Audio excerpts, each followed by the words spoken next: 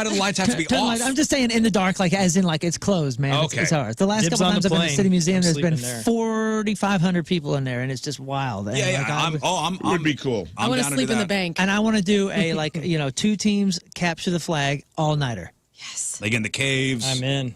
Hide and not go gonna tell seek you where in I'm City hiding it. Museum. Could you imagine? It would just be endless. Just like dream come true. Hey, dude, I didn't even know it was my dream, but it was my dream come true when we got to spend the night at Bass Pro. That was so awesome, and all I kept thinking was, "Whoa, let's do this at City Museum." Okay. Okay, well, Church lock-in that's- style. That's out there. Church lock-in style, City Museum. Lights out, question mark. Lights on, question mark. Next up, indoor skydiving thing. Yeah, I don't know what those are called. You know what I'm talking about? It's a This giant is ass on my fan. list too. Yeah. And you put one of them squirrel My suits on. kids did that in The Florida anti-gravity. last month. They loved it. I believe they're opening up a place. I thought there's already one here. Is there? I think there I is. believe there is. Someone said there was a while back. Is it in 'cause I asked Chesterfield? about it. I think it might be. Probably. Sounds, It's like called sounds Big very Sky or Chesterfield. something like that. You put the sugar glider outfit on. Yeah. And Yeah. you, That's what Okay, I want that's to do. cool. One of my buddies, a guitar player in a touring band, he stopped touring for a minute and became a professional skydiver. And he was on one of those squirrel suit teams. I don't know what they're called, but he was squirrel suiting it That's all over the dope. place. I would love to do that. And he would train. They do all the training in those was indoor he a base facilities. jumper or a skydiver? Skydiver. Okay. All right. Definitely achievable. Definitely Next. achievable, and that's why Lern and I have tangential things with that. I was too fat to skydive one time, so I want my. It was literally my bucket list, and I was too fat to fall from the sky. It's part of my comedy bit, but it Would you also not do hurts my outdoor heart. skydiving? I've been given the opportunity, and I think I'm going to decline at this point. Interesting. What a puss. Indoor cat. Yeah. Yeah, I'm glad there's one coming because the That's one fine. that was here is closed permanently. Here's Oh, one. it is. Okay. Act- Oh, was it? Are we early? Oh, no. Okay. Dude, what a that disaster. was on you, man. That was on me. I lost where we were. Excuse Hang me. on. Is it coming up? Stop talking. Okay. That's. You did this. No, I know. I put my headphones on. That was more like I put my hand up to see. I was like stopping myself. That was meant for. That was so weird. was meant for me. I saw you stressing out like a few seconds earlier, and I was like, why are you shutting us down right now? And then now I know. It's because you were a whole I was verse confused. I was brother. confused. It's That's all right, man. been It's Friday. It's been like one of those back halves of the week. I don't know. I'm ready for it to be over. Okay. So let's get it over with, Let's guys. just get this over with. No, we're gonna have fun today. We have so many things to do today. Kevin Farley's gonna be here. We're going to do Kevin Farley. We're doing Kevin Farley. He's gonna be here. How many times, Scott? I'm sure you have the certificate ready I do. and raring to go. It is Let's ready. see it. Hold it up right Hold now. it up right Hold now. up the certificate and show us all how you're ready. This is a man who preps. Look Nope, at him. Oh, not no, ready that at all. is the Holding show up log. That everything is else. Not holding it the up. plan for the Awesome. show. I got stuff. Ready to go. Kevin Farley, the what certificate? Scott It's keeping not gonna track. be the here. third. Third Hold it up. timer. Third timer. Okay, ready to go with the certificate. This is a show that's prepared. Yeah. Oh, we no, very prepared. I thought it was Kevin Nealon, so now Nope. my questions No, that's aren't going to gonna be make any weird. sense. Also a third timer. Kevin Nealon. Kevin Nealon. He's not coming in. What? It's Kevin Farley, Yeah. who's a very, very sweet man. Yeah. Yeah. A What a very nice sweet guy. man. Not only is he a good egg, okay, and obviously brother of Chris Farley, but he put out a graphic novel last month, and it's called, but it's like all about his family. It's very sweet. Whoa, that's cool. It's about his family. It's called Growing Up Farley, Very cool. and he opened up a boutique What? in Southwest Florida called Salt and Poppy with his wife. Salt and Poppy. Salt and Poppy. I love it. I don't even know what they sell, and I'm shopping I don't know. there. I think it's like knickknacks and stuff. Knick-knack, paddywhack, give You a know dog what a bone. knickknacks are. Salt and Poppy. Salt and Poppy. Kevin Farley is Oh, I love it. he's a Florida man now. A little I can boutique. see that. It's happening to everybody. He's smart. Everybody's doing it. What do you sell? I think it's just stuff. It's like I don't know. What does a boutique sell? It could be Cute handbags, clothes. Cute, whatever. like little knicknacks and Yeah, my wife's was more like, clothes and bags and joy and that kind of stuff. Right. But it can be kind of broad. Yeah. You can have all sorts of Well, stuff. we'll ask 'em. Beachwear. Go down to downtown Beachwear. St. Charles. You'll have about 7 different types of boutiques. So, hey, listen, we could ask him whatever we want. Okay. Ask him about his boutique. Ask him about his brother, his graphic novel. Also, we do have a surprise for him when he comes in. So, no monkeys. No monkeys. No monkeys, but Monkey free. something cool. I think it's very cool, and in light of the graphic novel and all that, I think it's perfect timing. Right. I think it's going to be really. I think he'll be very touched. Are you, Lern, feeling, I don't know, that whole, when you don't get enough sleep and you're up and... Your eyes are going in different directions. Yes. Yeah, but you feel kind of uninhibited. Yeah, I get a little nuts. You're floating on clouds a little bit. Slap happy. Slap happy, that's the word. Yeah. I mean, You went to Jack White last night. I did. I did, and I didn't stay the whole time because I know better, but it was so good. And it was one of those shows where I wanted to stay the whole time. I'll be honest with you, forgot he was down there. Not that I would have gone anyway. Anyway. Had you remembered? Had I remembered, probably wouldn't have gone anyway, even though it was 10 minutes away from my house. It was the Fine. first show back to the Pretty States. packed. He'd been in Japan, and so he had just gotten back to stateside. And How was his English? kind of butchered, honestly. He didn't talk at all. No, he didn't. No, he just came out. And I loved how they did it. You know, here's the thing about Jack White. The dude's got style. Jack White. White. And his roadies all were wearing little hats, and they were all dressed the same, kind of strange. Oh, tiny hats. Tiny hats. Tiny hats. And then they had an announcement guy that came out right before Jack White came out who said, like, hey, you're part of this experience. You can have a phone out for like a quick photo or video, but please like engage with this performance, which I liked that rather than telling everybody like, no phones.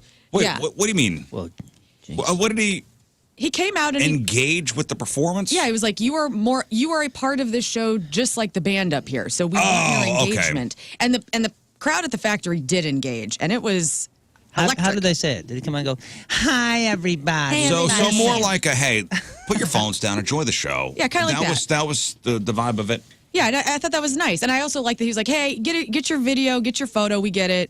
But like, be with us. Yeah. And I thought that was the right way to approach a crowd. Not, hey, if we catch you out with your phone, Right. we are taking you to the back alley. Yeah. Wait a And second. we have 7 security guards with socks full of nickels. That's right. And we are ready to administer You know, like at a tool show. Yeah, threatening. swamp justice. Stage threats.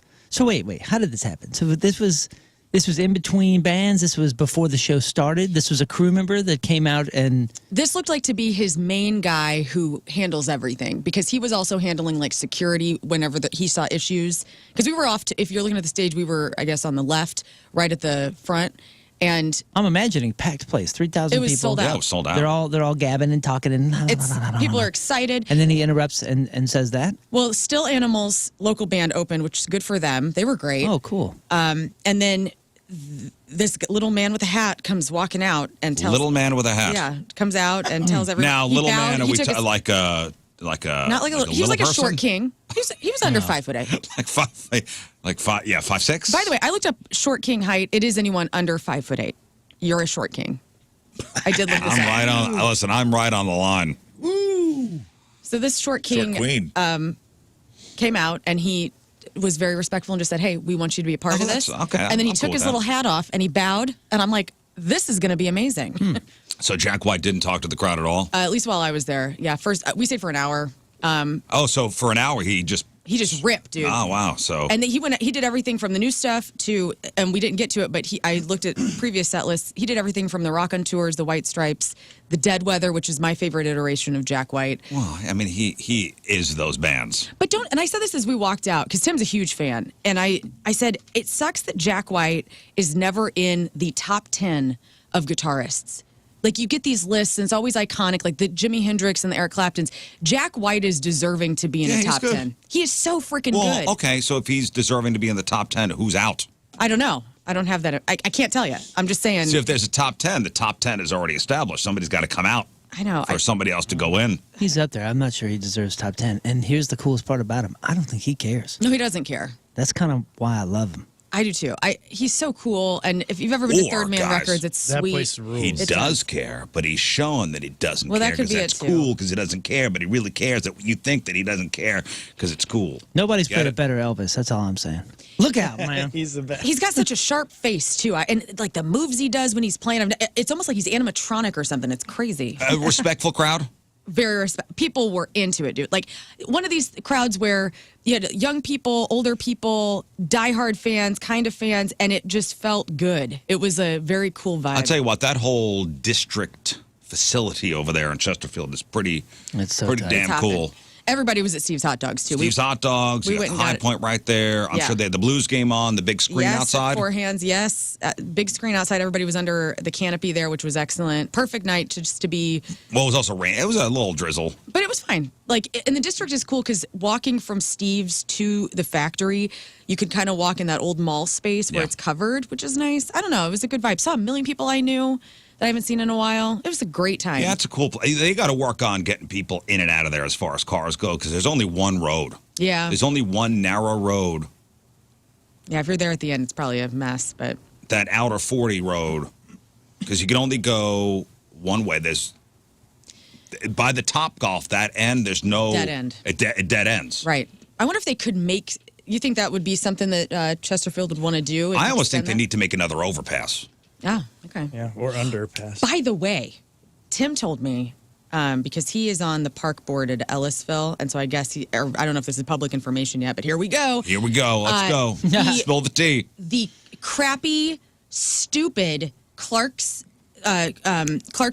Street dumb concrete posts that they put in last year. Oh, they're getting gone, yeah. removed. Oh, I, am like those. so excited. No, that's on helped the traffic. city of Chesterfield. So that wasn't a Chesterfield thing. That was a MoDOT MoDOT, thing. I know. MoDOT put these little islands on the sides of the road. Right. To what they thought would be something to slow traffic down. Yeah, dumb. And they So knew safe. it, and they're taking them out. I'm so And happy they've been about in it. there for about 4 months, and now they're already all the money spent. Right. All the money MoDOT spent to put these things in along Long Road and along Clarkson.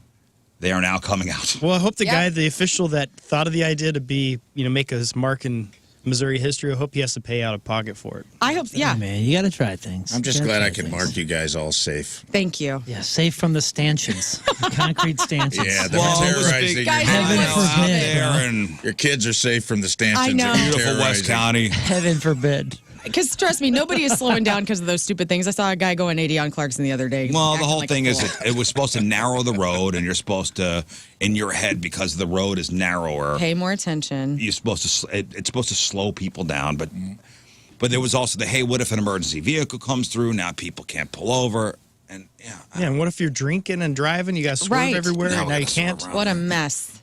Hey, I was just reading a couple things in regards to concerts. Okay. What was at Delmar Hall on Tuesday? I don't know. Because somebody looked that up. Sure.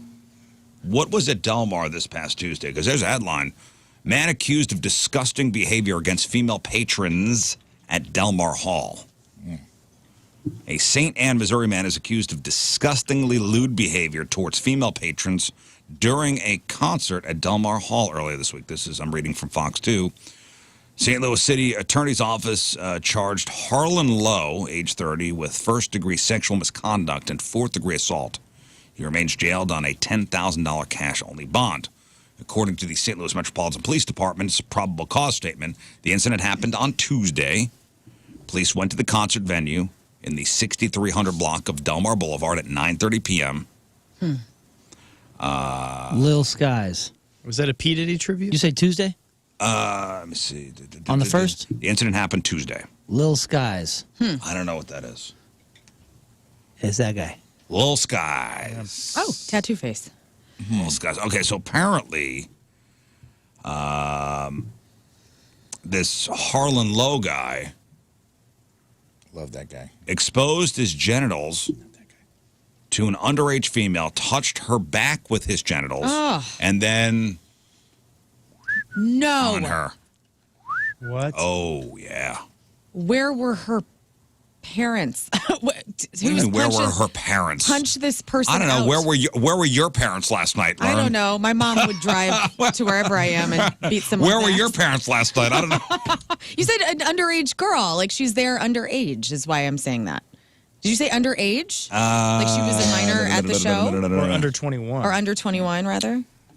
Which totally changes things. Which, yeah, it doesn't. Underage? True. I mean, Did I don't say know anything about underage? I thought you did. I thought you said she Man was. accused of disgusting lewd behavior towards female patrons during a concert at Delmar Hall. Oh, yeah. Okay. I did say underage. Okay, thank you. I was paying attention. Sorry. Okay. I was at Jack White last night. I was thinking about Jack White. Authorities learned Lowe exposed his genitals to underage female, touched her back with his genitals, and then... God. Stop this. Men, you need to talk who to your is this? friends. I thought, okay. I thought you were saying, man, you got to stop this. Huh? No, I was Whoa, going to whoa, say, talk to... Can you guys all talk and, like, just get at the committee and be like, can we stop taking our wings? Some of us are taking our Okay. wings out. We don't talk I'm to gonna these tell you people. this. Much like I didn't think I had to say no monkeys in the studio, Yes. I don't think we have to say. Well, maybe. I mean, you never know. It's like that whole thing about, like, everybody Guys. knows somebody who's been sexually assaulted, but nobody knows the person who did it. Like, I'm sure in the Venn diagram of our circles through time, there is some man that has done this, and, like, nobody talks about That I know? Possibly. You don't know. Whoa. Like, so somewhere in my circle of my sphere of Man. people I know, somebody's done this? Is this what you're saying? Somebody's definitely done something. Yeah. It's like, right? No. Okay. I No. don't th- Where do This these men is- exist? Jerk Island? Like, where do they come from? I don't know. Yes. Yeah. Yes. In more ways than one. Caribbean jerk. Where are these bad guys from? Who are they friends with? Like, I don't get it. I don't understand how. Well, this man men is don't in know. jail. Police said multiple witnesses at the venue told the deputy and officers the victim described what had happened to her. She ran into the bathroom to clean herself. The victim had asked one of the witnesses to escort her to her vehicle. Another witness told police he saw Harlan press his genitals against the backside of multiple women at the venue. Punch him in the face. Those women ladies. moved away from him, but he continued his behavior. When confronted by a staffer, he allegedly became irate, attempted to assault said staffer. Whoa. Sheriff's deputy said that when he went to detain him, he grabbed the deputy's vest, forcing him to use pepper spray to subdue him. This guy's a nightmare. But they got him in custody. He is in. Good. So who's this? Lil who? Skies. Lil Skies? Lil Skies. Have you heard? Have you heard of Lil Skies? Not familiar. No. And I put in Lil Skies, and all I put there's a was show Lil coming Skies up there I wanna see. arrested. A guy named Prof who's really good. But Prof, I've heard of him. What is he in? Prof. Prof. Just him. He's just a rapper. I thought it was part of a group. Oh, this You're guy's thinking not. Praz from this- Fuji's. Nope. This guy's, he's playing Delmar Hall, but on YouTube, he's got, 400 million views on that one, 200 million views on that one, What? 7 million views on So that this one. guy seems to be. He's doing okay. Progression. But he's playing he's Delmar revert- Hall. I mean, that's a small little that baby doesn't venue. mean anything. He gets Jelly Roll played Delmar Hall last year. I guess that's a good point, As a Rick. favor. That was not last Okay, maybe year. Lil. That was multiple years ago, and that's a different story. No, he played a special show last year at Delmar. I thought It that was a favor show. 2023. I don't Whatever. think that was last year. It doesn't matter. It doesn't matter. It doesn't matter. Here's the thing, man. He's at the rave A tomorrow. lot of these folks that are huge in the Spotify and YouTube game, that are like playing for, teenagers, like my kids and their friends, they're not going to their shows. You know what Well, I'm saying? I guess, yeah. I do have Not yet, at a least. kind of entertainment music industry report card for you. Oh. Would you like to know how it's going? Yes. Oh, this Little Skies is. I don't know if this is. Edited? There's no way. This is There's clean. no way this is clean. I would not do this. Well, hey, the video Get your takes finger on place the in a button. class in a school. In a school. So there's no way. I would There's not no do cursing this. at school. I would not do this. Should I Hit it. put? I'm Why don't you put not Little Skies responsible. clean? It's featuring Landon Cube. Is that Ice Cube's son? Landon?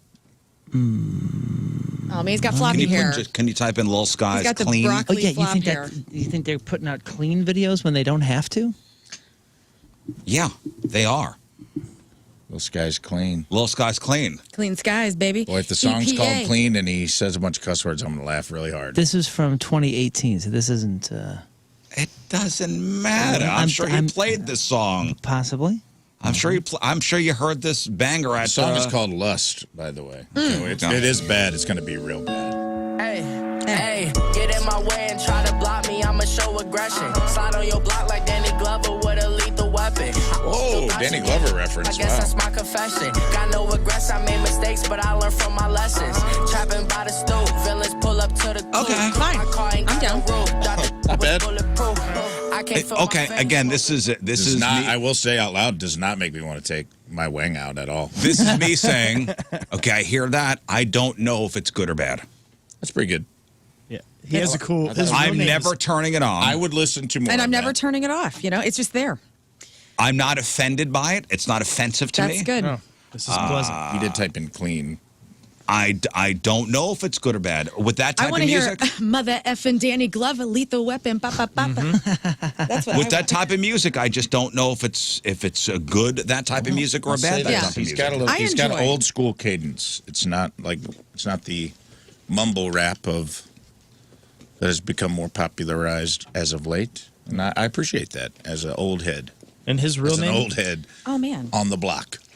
His What real is name his is real awesome. name? Leonard Demetrius- Skies. Leonard Skinnard is his real name actually, and that was taken. Oh darn it! And there's Demetrius Christopher Foose. And there's no way Foose. this landing cube guy. He didn't go by Lil Foose. Yeah, I would know, go Little Foose. Foose. I would be cool. Lil Foose. Foose loose, dude. Okay. Kevin Rockstar Bacon. name.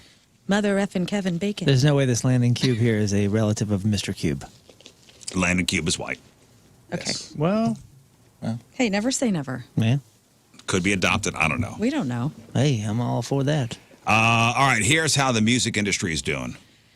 Are we doing better or worse than we were in 2014? So 10 years on. Can I ask How you mean? what the metrics are? Well, we're talking, concert sales. We're talking people buying music and subscriptions and stuff. Yeah. Well, buying music, Is it better or worse than in 2014? Oh man. buying music and subscriptions, if that's what you're counting, it's going to be better because it's more isolated. There's a smaller funnel. Everybody's on Spotify or a digital thing rather than in 2014. I was still selling CDs on the road. You know what I mean? It was CDs and then vinyl and then maybe you got Spotify, maybe you got Apple Music, maybe you got 2014 this, maybe you were got still CDs? Still CDs 2014? Oh yeah, buddy. Yeah, I got a lot in my basement. Really? Yeah. Oh man, you know what's sad to think You need about? some CDs? Yeah, Real would you cheap? like a CD? You know, they say like there was that point in childhood where like it was the last time they ever played with your Barbies, and there was a time where it was like the last CD you ever bought, and you didn't realize that you're going to be. That was it. I know. That's really sad. Yeah, well, I'm holding on to Uber stank. him for the vintage. Who knew? Is that true? I don't know. I assume maybe. That seems like right around the time I would have bought my last Yeah, CD. what was the last CD I bought? Right. On my own. You don't know. You'll never know. You know, and that sucks. Like, when's the last time you? Non-like getting it free from the radio station. Right. Long time. Long time. There was a time I probably walked into a record store and put my last 20 bucks $20. down, and that was the last CD. I wish there was a ceremony to Me too. at the time. Yeah. You know, speaking of ceremony, I do have some cool CDs in the basement in this big tower. And you know what they are from? They're from The Point.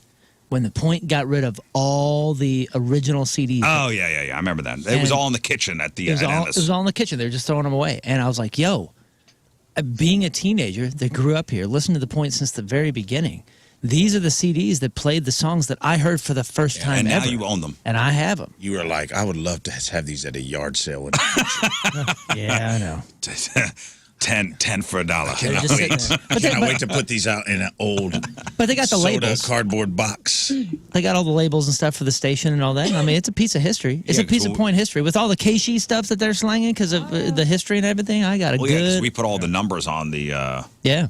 Tell you this, I'm on feeling the jewel cases. I'm seeing the related videos to Little Skies up there and feeling real disconnected from the music industry Oh, I mean, there's myself. little Sky, little Little Dirk, Dirk, Kid Leroy, Central C. I don't know who Lil any of Terry. these dudes are. little Terry. Lil All right, Terry's so my here's how record. we're doing, guys. Lil Mosey. Little Mosey. That's my name, And his man. song's called Blueberry Fago. Oh, play it. Gosh dang Lil it. Mosey. That guy took my Blueberry name. Faygo. I'm Lil Mosey. No, we're not playing that. I've been living the Lil Mosey life Lil since Pump. 1981. Guarantee you that A is lot of dirty. Lils. Lil Pump, Lil Skies, Lil Mosey. Lil Wayne. I got to go a deep dive today. I got to be cool again. All Lils?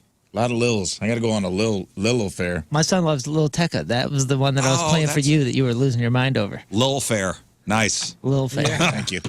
I'm glad somebody We get all the acknowledged Lils it. together. Thank you. Lil Wayne, of course, with Headline. Yeah, Lil Wayne headlines. And, of course, Lil Jon comes out with everybody. Oh, and yeah, just yeah. does this. Yeah. Lil Mosey featuring Lil Jon. All right, so a decade ago, so 2014, the music industry was certainly at a low point. It was at its lowest of low in 2014. Different story today. New report shows that 50 million more Americans are paying for music than they did in 2014. And that's subscriptions, physical purchases, live events. It's a major turnaround from the industry's struggles 10 years ago. So here are some of the highlights from this report. 132 million Americans now pay for music subscriptions, which include on-demand services like Spotify, satellite radio, and fee-based internet radio.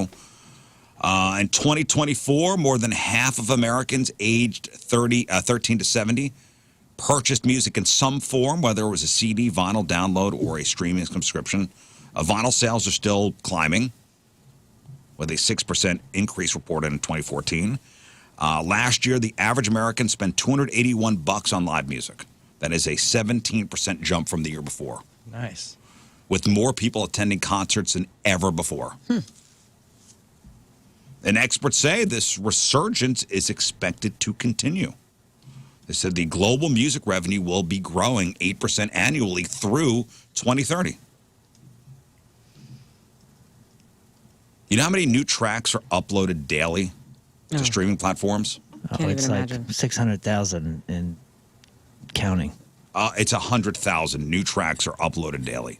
100,000 Wow. new tracks are uploaded daily to streaming platforms. It's crazy. It's so saturated. That's a lot. That is a lot. So I'll be real. I mean, I'll be on TikTok occasionally, and I'll hear a song, and that's where I'm finding out about it. And I'm going, oh, all right, check this band out or whatever. And it's being fed to me based on the videos I like and whatnot, and people are adding the music, and that's how I unfortunately find out about new bands these days. is TikTok? Mm-hmm. Oh, yeah. I mean, if somebody plays something new for me, I'm like, where did I hear that before? And Right. 9 times out of 10, it's a TikTok track. Or a reel or something. Yeah. Or something I've heard just, strolling through the world of social media. I don't know. It's waking up. Right. All right, so here are some of... Oh, you know what we need to talk about before we get to the Friday leftovers? Because I got a couple things just to get to. We pulled the audio yesterday from the track 270 punishment. Mm-hmm. So if you have been following the Rizlympics, we released the final 3 episodes, 6, 7, and 8, earlier this week, and hopefully you've had time to watch the final 3. And if you did, you know that Moon was the Rizlympics inaugural champion. Congratulations. Thank you very You know much. what you got? Champion. Bring it as prize. Okay. Bring it as... Oh, that's right. You get nothing, but you don't get to suffer the punishment. Yeah, that's fine. But you get all the accolades, man. Oh yeah, I'm very proud. I'm Look at very you honored. basking in the glow of winning. Look at me. Look at all the people that are stoked for me. You do get something. He gets a hand in the punishment. Yeah, yes, you do get a hand in the Get to punishment. pick your playlist. Well, did we say that? Because I have the official audio, like of the punishment being locked in, Okay. like of the track 270 punishment being locked in. So Rafe and I will be in a vehicle, True. and we will be traveling 270. We'll be doing laps. Will it be 5 or will it be 6? 5 or 6 laps. Or 9. It's definitely not 9. I think that's where we started, and we 10 is where we edged started. it back. Oh, did we really start at 10? Yeah, because Yes. we Why did we realized how start long so it low? And then we takes. started doing the math. And we're like, Yes. oh my Oh, god. no. This is from a conversation we had back when? August This was- 29th, I believe. Right? August 29th. So going way back. Way back. Here we go. So Reeb, Rewinding way back to August 29th, here is the punishment being locked in. All right, should we lock it in? Lock it in. 5 laps, winner makes the playlist. And also, I would like to also get it like the car, so everybody on the road knows it's a loser car. So something marked. I have a question real quick, just to make sure that we're good on the details with the playlist. The winner does not get to make the playlist until after it's complete, and therefore they know who they're making the playlist for? Yes. Or do you need to make your playlist prior to? No. Nope. Winner makes a playlist. You get music, but you don't get to choose it. You guys don't think that's worse than quiet? Oh, no, I'm trying to make it more devious. Well, I know. I'm just saying. To me, silence is more awful. Come back. Winner makes the playlist. Even if it's just every listen, song if I win, I may throw in some bangers. I may also throw in some... This is why I thought the It'll be a kayak mixed idea bag. was good. It'll be a mixed bag. You guys No skipping. The wheel will decide what If direction you you start go. north or south via Olive. Yep. You start from here. You start from Olive. You start at the radio station, Olive and 270, and go. It's amazing. Track 270 it is, 5 laps. 5 laps. And that's going to be over 5 hours of driving. Going nowhere. And then just re-say the 2 bottom losers, what's their roles? Navigator and driver. Navigator and driver. Would you So say they this never is- swap. Well, we said they could swap if someone got tired. Yeah. Would you say this is Urgency. worse than... But 4 chooses their role. Okay. 4th place, the only prize you get is to choose whether you ride or drive. Because some of us, I think, are drivers and some of us are riders. And listen, as the winner, you get to cultivate the playlist for the loser. So, it would be all Godsmack for you. There we go, locking it in. There it is. Track 270. Great job, Ken. And gosh. There it is. 5 laps. Hey, Godsmack idea is not bad.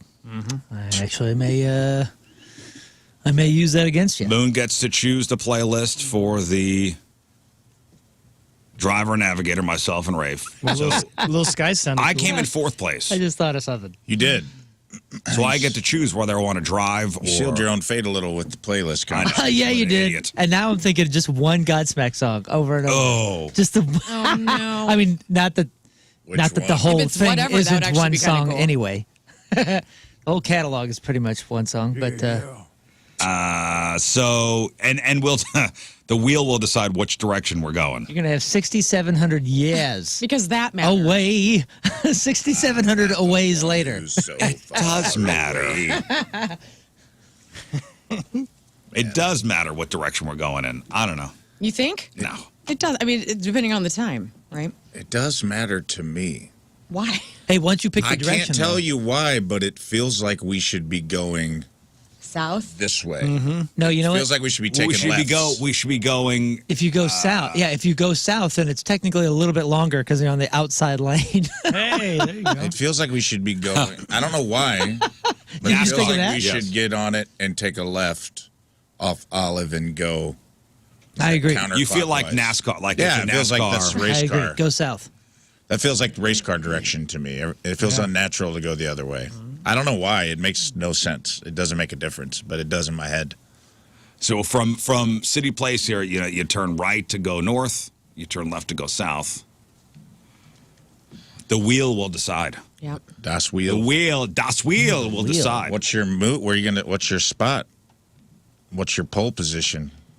Mr. I gonna 4th be? place. God. You going to drive or you going to ride? What I think is we should switch. We should probably do half and half. Okay. Hey, on a completely unrelated note, this has nothing to do with this, but Rafe, what's your least favorite song of all time? Yeah. Islands in the Stream. Oh, sure. Or- That, if you hear that for 5 hours, You're gonna get low mosey. Lil Mosey. I also really hate anything from Waylon Jennings. Don't you dare. You better not put the entire Highwayman album on there. yeah, I despise the entire Tom Petty and Led Zeppelin catalog. Oh, I'll throw up if you do that. Yeah. Nothing would make me more angry Yeah, like guys, than to hear all the hit Tom Petty songs. You I have a stand no request chance. for it. We need Oh, to have yeah? a little Turn It Up Bitch from Limp Bizkit on there, no matter what it is. Oh, you're going to do one song? You're going to do one artist? Or you're going to do a mixture? You got time. You as gotta of secure now, a I have car. it. As of now, I have a 2-song playlist. You want to give him a vacation one? Like Two Island Boy? songs? Yes, Just 2 songs. just 2 songs, over I mean, listen, and over and over. you don't have to be a What's jerk. new, Pussycat? Whoa, whoa, whoa. I'm just First telling of all, you. I'm anything, just telling you. Nothing I could do in this scenario would make me a jerk. You can't do that to me. Wait a I'm the winner. You're the one. Rewind the tape and go listen to can't. who threw the ideas on here. I know. You're not going to turn this around on me. I know. You don't. You could be a. No. This is the spirit of the You thing. don't have to cause as much pain. You don't have to inflict as much pain. I think you're the one that just said it on the tape that the whole thing was Listen, to mistakes were inflict made. pain. To inflict pain. That was August. Okay. No. I'm a changed person. You don't get to turn this around. That was 2 seasons ago. No, you're getting Santana Smooth You were talking. Oh, no. and whatever that Godsmack song is, but just back and forth. It's just a loop of Santana Smack. Damn. I think you need to do something for Rafe, though. That was summer Riz. He went, damn. Hey, This is spring Riz. I know. Mind your It's business. renewal. Summer Riz. Makes me feel That was a Summer Riz different is getting person. Santana Smack. That was a different person. Yeah. Oh, Bob and Bev doing karaoke for the entire. Oh, man. That's entertainment. Nice. You'd like that. Yeah, you would like that. I mean, You yes, get more out of that than you do love Santana. Them. I know that you hate Love this. them. Oh, no. And standing outside of. Oh, primitive radio gods. Yeah, right, No. right. I've You been brought down that harder, up. baby. I've been down harder, baby. You brought that up during the original conversation. Life is a highway, but not the Tom Cochran version. Damn. The Imagine Rascal hearing the Flatts Rascal- version. Oh, yeah. Imagine hearing this for 5 hours. Oh, Ace.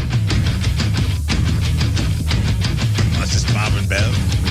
Wow! Oh, my God, dude.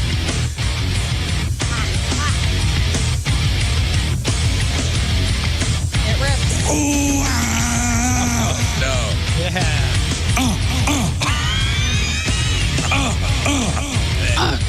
Oh, there she is. Drowning deep in. Oh, is that the sound they make when they make love? I hope.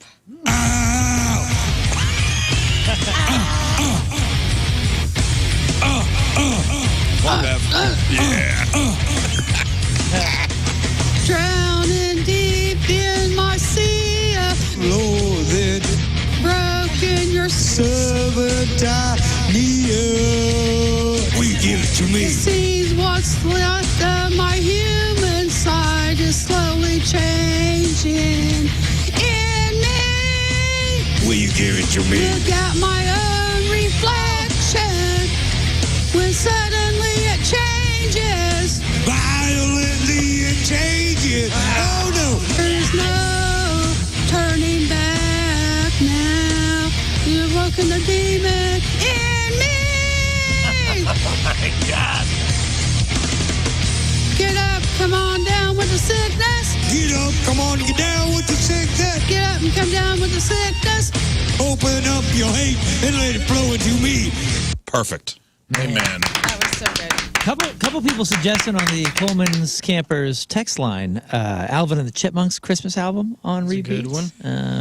Here's the thing though. This may require some kind of institutionalization for us after Yeah. it's over if you pick the right Or songs.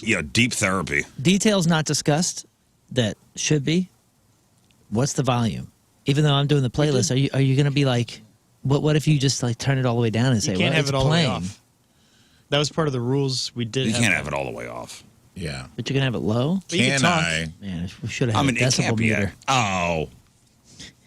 Oh, change man. Oh.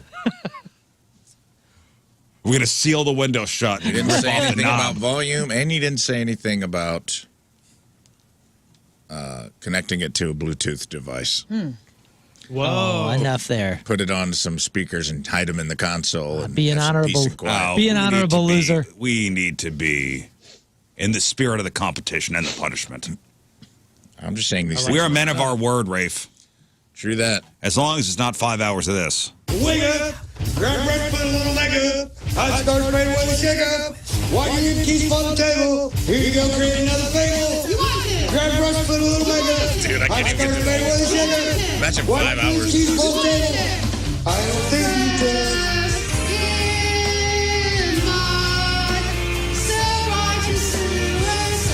So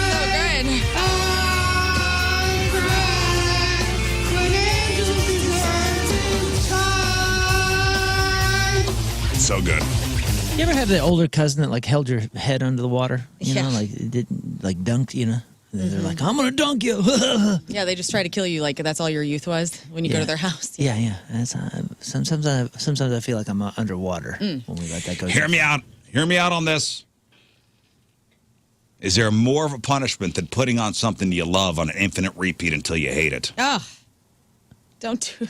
Oh, What okay. would you do? Hear me out. Hear me out. me Hear me out. Play my favorite songs. Until I hate them. Yeah, right. Okay. Well, we got time. So Yeah, right. think about that. Think about it, Moon. Oh, I thought about it. Okay. Thought about Also- it for a long time, actually, because I planned on winning this thing. Listeners emailed me up different overpasses for the fun. Oh, yeah. So- Oh, kind of. We are going to have a little cheer gathering. us on. Yeah, we're going to get together, so that'll be fun. I'm going to be dressed like Carlos Santana. I'm going to bring some drums out there. Doom, doom, doom, doom, doom, doom, doom, doom. Damn. That's all I'm going to be doing. It's going to be fun. Come on. Come on. No need to stress out about this. Right, Rafe? We're good. Gonna have fun. Hey, good Well- for you that we pulled the tapes, though, because for some reason, these last couple months, I thought it was 6 I laps. thought it was 6 I 2 think until it's, I heard we yesterday. said it out loud enough at 6 that we all started to believe it. Yeah. So good on you guys, or good for you guys that it's I feel bad. only 5, because that's it's going to be a big difference, especially because that last lap would have been traffic time, like I got it. hardcore Yeah. traffic I time. got a text from You got it Monkey easy. Man Dan this morning. That was a What's up, Dan? picture of one of the monkeys that said, "The monkeys are in if you are." Oh God. Looking No. like the cop car in Jumanji. No. 1 lap, 2 monkeys. Not safe. Heck yeah. All right, so for every monkey we put in the car, it's -1 lap. Oh geez, Up to 4 monkeys. my sweet Chi-Chi. No baby monkeys. Up to full-size spider monkeys. Thank you, Dan. Appreciate it. Dan, But no appreciate the thanks. offer. Gonna pass, hard pass on that, Dan. Not a hard no yet. Hey, by the way, I'm up for suggestions. If you'd like to email the show or send over texts on the Coleman's Campers line, I'm writing down all these good ideas because there are some ideas that are coming in that I would have forgot about that are just perfect for this. Thank you. Yeah, there were lots of other things discussed, but those were the hard facts. Those were the hard decisions that we know is 5 laps, wheel decides, you make the playlist. Riz gets Yeah. to choose navigator or pilot. Mm-hmm. And the car has to be identified in some way, whether that be a wrap or a just married Hell, sign on the back. if we put, hey, we could put even, soap on the back window. Yeah. I was thinking magnets. Magnets. Magnets would be good. Sure. I wish we could do little cans behind it. Yeah, Depending on- cans. Oh, like a just married Yeah. thing? I don't know. Just dragging those around. That's the line for you. The cans. I can just picture, would do this during a drought and sparks and we ignite God. a forest fire. I'm sure you can hear those from inside the car. To get some super thin car and all you hear is Santana and just the cans dragging. God, You guys that's want great. a not so great story? Sure. Always. Let's do this.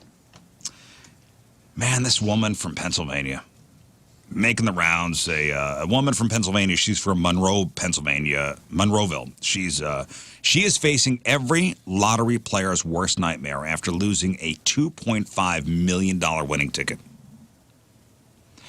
You see, here's what happened. And her name is Mildred. 76-year-old Mildred, which is a name that we don't hear much of anymore. Mildred, one of those, much like Helen. Kind of a dead name. Right? Is there any newborn Mildreds out there? Nah, not a lot of Millie. Gertrudes and Mildreds. That's coming back, though. Mildred? I bet you. Well, now that you're saying it, But I guess Millie. Millie's out there. Well, we started naming our daughters stripper names, So there's going to be a lot of Mildreds and Gertrudes as like stage names in the future. Oh, yeah? Wow. There's a lot of Anastasias and Mercedes. Mercedes that are that's used to be the stripper stage name that are now children's names. So we're going to have to flip the script. It's going to be like, now coming to stage 4. Helen. Adi, adi, adi, adi. It's Mildred. And then I see like a walker. Like in my mind, it'd Yeah, be of like a course. walker and like very droopy. Anyway, so poor Mildred, 76-year-old Mildred. She says she bought a Pennsylvania Cash 5 lottery ticket last May at a grocery store. The ticket with the winning numbers 14, 22, 33, 35, and 38 would have made her $2.5 million richer. But here's the problem, Mildred. She can't claim the jackpot because she doesn't have the ticket. She says she left it in the pocket of a jacket she later donated to Vietnam Veterans of America. Oh, no. Along with other clothing items. They're not helping? Well, here's what they said. There's nothing they could do. They distribute these clothes across the country and even internationally, meaning the ticket could now be anywhere in the world. So somebody's rich out there. Or they don't know. They have no idea. Here's Mildred talking about it. I was stupefied. There's no words for it. It was like beyond expression. How can I get it back? Yeah, you can't. Sorry, Millie. And she was being nice, donating. Sorry, clothes. Millie. Yeah, she was doing a nice thing and donating clothes to the veterans of Vietnam Veterans of America, distributed across the country. Mildred has until May the 8th to find the ticket before it expires. And if somebody else finds it and turns it in, they could collect the $2.5 million instead of her. Man. Damn. Which is what else can I do? Cry out loud and hope that something will happen positive on my end. For now, she's left hoping for a miracle. Well, hopefully a Vietnam veteran finds it and cashes does it the in. right thing. And whatever donation center decides to ask her what color, what it is, blah, blah, blah, and get it all lined up. I and hope see if they it can works find out. it. I feel bad. Over 200 passengers have been infected with the norovirus. I saw you put this out on social media yesterday, Lern. Yeah. I was like, I still stand firm in my never going on a cruise. Never and going this on a one of cruise. the This is not reasons. helping, right? No, it is not. I've had the norovirus. It sucks. It's awful. It was the sickest I've ever been in my life, the norovirus. And the norovirus is, you're puking, you're pooping. Oh, yeah. You are dehydrated. Can't go up the steps. Terrible. And you're weak. You're almost bedridden. Yeah. I mean, you want to... Got to call your mom. She's got to bring Gatorade over. It's a whole thing. Ma, bring some Pedialyte. And when she comes over, you can't even greet her effectively because your head's in a toilet. Yeah, it's a mess. 200 people on this cruise. Norovirus. This was the Queen Mary 2 left for a 29-day trip from Southampton, England on March 8th. Stops in New York and the Caribbean. 224 of the 2,500 passengers on the ship have gotten sick. 17 crew members.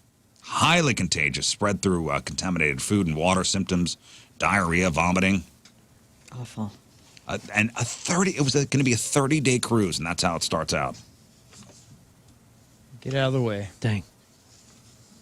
Yikes. The asteroid nicknamed the City Killer? Mm-hmm. Remember, it's gonna miss us. They're like, we're good. But now they're saying it could hit the moon. Moon. Live Science reports that asteroid 2024 YR4 has a 2% chance to hit the moon on December 22nd, 2032. Got the force of 500 Hiroshima bombs, so that's something to worry about. If it takes out our gorgeous moon, I'm going to be pissed. I can't deal. But think of all the cheese that'll come to Earth. Well, that's true. I didn't think about that, Scott. I don't think we'll do very well if something knocks our moon off the orbit. I don't think Yeah, it so could cause some issues for us. either. Yeah, like, I don't know the what. oceans. Listen, I'm not Neil deGrasse Tyson, so I don't know You're these not? things. Now something for the kids. I feel like that's the moon's job, honestly. To take one? It's very romantic to me. The moon is like the sentry that protects our sweet Mother Earth. He's like the dad that never gets thanked for keeping the light bills on, He just patrols the skies at night while everybody sleeps and blocks asteroids from hitting the Earth. So he's happy to take one for the team, Or maybe You're we're all right, gonna die. Rafe. Yeah, but then if he goes He's out. our heavy. Yeah, I just feel like he'll take it. He's got craters that just absorb it. That's its job. That's right. The moon is the father to Earth's mother that patrols the protector. skies at night, the protector. Yeah. The moon stabilizes Earth's axis tilt, contributing yes, to I the mean, relatively stable climate, predictable seasons, and its gravitational pull causes tides. That's the science of it, yes. But I like Rafe's. Oh, Yeah, I'm trying to romanticize. I like Rafe's romanticization Yeah, okay. of the moon out moon there can take just the protecting hits. us. he'll take the hit and keep controlling And the laugh. tides. Say, bring it on, The universe. tides won't even change. Good news for kids. And now listen, I don't know what you guys feel about a cashless society. Like, I don't know what you feel about cash kind of going away and everybody's using credit cards, and even the I know, like at the Whole Foods, you could use your palm print now to pay for things, which is crazy. But there's a positive to a cashless society when it comes to children. And this is interesting. Fewer kids are swallowing and choking on coins. Yes. Right on. Way to go. I pulled that move. Fewer kids are swallowing and choking on coins. I was like 7 years old. It's during a church service. And I thought, oh, I wonder what this dime would feel like in my mouth. Right? And then in my bed. And I put it in my mouth, and I was like, oh, that's kind of weird. I'm just going to leave it in my mouth, because I'm bored. It's church Tastes service, weird. whatever. And all of a sudden I just like naturally was swallowing my spit or whatever, and it went down, and I thought I was going to die. I'm a piggy bank. I freaked out so hard. I was like, oh, Mom, I swallowed a dime. I swallowed a dime. She runs in the back, and there's like an usher back there going, get him some bread. He starts panicking. She's panicking. I'm going, oh, my God, they think I'm going to die, too. Get him some bread. Yeah, what is that All going we to have do? is the communion. I don't know. What is the bread going to do? I don't Get him know. some bread. Every mom's solution. They grabbed me bread somehow. funny. Get him Bread. crackers. You need saltines. Well, So then I'm eating bread. Well, yeah, but my mother's a gym teacher. She doesn't know what's going to happen. She's panicking. This guy's panicking. And then they get the doctor. It's like the top surgeon in St. Louis happens to go to this church. And he comes back. And he's just Mr. Mosey. And he comes back all slow and goes, He had, Mosey? a whole loaf of wheat. yeah, he just goes, hey, he opens man. up his bag. He opens up his doctor's bag. He's just got he's got a sourdough loaf for some marble rye. That's awesome. No, he Take looked at 2 me. bagels He and call goes, me in the morning. He goes, is it stuck in your throat? And I go, nah. And he goes, okay. He'll pass it in a few days. No worries. He took an Olive Garden breadstick and just Open wide. open up. I wish that was a doctor's visit. Are you kidding me? Carb out. It was wild. I do remember being a kid and like staring at my poo for like 4 days, hoping to see some little Something shiny shiny. dime. Yeah, I was like, oh, this would be so cool if I could see it. Did it come out? I mean, I hope so, but Well, I I mean, don't have the- that proof. I it never could- saw it. Yeah. Maybe it's still in there. It could be. Get an X-ray of your abdomen, see if it's still in Wouldn't there. that be awesome? That would be great. Some 70s dime. My mom claimed I had a penny that I swallowed whenever I was in preschool, and That's why you're a So they redhead. kept it. Yeah, that's why I'm a redhead, and it worked. But no, the whoever the teacher was had to watch, and see if anything came out, and it came out super clean and shiny. That's what she says. Wow. So I like that. So the bile in your belly really cleaned that thing cleaned up. all This the. is Scott pooping. Ding, ding, ding. How many coins did you swallow? Damn. The old money machine right Oh, here. Mario. Yeah, I remember that panic. It was Well, it's so funny that eat some bread. It's going to push it whatever Eat some farther bread. down. Eat That some was bread. my mom's move was bread and to hold our arm above our head. Oh, yeah. Hold your arm up. We would choke at the dinner table. My mom would just grab your arm and hold it up, and I'm like, "What is this?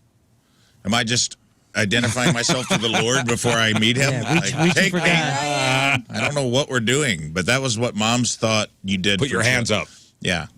Before there was education on like the Heimlich maneuver, which I don't think is called that anymore, but that was the choking defense of 80s and 90s moms. We've changed the name of the Heimlich maneuver? Yeah, it's abdominal Oh, thrust. no. Did he get canceled? No, He's dead. The family I guess they wanted money. Oh. What? It was like a trademark thing or something. It was like a trademark thing, and he invented I it. never heard of this. Yes, you did. We've talked about it on the show. Abdominal thrusts. is what it's Yeah, but not that the Heimlich family looking for a payout. That's not what Dr. Heimlich would want. They should have done with pelvic thrusts, like What do the you Rocky know? Horror Picture Show. The last you know? the last time we brought up Dr. Heimlich was that he got to perform his maneuver before he died. Yeah, what do you know about Dr. Heimlich? I know everything Yeah, he about just died, Dr. didn't he? Heimlich. I think there was No, he's been dead for a while. Listen, Oh. I think that there was a time, early 2000s, maybe late 90s. I'm not sure about the order here, but there was a time where they were saying it was bad because people were breaking ribs, and it was like, remember people were getting saved and then suing their savers. That was CPR. Okay, That but was, that breaks your Sir ribs. CPR. I mean, your sternum. This was talking about. Right. They were Heimlich. talking about the Heimlich or abdominal thrust breaking ribs and people getting sued. So it like had a negative connotation for a moment, and I think that's when the family was like, "Yo, stop using." the Really? name." I don't know about this story. Maybe that was it. It was one or the other. It was either they were getting sued, so they're like, take our name off of it, or the patent ran out. and they wanted paid or something, and so for all the medical journals and all the places using the Heimlich name, and they just changed it. I want the Heimlich guy to go into the public domain like Mickey Mouse, and they make a horror film out of it, you know? And he's just out here breaking ribs and doing God knows what. That's a movie I wouldn't pay to see, but I would watch when it comes to me. In 2006, the guidelines from the American Red Cross American Heart Association, the Heimlich maneuver was replaced with the term abdominal thrust, and the technique was downgraded for conscious victims. It'll drive you insane. Controversy around Dr. Henry Heimlich.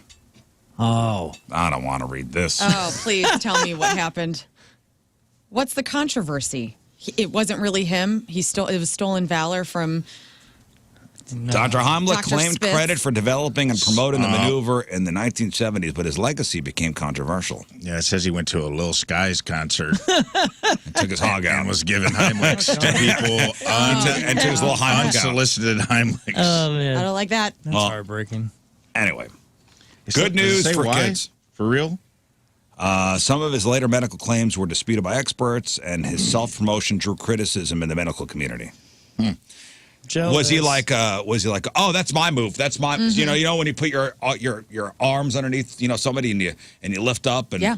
Well, apparently he was very That's against. me. He was very against back blows. You know, like if somebody had food lodge, you kind of smack them on the back. Mm-hmm. He was very against that, and was even saying that he publicly denounced them as death blows, and funded a study in the 80s that showed back blows could do more harm to a Well, choking from what victim I than heard, good. and I'm not sure if I'm, if I'm right about this, but when you hit somebody on the back, it could go further down Yeah, or block the airway. or block the airway. And I think that was from a study that was funded in the 80s by Dr. Heimlich. I don't like back blows as a term, given the content we've already had on this show today. They changed the name of it in 2006 because of whatever controversy may have surrounded it. Do people still say Heimlich maneuver? Yes, many people still use the term informally because it's widely recognized and ingrained in public awareness, but healthcare professionals and organizations prefer the term abdominal thrusts to reflect current best practices and avoid any association with controversy. Yeah, this is the medical community's Riv Report. It'll always be Heimlich to them. You can change the name, but it's not going to stick. It's the Heimlich maneuver, baby. Forever. Anyway, back to the kids. The kids are doing okay. They're not swallowing and choking on coins anymore. A study looked at hospital data from the year 2000 to 2022 and found that since 2012, there's been a significant decline in little idiot kids requiring procedures to remove objects from their throats, noses, and airways. This is great. And analysts noted that in 2012 is when contactless payments really started to gain traction. You know, people aren't snorting cocaine as much, too, because we don't have $100 of bills. You know what I'm saying? Like, it's also probably cutting down on that. Where's the data on that? You guys ever swallow anything They're or studying snort it now. anything? I got a ball bearing stuck in my nose No. when I was a kid. Had to take that to No. Had to get that removed Never- in the hospital. I was never eating weird stuff. I did suck on a penny one time, so I'm with Scott. I ate that's about stuff, it. but I didn't. I tried grass. I remember being outside and being like, wonder what grass tastes like. Oh, yeah. And it Eating was sour terrible. grass.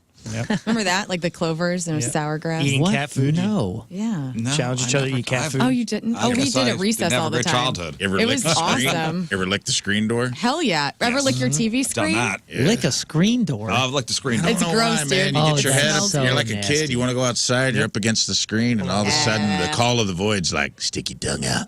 Oh, It's nasty. gross, dude. Yeah, it's it's like licking a gross. battery. It's a filter. It's disgusting. No, I know. Well, you stick your head against the screen door and you put your tongue up on it just to see, like, on the other Texture? side, Yeah, all the Oh, I see. indentations. little tongue.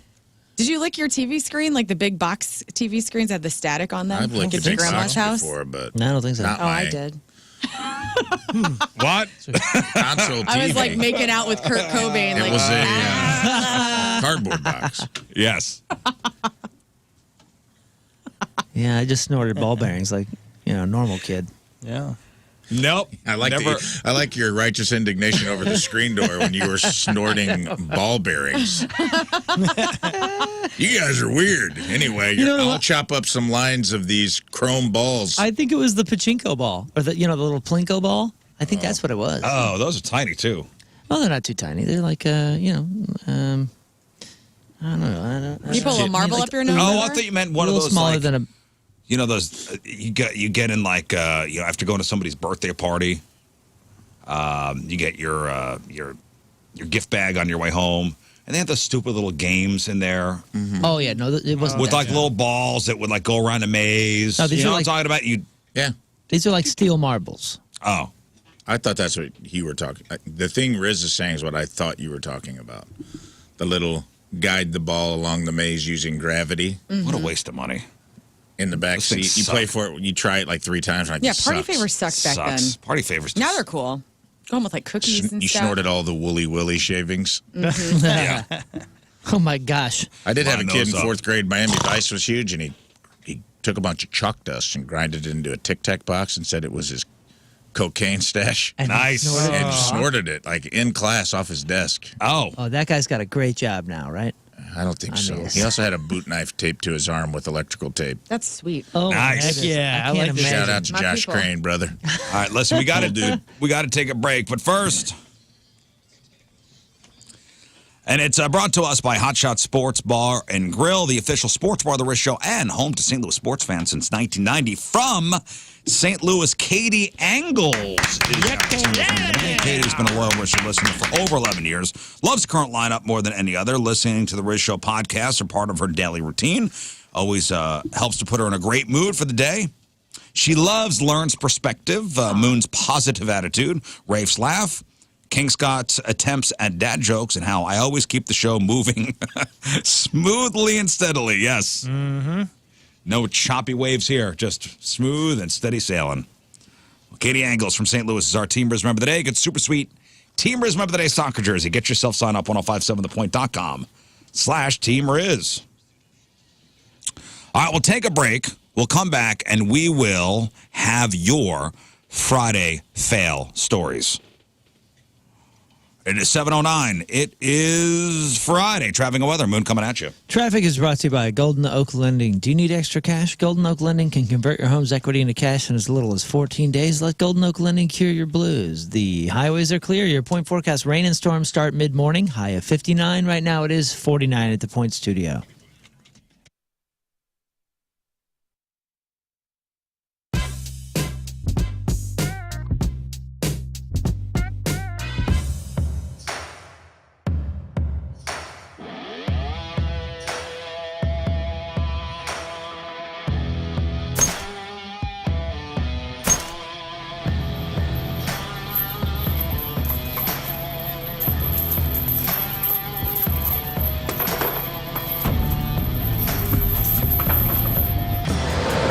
Oh, hello, my name is Jeff from the Rizzuto Show, and I'm standing here underneath the beautiful Hubbard sign.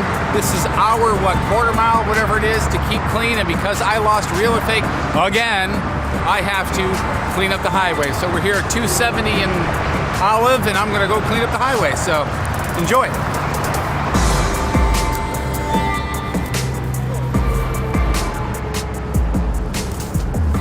Are you thinking about lunch or dinner, which I understand completely. I'm thinking about food all the time, and you're wanting to pick something up or have it delivered, or maybe you just want to go somewhere tonight. You've been working all week, and you're like, I just want to go support a local eatery, get something delicious in my belly, and start my weekend off right. It's Sauce on the Side. Go to sauceontheside.com. You can see all of their 12 locations, which one is closest to you. They do have a delivery option on there, so you can have it delivered, which is excellent. And there's always a monthly special. And for the month of April, it's the Strike Zone. Apple bratwurst, apple wood bacon, pepper, I can never say it, Riz. Giardina. No. Giardinera. There it is. It's a mix. And then you got mozzarella and Havarti cheese. I did it in my head. I go, nope. No, I know. Nope. It's terrible. Served with house-made queso on the side, hence the name Sauce on the Side. So go ahead and get this all up in your face for a weekend. Have a good weekend. Start it with a calzone. They're made for you when you order them. It's delicious. There's gluten-free options if you need that. And there's something for everybody. SauceOnTheSide.com. Your chair at least stops. Mine just steadily moves. So I could not be facing you by the time this interview is over.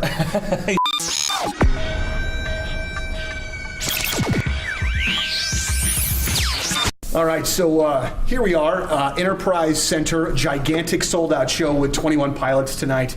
Josh, it's really great to see you again, man. Yeah, great to see you too. So first things first, so we did this promotion a little bit earlier where a bunch of our winners asked you guys questions. Yeah. And first of all, the questions from the listeners were amazing. Fantastic. I mean, they were really great, really well thought out. But also what I really appreciated, man, is that you and Tyler, like, took the time to really answer the questions. Like, it wasn't just like a little, like, goofball, smart-ass answer and then move on. You guys really took the time, and you could tell that everybody appreciated. I think it just shows the kind of guys that you guys really are. You know what I mean? That you genuinely appreciate these fans, and it's not just a lip service situation. Yeah, I think, well, that was really cool, that format, by the way. I think we've done a few like that, but it's a little bit less common to kind of have people in a room, people who have invested and actually have really cool questions to ask. And I think over the years of doing interviews, and we've talked to you a bunch, and I think it becomes easier for us to kind of like be able to pick out the legitimacy of where somebody's coming from with asking a question, and then you kind of can begin to choose where you put in, how deep do I want to go with this answer? Or how surface level do I want to go? And I feel like, I mean, even you've been always invested and super cool, and have questions that make sense and that I think a lot of people probably want to know. And also being fans of music, when we'll look up interviews of other artists. Systems, the all things basement-y experts. We know them as serving our area, our community since 1986, and it's a family-owned business. And it's amazing when MoDOT and IDOT need help lifting concrete, broken pieces of highway.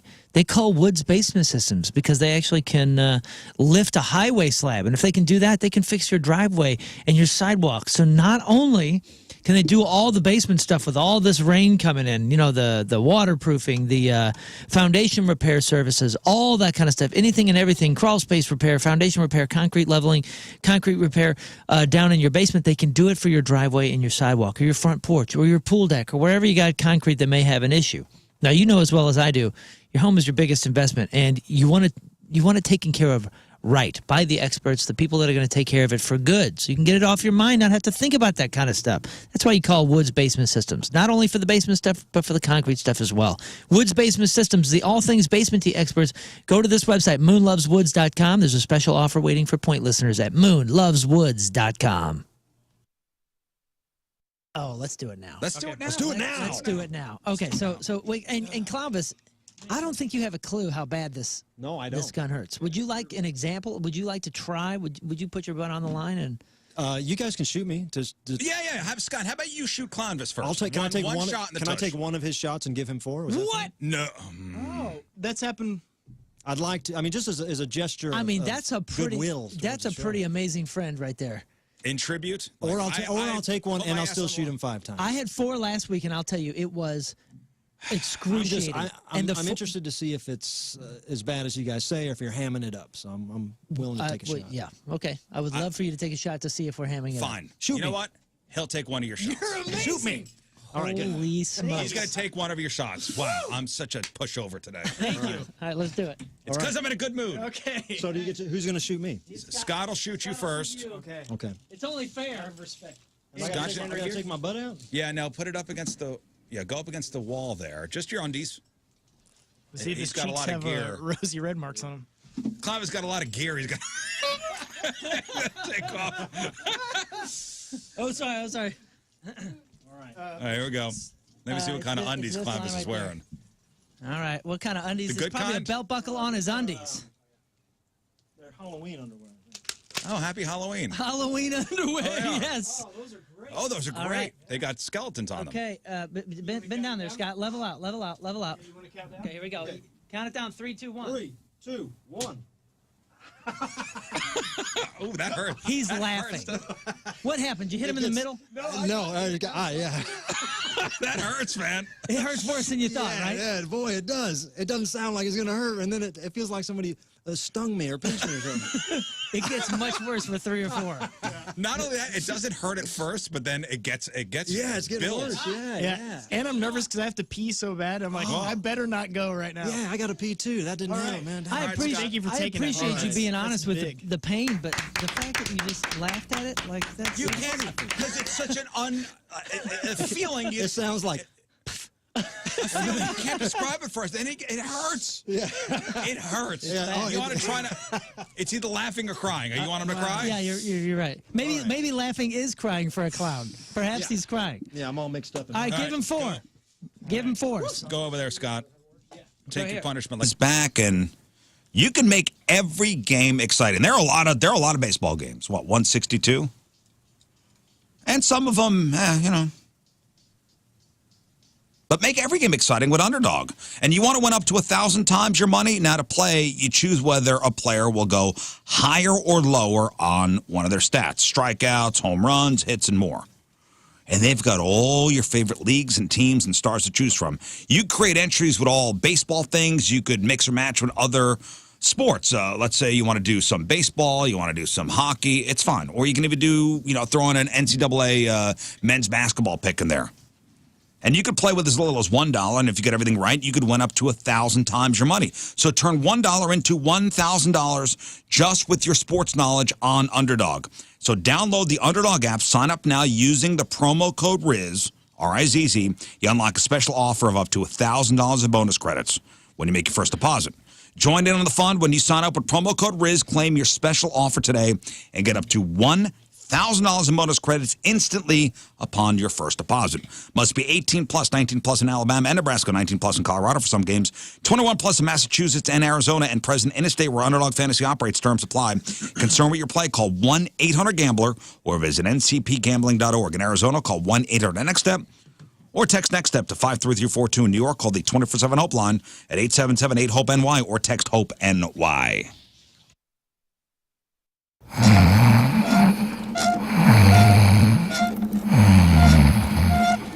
Bum, bum, bum. Hi from the outside. I mustered called 1,000 times to say I'm sorry for all things that you've done. I tried to call you, but you were not home. No, you weren't home.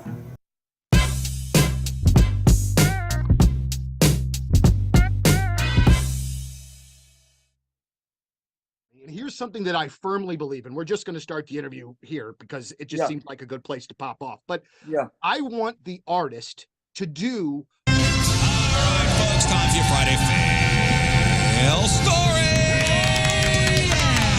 So all these people thought they had the perfect plan, but my God, somewhere along the line, that perfect plan went sideways. And it became an Uber. An ultra. Dare I say it, mega. Don't you dare. Oh, I'm going to say it. Here we go.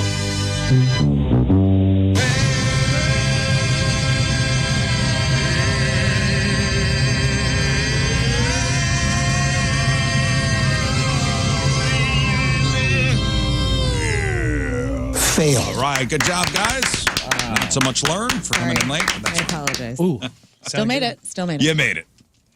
Friday Fail Stories, sponsored by Moritz Royce Jewelry, the official jeweler of the Rizzuto Show. So, we'll begin with this story. And I love when adults get caught doing very childlike things. So, picture this. It's late night, St. Pete Beach, Florida. Deputies are flying a helicopter to help with an aggravated assault call.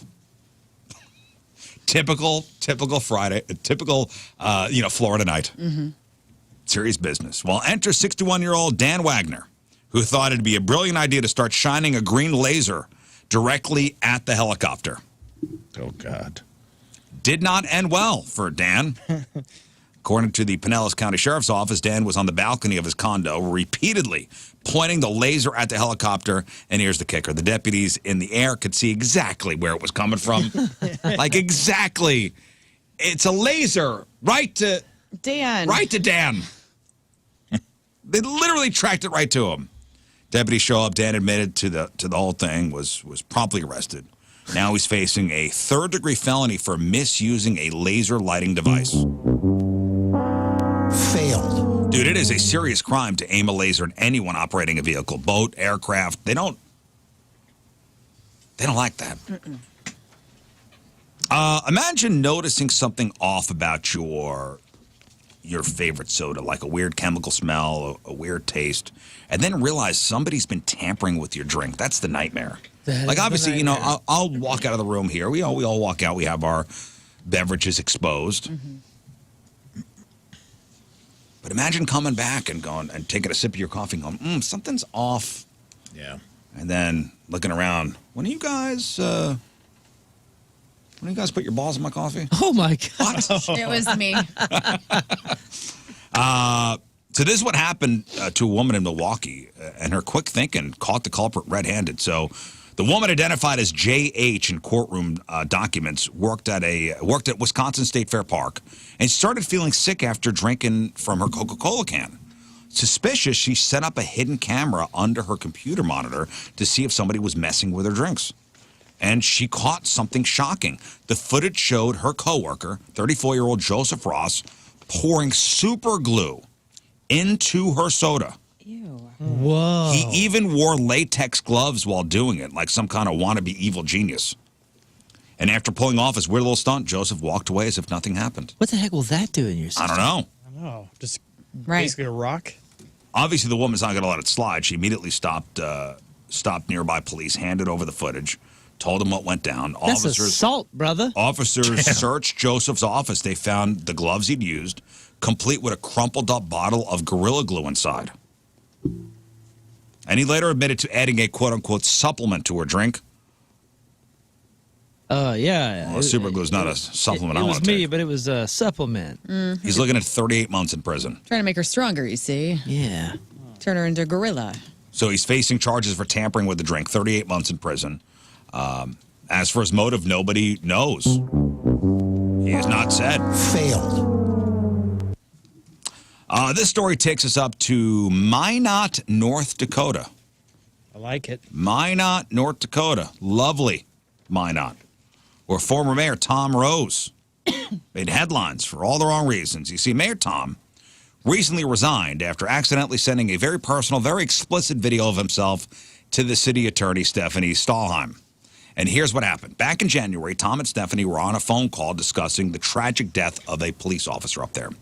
Shortly after he hung up, Tom accidentally sent her the video, which he claimed was for his girlfriend. He knew exactly when he sent it, and he called Stephanie. He's like, don't open it. Don't open what I just sent you. Unfortunately, I guess that there was a little thumbnail attached to it. You could clearly see one of the still shots from, I don't know if Tom maybe had his legs behind his ears. I don't know what the video showed. Oh, my goodness. Huh.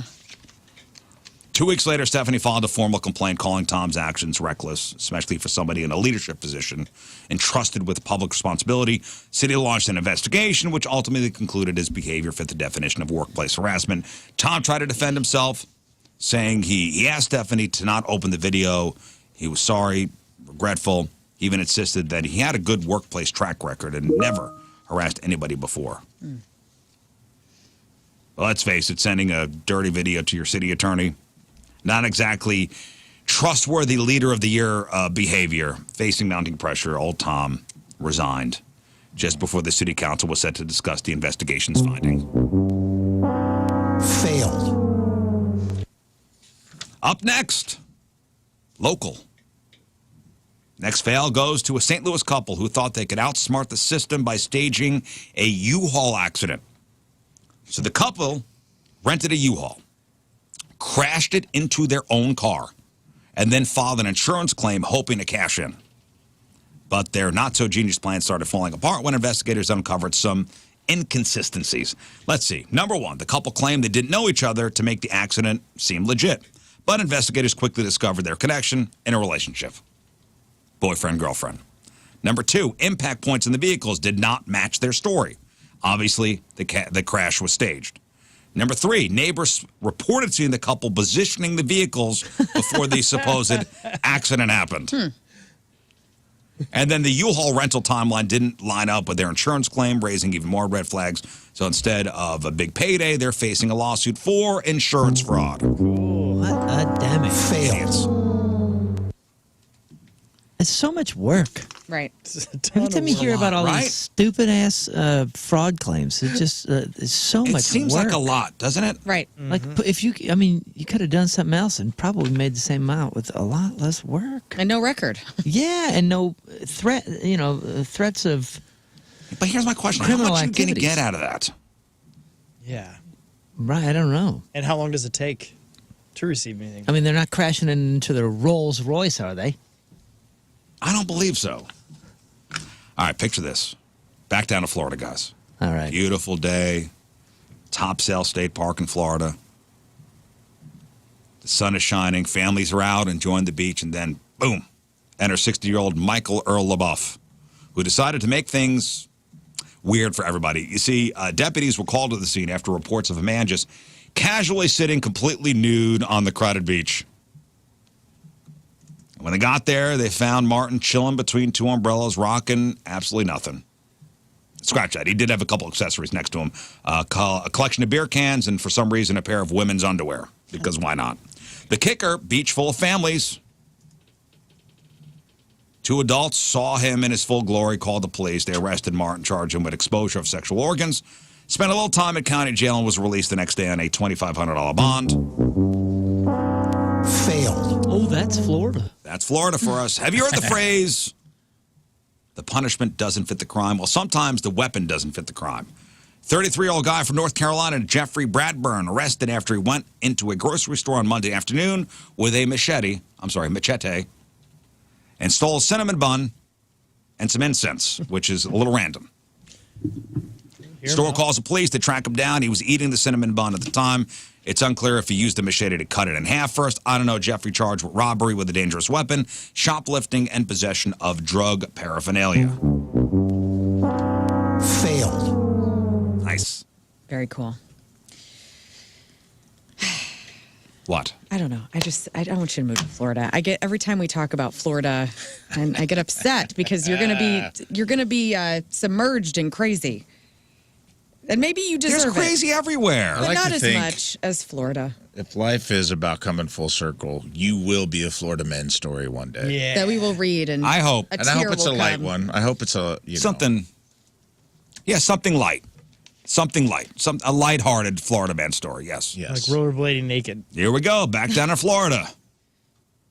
Andrea Maria Saf, a 27-year-old leasing agent from Miami-Dade County, took a night out with her neighbors to a whole new level. Bad decisions, and here's what went down. Andrea and her neighbor, a city of Miami police officer, went out for a couple drinks last Sunday. Seems innocent enough, right? Wasn't. After they got back to their apartment building, Andrea somehow used her key fob to get into the officer's apartment, grab his keys, and steal his unmarked police car. And to make things even more ridiculous, Andrea texted the officer a picture of herself driving the stolen police car. Officer texts back telling her, hey, stop. Eventually, she returned the vehicle to the parking garage. Didn't end there, though. When the officer went to Andrea's apartment to get his keys, things got heated. She threw the keys on the floor, threw her phone at the officer, hit him in the back of the head, causing a small cut. She was arrested around 2:30 a.m. Monday, hit with a list of charges, including burglary of an unoccupied dwelling and grand theft of a vehicle, and battery on a police officer. Failed. Anna A. is a 37-year-old woman from Kuro, Poland, and she managed to pull off 2 bank robberies while 8 months pregnant. Huh? Whoa. How about that? But wait, it gets better or worse, depending on how you look at it. She tricked her unsuspecting husband into being her getaway driver without him having a clue. Oh, is that a fact? So apparently, Anna binge-watched crime movies during her pregnancy and decided to, I guess, channel her inner mob boss. Hey, man, pregnancy brain. Right. This is a real thing, That dude. HCG hormone, dude, will make you go wild. Yeah, so. she didn't know what she was doing. That's right. It's a damn baby's I think fault. all pregnant women just get a pass, like for whatever. Oh, yeah? I agree. Yeah, I stamp Arrest it the baby. into law. Yeah, As arrest soon the as- baby. As soon as it's delivered, you're under arrest. Because the baby's the one really doing it. Right. You know? That's what I'm saying. The babies don't get enough controlling what's of going on. of the term. Like Yeah. they're making their moms nuts. So she's watching all these gangster movies. In October of 2023, she hit her first target, the Cooperative Bank in Curro. Armed with a knife, she demanded cash before running away on foot. Police launched a massive manhunt, shutting down roads, using search dogs, but the thief, despite being pregnant, evaded capture. Little babies in there gestating with a Richard Nixon mask on. Just yeah. I mean, it was she was described described as like when the police asked the bank people, like, "Hey, describe the person who robbed you." They said short and pregnant. She took that away. Not one to quit while ahead, Anna struck again 2 weeks later, robbing another branch of the same bank. This time, she carried something similar to a firearm. What do you mean, like a Nerf gun? But here's the kicker, though. She told her husband. She told her husband she had a hospital checkup and had to pick her up near the bank after the robbery. Unknowingly, he became the getaway driver. Investigators eventually pieced things together after noticing the thief's baby bump on closed caption TV footage. She's waddling really fast out to the car. Yeah, man. More quickly than normal. They tracked her down, arrested her the day after the second heist. She stole about $12,000. What was she planning on doing with the cashola if she wasn't? Dude, if she she's wasn't nesting. Half went to building materials for their family home. Yeah. And the other half was found hidden in their basement. This crib is not going to be cute by itself, okay? We need to get the wallpaper up, and I would like a little, what are the dangly things called that you hang over? Mobiles? A mobile. Yeah. And I would like this shag carpeting rug. She was just sentenced to 4 years. Dang. Who's going to raise that baby? I guess the stupid husband. Ugh. The idiot husband who had no idea his wife was robbing banks. Wink, wink. All right, 2 more for you. You'd think if you're in the middle of a police chase, stopping to put air in your tires wouldn't exactly be at the top of your to-do list, but that's exactly what happened in Nashville. Metro Nashville police spotted a car with a temp tag covered by a smoked-out license plate cover, because nothing says low profile like that. But when they tried to pull the car over, the driver, this Jonathan guy, decided to speed off, entered the police helicopter, Air 1, which tracked the car as it pulled into a gas station. And what did Jonathan and his passenger do? They tried to make a getaway? Nope. They stopped to put air in the tires. Yes, during a police chase. Well, you don't want to drive on those rims. That's right. What were we talking about 2 days ago? Unsurprisingly, officers caught up to him, arrested both of them without drama, but it doesn't end there. Police say they smelled marijuana coming from the car, found a big old baggie of it in the center console, along with a backpack containing even more weed, 2 scales, plastic bags, and vape pens. You think that might have been a tactic? Like, if you get far enough ahead of the cops and you're like, oh, pull over and we'll look like we're filling up our tires. Right. Maybe. Shoo, pass on by. Didn't work, though. Failed. Here I am trying to make these people smarter. Nah. And finally, this one out of Florida, where a man managed to turn a test drive into a full-blown heist and then return to the scene of the crime. You see, what happened was this guy named Dexter Smithen visited a Tesla dealership in Tampa on March 26 to test drive the highly sought-after Cybertruck Cyber Beast. He handed over his driver's license, signed the test drive agreement, and was supposed to return the truck within 30 minutes. He did not. When attempts to contact Dexter failed, Tesla employees used the truck's geolocation to track it down 4 days later. They found it parked in a Home Depot where Dexter casually strolled around the parking lot. You dummy. The employees recovered the truck and reported the theft to authorities. Of all cars, you're test driving a laptop. Like Well, they're gonna find you. Here's where it gets even better. You see, they got the truck back, but Dexter was not arrested. A couple days later, Dexter goes to the Tesla dealership to collect the personal items he had left in the Cybertruck. I like it. Oh my goodness. He was immediately arrested. Failed. And during a search, deputies found 5 credit cards in his possession, all with different names. I like this guy. Unless you're test driving a 92 Z71, you know what I mean? Like, all of these are trackable. I could just imagine walking into the dealership going, hey, hi, I stole a car the other day. You guys recovered it. I left some things. I had a really cool koozie that I like. I really Funny need that story. back. And those are your Friday fail stories. All right, we'll take a break. We'll come back. And Rafe Williams Yes. will give us this week's E-memoriam. And then we'll talk to Kevin Farley. He's going to be here. 7:36, Friday, traffic and weather. Moon coming at you. Traffic is brought to you by Golden Oak Lending. Do you need extra cash? Golden Oak Lending can convert your home's equity into cash in as little as 14 days. Let Golden Oak Lending cure your blues. The highways are clear. Your point forecast rain and storms start mid-morning, high of 59. Right now it's 49 at the Point Studio.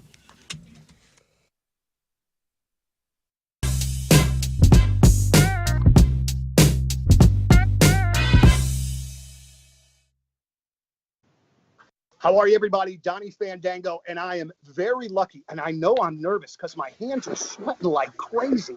I got Pete and Sam from Chevelle. Gentlemen, welcome back. It's really great to see you.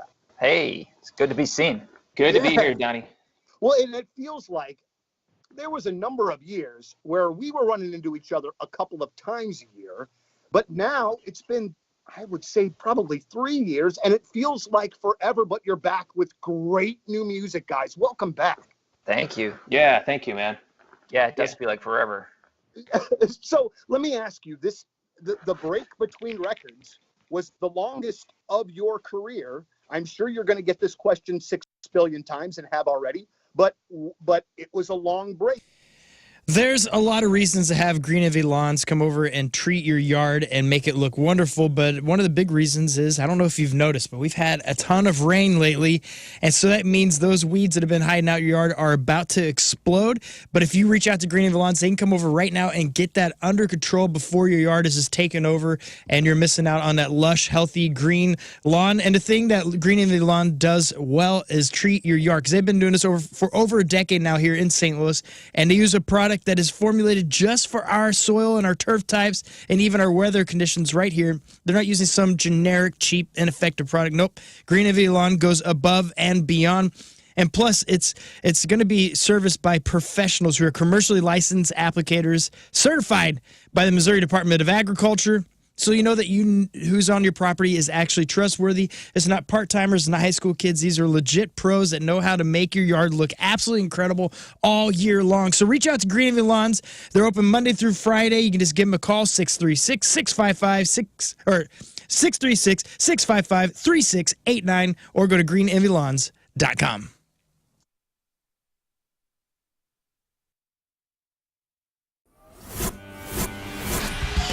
105.7 The Point, everything alternative. We are backstage. We are at Busch Stadium.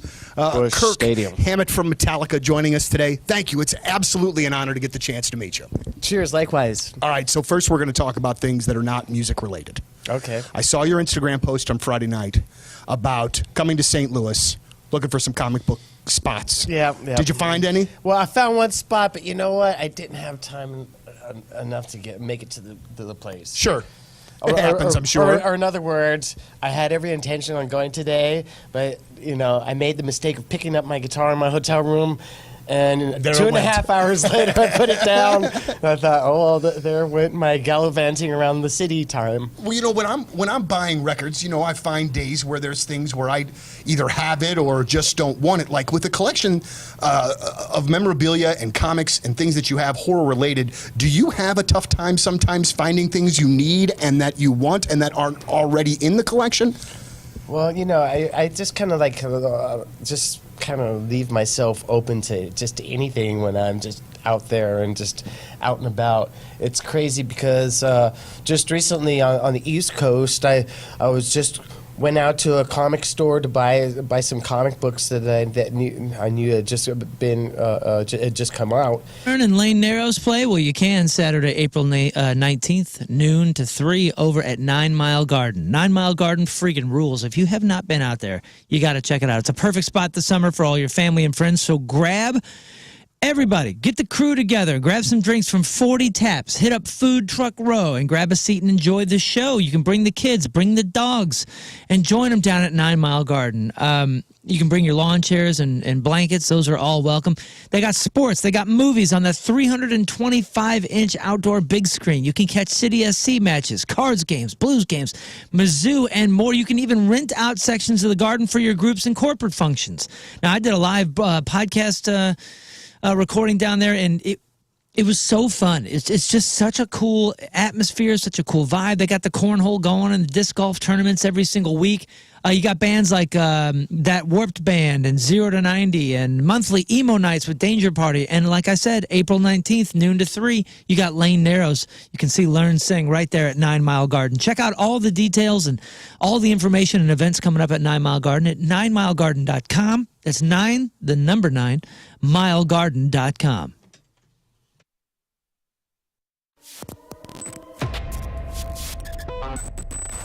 I'm so excited to be back here at Point Fest 2021, and for the very first time in person after multiple FaceTimes. Josh from Bad Flower, dude, you're really Hello. here. You're a real person. You are a real I person. thought maybe you were like a computer-generated deepfake. You know what I mean? Oh, wow. I mean, I do feel like an avatar most days of the week, so I think that's the case. And you look like an avatar in person. Like you look like an avatar version of somebody's real self, but that's your actual self. Thank you. That's exactly what I was going for.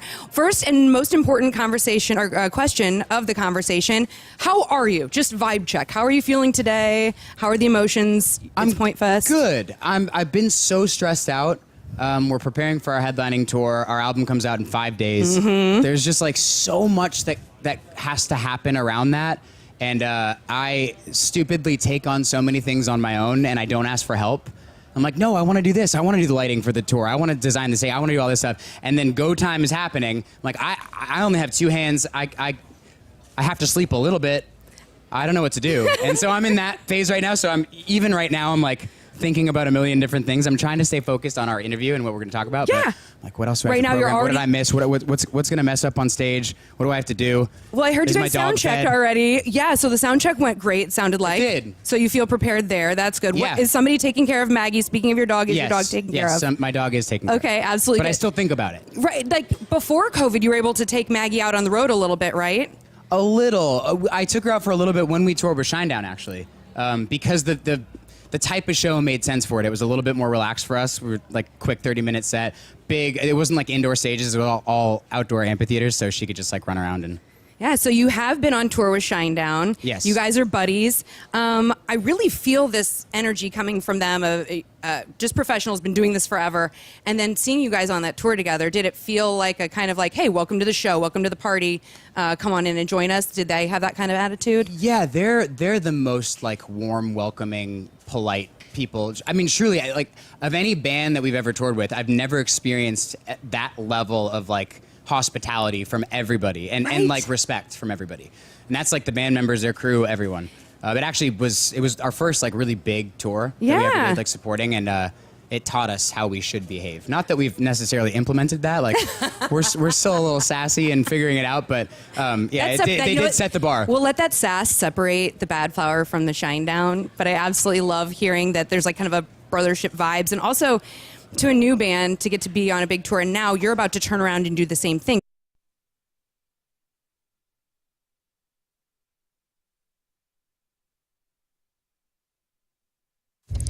All right, ladies and gentlemen, let's talk about Patricia's. It's where fun and fantasy meet. It's that time of year again. It's wedding season, so that means bachelorette parties. Ladies, if you're in charge of planning the bachelorette party, or you're in charge of, getting all the gift bag stuff, you go to Patricia's, of course. That's where you get the candy, the naughty dice, the corsets, and so much more. And if you have any questions, can't find something, feel free to ask any employee there. They're not going to judge you. Trust me, they've heard it all. Patricia's is where you go for the lotions, the lubes, the vibrating toys, the sexy costumes, the sexy lingerie. If you've been to the East Side and you see what those girls on stage are wearing, those stiletto heels, you get them at Patricia's. Things for the novice, things for the expert, and everything in between. And you have 3 very convenient Patricia's locations. St. Peter's at the Cave Springs exit, on Page, 3 miles east of the Westport Plaza, and at the corner of Grand and Gravois. For all your fun and adult toys, it's Patricia's, where fun and fantasy meet. He is kind. He is supple. He is magical. He is stainless. Happy birthday, Riz. Bird is fat. Hey, how about them blues, right? Huh? 11? Yeah, huh? Told you, man. Ever since we got Stanley, 11 in a row. Or it could be the Joe Boo they got. No, they got that like 5 or 6 games ago. Right? That wasn't Joe Boo? It literally, like when we got Stanley the dog, They haven't lost. So we're not calling it Bilbo Baggins? Well, it's Bilbo Stanley Baggins, but yeah. Stanley as if it were the Stanley Cup? Which is what he was named after. Because the Blues won the Cup in 19. He was born in 19. They named him after This is amazing. I know. That's what I'm saying, man. If they win the Cup, you're Stanley welcome. should be at the front of the parade. I agree. Just be mindful of the cars. All right, here's the call from last night. Settles it. Thomas, goal line, lost it, gets it back. And then Kyra to the middle. Quick pass to Thomas, shoots, and he scores! Thomas wins it! 11 straight! Ties a club record! 11 straight, guys. It's wild. I'm not kidding either. I fully believe that this is what's happening. I talked to Donnie last night because he and I, we both were going to be going to Jack White. And I go, hey, you coming tonight? And he's like, not because these Blues are winning now. He's like, I can't leave my house. Really? He did not go to Jack White to watch the game last night, which I go Blues. Okay. That's cool, man. All right. I love it. Okay. I know playoff tickets are now on sale. So, Blues fans, if you want to get your playoff tickets, they are available for purchase. Obviously, times and dates are not on there, but you could buy your first round playoff tickets. All right, Rafe's E-memoriam here in just a second, but I'm always telling you, kids are dumb, right? You do are? say it a Kids lot. are stupid. Yeah. Toddler going viral after accidentally eating his grandfather's ashes. And yes, this is the second story of its type. Oh, no. And the first story we had was a couple months ago. I was like, oh, I don't know if this is staged. This one, if you watch the video, this is for real. Oh, man. And this should probably go without saying, but if you're keeping somebody's ashes in an urn at your house, man, you got to keep it out of reach of any little kids that might be around. What if he's the babysitter? That's not good parenting, Scott. So it's hard to understand this woman because she is Irish, and it's a very thick accent. But this kid, she pans over and the ashes are dumped over. The kid's got ashes on his face, and no way, Sweet guy. Here's the mom. Listen. Oh my God, when your son eats your dad as ashes, my son has eaten my dad's ashes. I came upstairs to bring some washing, went back down a few minutes later, and he had it all over his mouth. I was in complete shock. Yeah. Oh my God. So apparently the kid tasted it, he spat it out, he played with it. No way. The mom also says the container was supposed to be sealed, but it wasn't. Yeah, I mean you could tell this is not acting. Listen, I'm a sucker when it comes to videos, but listen to the way. Oh my God, when your son eats your dad. Oh my Your God. son eats your dad. When your son eats your dad. Oh my gosh, it's so good. I mean, obviously not. Charlie bit my finger. When your son eats your dad. Eats your dad. Oh, Oh Charlie. my goodness. Oh, Danny. Oh, Danny boy. Bud. You've eaten Grandpa. Rafe? Yes? Speaking of Grandpa's. Speaking of eating your daddy. What? Oh, here she comes. She's a dad eater. Speaking of the dearly departed, it's time for this week's E-memoriam. Yes, Rafe the Williams. E-memoriam brought to you by us. Until we find a sponsor. If you haven't ever heard the E-memoriam, it's a lot like the Oscars in memoriam. It's a once-a-week send-off to people we lost. But instead of Hollywood legends, it's usually internet trolls, people who emailed us for no reason, or just a hot-button topic that we dared to have an opinion that might be different than yours about. So it's a heartfelt, satirical farewell to those we lost. And sometimes it's our own selves, guys. No one's immune from the E-memoriam. So let's get started. This week, first up, groomers. What? No, not that kind of groomer.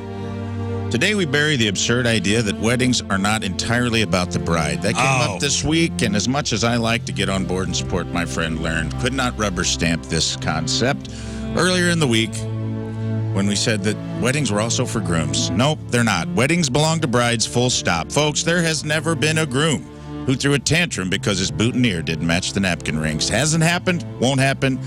You think he's weighing in on linen colors or whether the theme is rustic garden or Depression-era champagne party? Hell no. And by the way, when somebody says full stop after a sentence, you can't argue after Well, that. then it's Like, over. he Is said that full the rule? stop. Thank you. Dang it. He said full stop, so I'm sorry. Blam. I'm not talking. I know the rules. But you talked. There is no here comes the groom. Nobody stands up when the groom walks in. No one's ever whispered, wow, look at him. He really fills out that rented suit. There are 0 tear-filled episodes of Say Yes to the Vest or Groomzilla airing on TLC, and nobody sends out invitations to a groomal shower. And if they did, no one would go because it sounds creepy as hell. Say yes to the vest. Nice. Thank you. Get it going. Thank you. I was proud of that. Even the names of the roles are lopsided. Bride sounds great. Bride sounds bright, like a warm, shining light, an angel, or a beacon of love in the sky, whereas groom is such an ugly word. It sounds like a troll who lives under a bridge. I am groom. I am Groom, son of Grot. You must solve my riddle if you wish to pass, but if you fail, I get your firstborn child as penance. No thanks.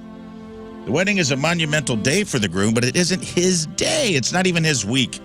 The man is a glorified extra in a $30,000 Hallmark movie starring the bride, directed by the mother-in-law, and produced by the wedding planner.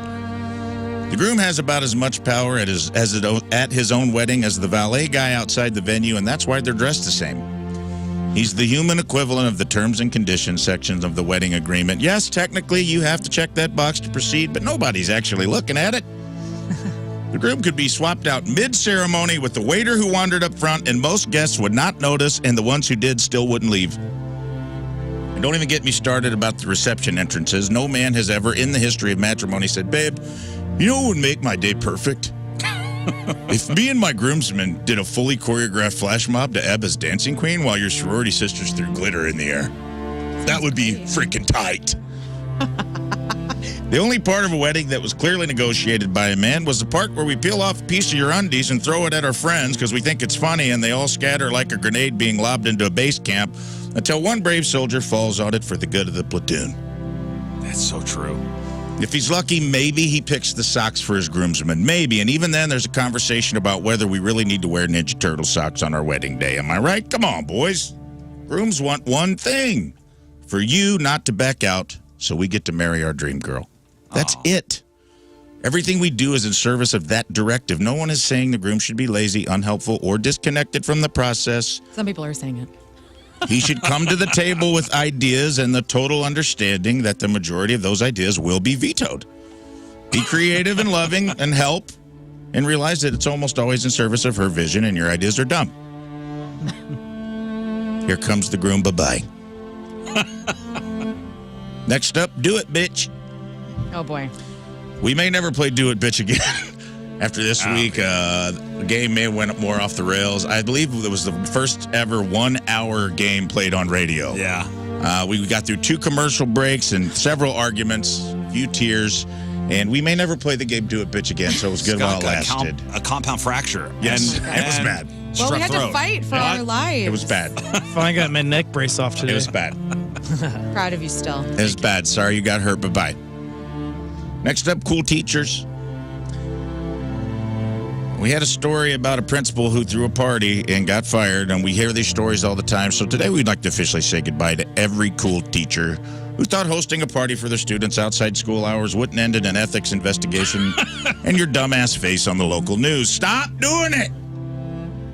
Look, Mr. Thompson, you're not one of the gang, okay? You're a 47-year-old who drives an 07 Jetta and says things like lit 2 years too late. Kids don't want to hang with you. They want to take your picture on Snapchat and get you fired in 4K. Hey, but what if I buy them booze? No! Oh. You won't be remembered as the chill teacher who let them call him by the first name. You're remembered as the guy who bought Malibu rum for sophomores and got escorted out of a board meeting by your union rep. Bye-bye. Next up in a conversation about hot wives, we somehow upset both sides of the aisle. That's how you know you're in a good one. That's how you know you have struck a nerve. Pro hot wifers. We got to say goodbye to the pro hot wifers today who emailed us. We say farewell to the boundaries, exclusivity, and the last shred of self-respect some of y'all had before signing up for the deluxe Hot Wife Cuck Starter Pack. If you think hot wifing is progressive, I got news for you. It's not modern love. It's a bunghole Airbnb. She's renting out her poop chute that you used to call home, and you're outside waving politely from the driveway with a juice box and a forced smile. For those of you that don't know, hot wifing is when a husband lovingly encourages his wife to be shared like an artisanal charcuterie board at a swingers potluck. It's open marriage with marketing. It's cuckolding, but rebranded for dudes who drive Teslas and take magnesium before they go to bed at night. Right on. So let's stop pretending it's empowering. It's not polyamory. It's third-party cardio with live audience humiliation. It's Peloton for your wife's hoo-ha. And while your wife's getting her back blown out by a CrossFit instructor named Blade, you're on Reddit asking if it's normal to cry during foreplay when you're not involved. Bro, she ain't exploring her freedom. She's speedrunning side dong quests while you hold her purse. So RIP to monogamy, personal dignity, and the idea that love doesn't have to come without a guest list. Hot wifing, because nothing says strong marriage like being the third wheel in your own bedroom. Bye-bye. Bye. Different than cuckolding, just so So you we're know. clear. And next up, anti-hot wifers. Okay. Today we will also say goodbye to you basic, boring, missionary position monogamy hoes. The kind of relationship where spicing things up means maybe we'll take our socks off first. Because new age is here, my friends, and it's the age of the hot wife. And if that makes you uncomfortable, well, maybe you're just not cool enough to handle it. Hot wifing ain't weird. It's not freaky. It's elevated love. It's what happens when emotional security, open communication, and a little light cuckolding come together to form a sex-positive Voltron, baby, and I want to be in that little cat parade. If your relationship can't survive your wife getting taken to Pound Town by a man named Dante with a tribal tattoo and a Bluetooth earpiece, are you even in love? People say, oh, I could never do that. Okay, Sharon. Well, enjoy your sad little once-a-month maintenance sex while Chad and Cassidy over here are living their truth with the UPS driver. Oh, wow. And for those who say, I could never let my wife do that, guess what, brah? She probably already has. You just weren't invited.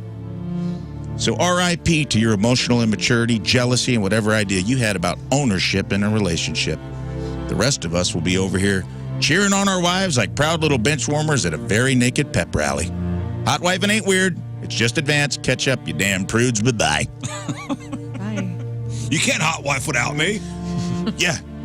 It's not hot wifing if I'm not there. Good point. Next up, Poseidon's kiss. Oh, no. Yesterday, Riz found out about a little thing called Poseidon's kiss when the backslash of the toilet reaches up and touches you in places you don't want to be touched. Yesterday, we laid to rest the illusion that using a public toilet could be safe, sterile, or at the very least a one-way experience, because somewhere beneath that porcelain throne lies a dark, ancient force, and its name is Poseidon's kiss. The wet, unwanted, unsanitary hello from the deep that slaps you directly on your starfish and leaves you questioning every decision that led to this moment. We've all felt it. That cold, haunting moment when the water hits back. Poseidon's kiss is unholy reverse baptism delivered by a toilet bowl possessed by Neptune himself. Your butthole is vulnerable and hidden from God. Then it sees Poseidon, and neither offers mercy. And it always happens when you're at your lowest. Public restroom, questionable lighting, pants around ankles, knees wobbling like a baby deer. You weren't ready. You're never ready. You sit down, vulnerable, exposed, hoping for peace, and instead you're greeted with a soggy slap from the ocean's pervert. It's the sea god himself, leaned up through the pipes and whispering, "You dare disturb my realm," before flicking your taint with the bacterial tidal wave. What? And let's not pretend it's gender neutral. Oh no, men lose their entire sack to the tide. Whoa, really? 1 second you're hovering over porcelain, the next you're reenacting Titanic with your testicles. But you, sir, are no king of this world. And to women, ooh, poor women, your poor innocent souls. Poseidon goes for your pearl and your oyster. And that burn you feel isn't Tabasco sauce. Like your dunk sack isn't gross? Oh, Poseidon flicks your bean with the hatred of bacteria. Wow. because I heard Scott laugh inside the booth without the mic on. That made me feel good. Well, ladies and gentlemen, Kevin Farley joins us. What's up, dude? Parsley. I apologize for what you're about to hear, sir. Welcome back. Well, we were just talking about Poseidon's kiss. Do you know what that is? What is that? When the toilet water backsplashes up and kisses you right on the rump. Wow, that's what you guys are talking about? The splashback. It's called Poseidon's kiss. That's a great name for it. Yes. But, poor Poseidon to kiss that. I mean,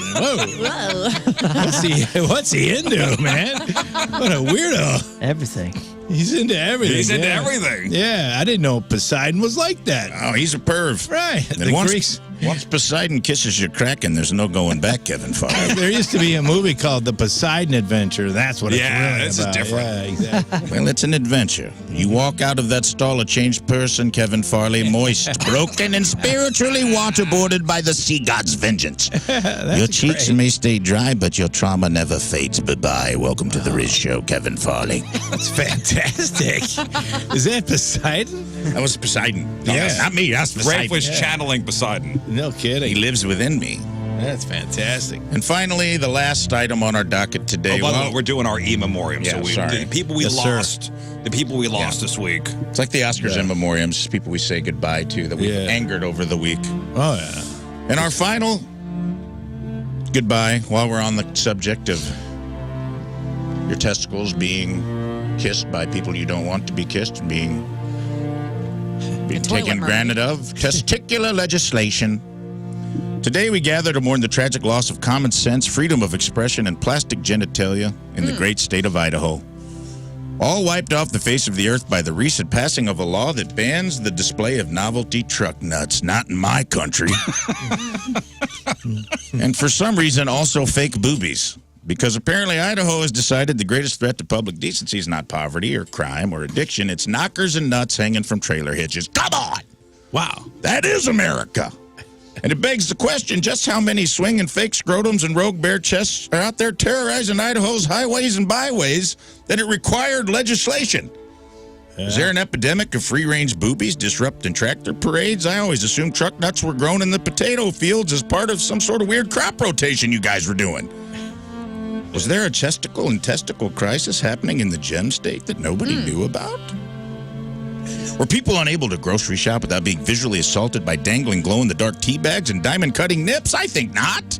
Is Boise just a Mardi Gras parade of truck balls and tatas?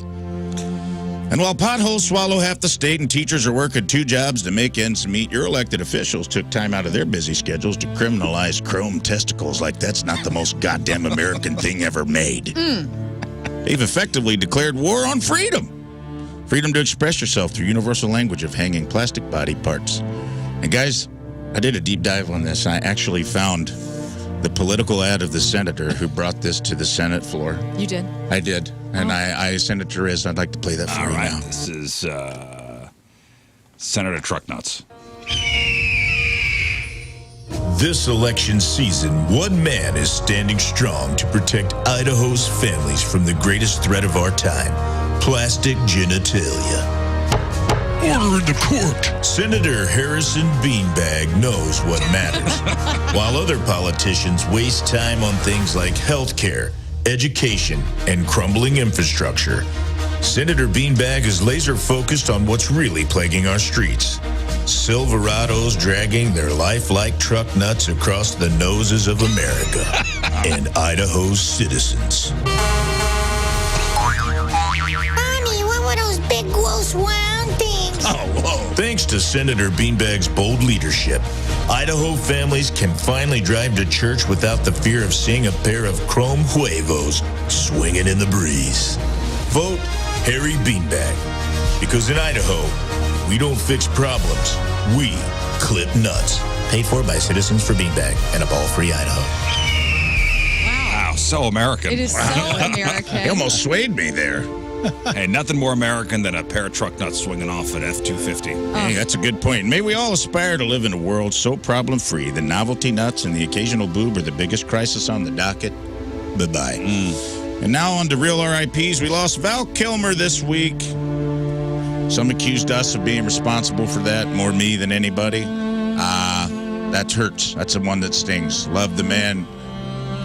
Love, great actor, great character actor. Well, apparently, Kevin, there's a thing going around that when we mention somebody on the show, they die. Oh, that's nice. Within days. Yeah. Oh, well, I got to get going. Nice to see it. Nice to see it. And the second person I've allegedly killed, the Twisted Tea guy. Oh. The guy who hit the racist guy in the face with Twisted Tea, one of the stars of TikTok, passed away at 35. So R.I.P. Val, R.I.P. Twisted Tea guy. And that concludes this week's E-memoriam, and we welcome Kevin Farley. Hey, Kevin Farley. Wow, yeah. What a it's hard to follow that, you know? I mean, jeez.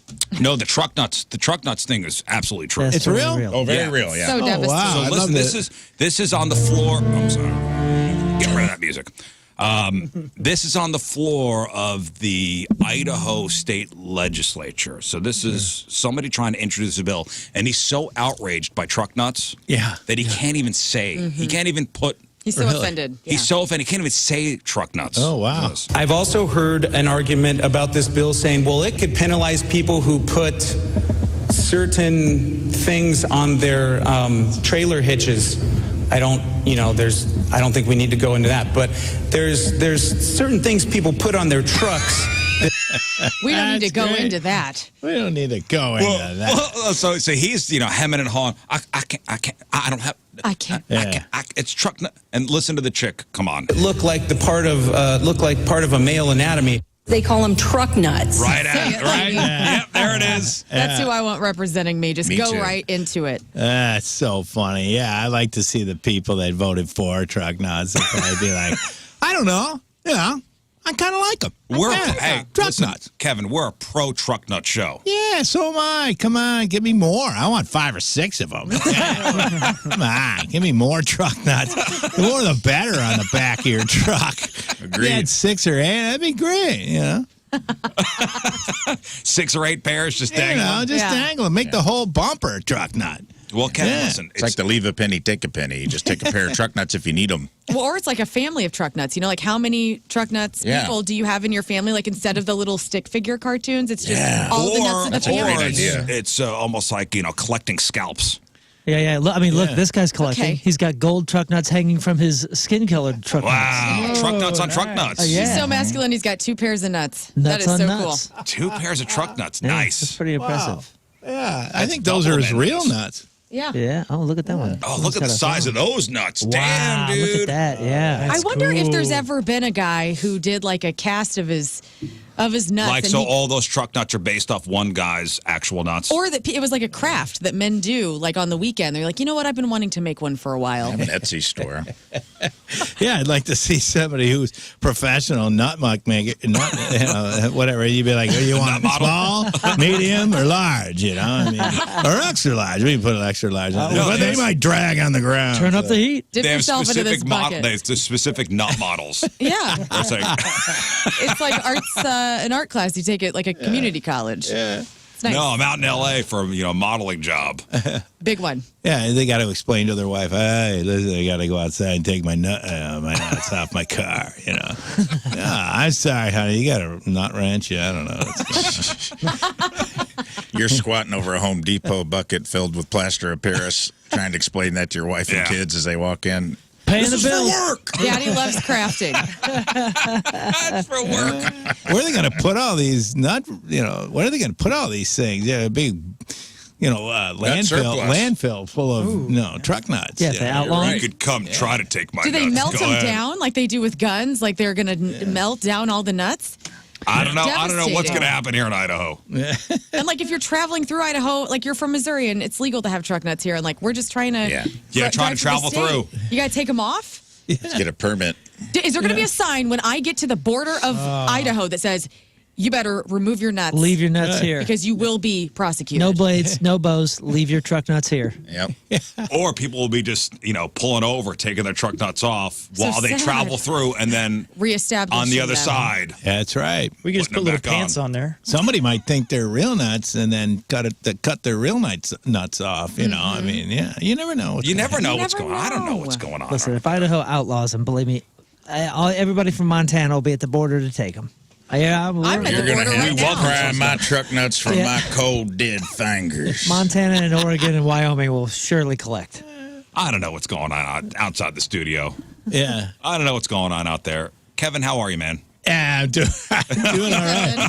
Still got my truck nuts. You Still know, get your they're truck legal, nuts. Well, yeah. you're down in Florida. Yeah, down in Florida, they have tons of truck nuts. Florida's America's truck nuts, really, if you look at a If map. you look at the map. Truck nuts are their mascot. The Florida mascot is a truck nut. Yes. Yeah. And you're down in, how long have you lived down there? You're down in Southwest Florida. Southwest Florida, that area. Yeah, I've been down there for like 5 or 6 years down there. Yeah, it's pretty wild, We Because got you're a lot Wisconsin guy. I mean, that's... that's why I love the temperature down there. Yeah, but we got hurricanes, which we never had before. I never got into that. But the hurricanes like somebody on your front lawn going, "Hey, man, Tuesday I'm going to mess up your house." And there's nothing you can do about it, And then the next day they're like, "All right, you're off the hook. I'm going to hit that other guy's house down the street." You never know when you have a little time to prepare, but they're pretty nasty. Because that's where I want to move to Florida, but I have people in this room who are trying to convince me not to. No, come on down, man. It's fun. You got a lot of fishing. Everybody's got a gun. Fun. They You're got gonna have a shorts great on. time. Yeah, they got shorts on. Are you going to fish?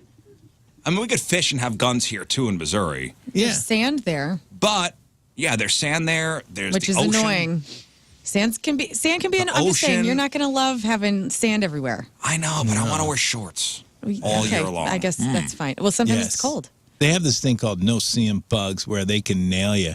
All of a sudden, you go to the beach, and then you're just itching for days. See this? Yeah, but, some people get them worse than others. But, yeah, that's the only thing you got to watch when you go to the beach. Do you have a lanai at your house, Kevin? Who's lanai? Lanai, Oh. isn't that like a Just fancy kidding. porch of Florida? A Yeah, lanai? everybody's got a lanai. Everybody's got, I don't know, they're usually ranch-style houses, but where I live, they propped them up. There's a lot of, because the water will come in. You get some flooding, stuff like that. I'm making it sound really bad, but it's really fun. That sounds great, It's really man. fun. Your house No. blows away once a year, flooding, and Flooding. you get eaten The alive by no-see-em. bugs you can't see. Sand bugs, nice. Do you have one of those like indoor like lanai pools at your house? Oh, you mean there's screens over the Screen pool? down. Yeah. I had one of those that blew away during Ian. Oh, man. I really make it. Come on, man. I can't help it, really. It's a great state. It really is. Plus, it's a pretty conservative state. They kind of handled COVID in a different way. We didn't even know COVID existed down there. We were just walking around. But no, it's different. There's a lot of different people. Some people make fun of it, but I love it. It's fun to be I'm down coming. there. Make room for one more. Yeah, come on down. It's coming fun. down. A lot of people came down. We have a ton more people down there, and people love it. No, I never see anybody move away, really. I think people Well, they just stay. die. That's where they go to die. It's heaven's That's waiting right. room. There's We a know lot that. of there's a lot of older folks down there. Yeah, when I do comedy down there, people usually fall asleep during my show. But that's not because I'm bad. Well, but it's late. because they're old. It's like, no, I'm not moving to the villages. Like, I'm not. Oh, that's another place. That's the party. That's where the that's the party party. is. Oh, I've gotta heard go, about the man. villages. That's They're hanging crazy. truckticles on their golf carts. Yeah. You know what I'm saying? Yeah, I've heard about Lot that of place. STDs. That's what they say. Lot of STDs. It's the most STD place neighborhood in the country. Yeah. You hear about the loofah code? No. Oh, they hang I've heard that. loofahs on their golf carts, and the color determines what they're into, what they're looking No for. kidding. You better Oh, learn yeah. the coloring. Learn the because- loofah Yeah. colors, Kevin. Don't be walking around with a Yeah. loofah not The knowing villages. your codes. Man, that's crazy. You keep hearing stories about that. Now, if I ever walked in there, I'd be like, what's going on in here, fellas? What's Yeah. with all the loofahs? Yeah, a lot of loofahs. What's going on? You really want to keep it clean. Yeah. Keep it Well, it's clean. like what is just for example, like if you hang a purple loofah on your golf cart, it means you're into swinging. Really? Yeah. If you hang a red one, it's you're into watching. Oh, Lord. Weird, yeah. I don't know if I'd want to see older folks swing it. That might not be great. First of all, not very active. They probably, I don't know. It's a tough thing to do when you're 80. You know, you'd be like, all right, you just lay there and I'm going to lay on top of you and then we'll get another guy to lay on top of you. And the guy with the red loofahs in the corner. Rafe used to work at at a retirement home, and he said it's crazy as far as the No. You got to get like a hose, like knock dude, it off. You need a Stanley. pry bar to keep them old people off each other. Oh, wow. I think they're just trying to get one more in before they meet the Lord, you know? And I respect it. I But do man, too. Yeah. Well, Let him do it. You know, I mean, who cares? that's definitely not going to be me. I don't have the energy for that. I don't know. It's just, no. There's somebody asked me to do that and be like, I'd rather have some chili and just watch maybe play watch pickleball. Jeopardy, you know? Yeah, no, I don't have the energy for that. Listen, you're a very busy person. You know, Yeah. so not only is Kevin at Funny Bone this weekend in St. Charles, Streets of St. Charles Funny Bone. That's right. Tomorrow and Sunday. No show today. Oh, yeah, I got 2 shows Oh, you got tonight. 2 shows tonight? Okay. Yep, we're over at Westport and then St. Charles on Saturday. Westport tonight, St. Charles. That's right. Tomorrow on Sunday. Oh, that's And cool. tomorrow on Sunday. Yeah, yeah. Good to know. Good to know. Make a note of that. Yeah. You also opened up a boutique. We did. You are a boutique owner in Southwest Florida. Right. So you and your wife opened up this. What are you selling? Well, we have this little thing over by the marina, and we're selling just gifts and that kind of thing. But we're also running our podcast out there. It's called Farley Farm, and that's about the 7 dogs that we have. 7 dogs? We have 7 dogs. We talk a lot about dogs and raising 7 dogs. So it's called the Farley Farm podcast, and we'll do it out of that place. And we're talking about dogs the whole time. What kind of dogs? All little ones. We got 3 Pomeranians. We've got a Japanese Chin. We've got a Pomapoo. We've got a Dachshund, and we got a Pug. And I think I've got them all. Yeah, I don't know. 7 dogs. Yeah, all running around. What are their names? Farley compound. Poppy, Pepper, Gracie, Doug. You have Ernie. a dog named Doug. I Nice. named him Doug. Of course you did. He's a So little cute. Pomeranian, a white Pomeranian. He's hilarious. What's the pug's name? Pug is Ernie. Ernie. Ernie. What I a love it. great People dog, man. love pugs. I'll take Ernie out. He's a rock star. I didn't know people love pugs so much. They're They little gremlins, you know? No, they're funny. so cute. Which are the He's ones a that everybody's moron. stealing now? The French French Bulldogs. Yeah. Oh yeah, those are great too. Maybe we'll get that. I don't know. I like Every a time. dog with a human name. Yeah, A dog, Big right. fan. Like Yeah, a Doug yeah, or I an do Ernie, too. or I just like a Stan. I named Any my kind puggle. of dog with a human name I love. James love that. Hetfield was my puggle's name, and he was James cool. Hetfield, He was heavy metal puggle. It was awesome. Yeah, yeah. James, nice. Yeah.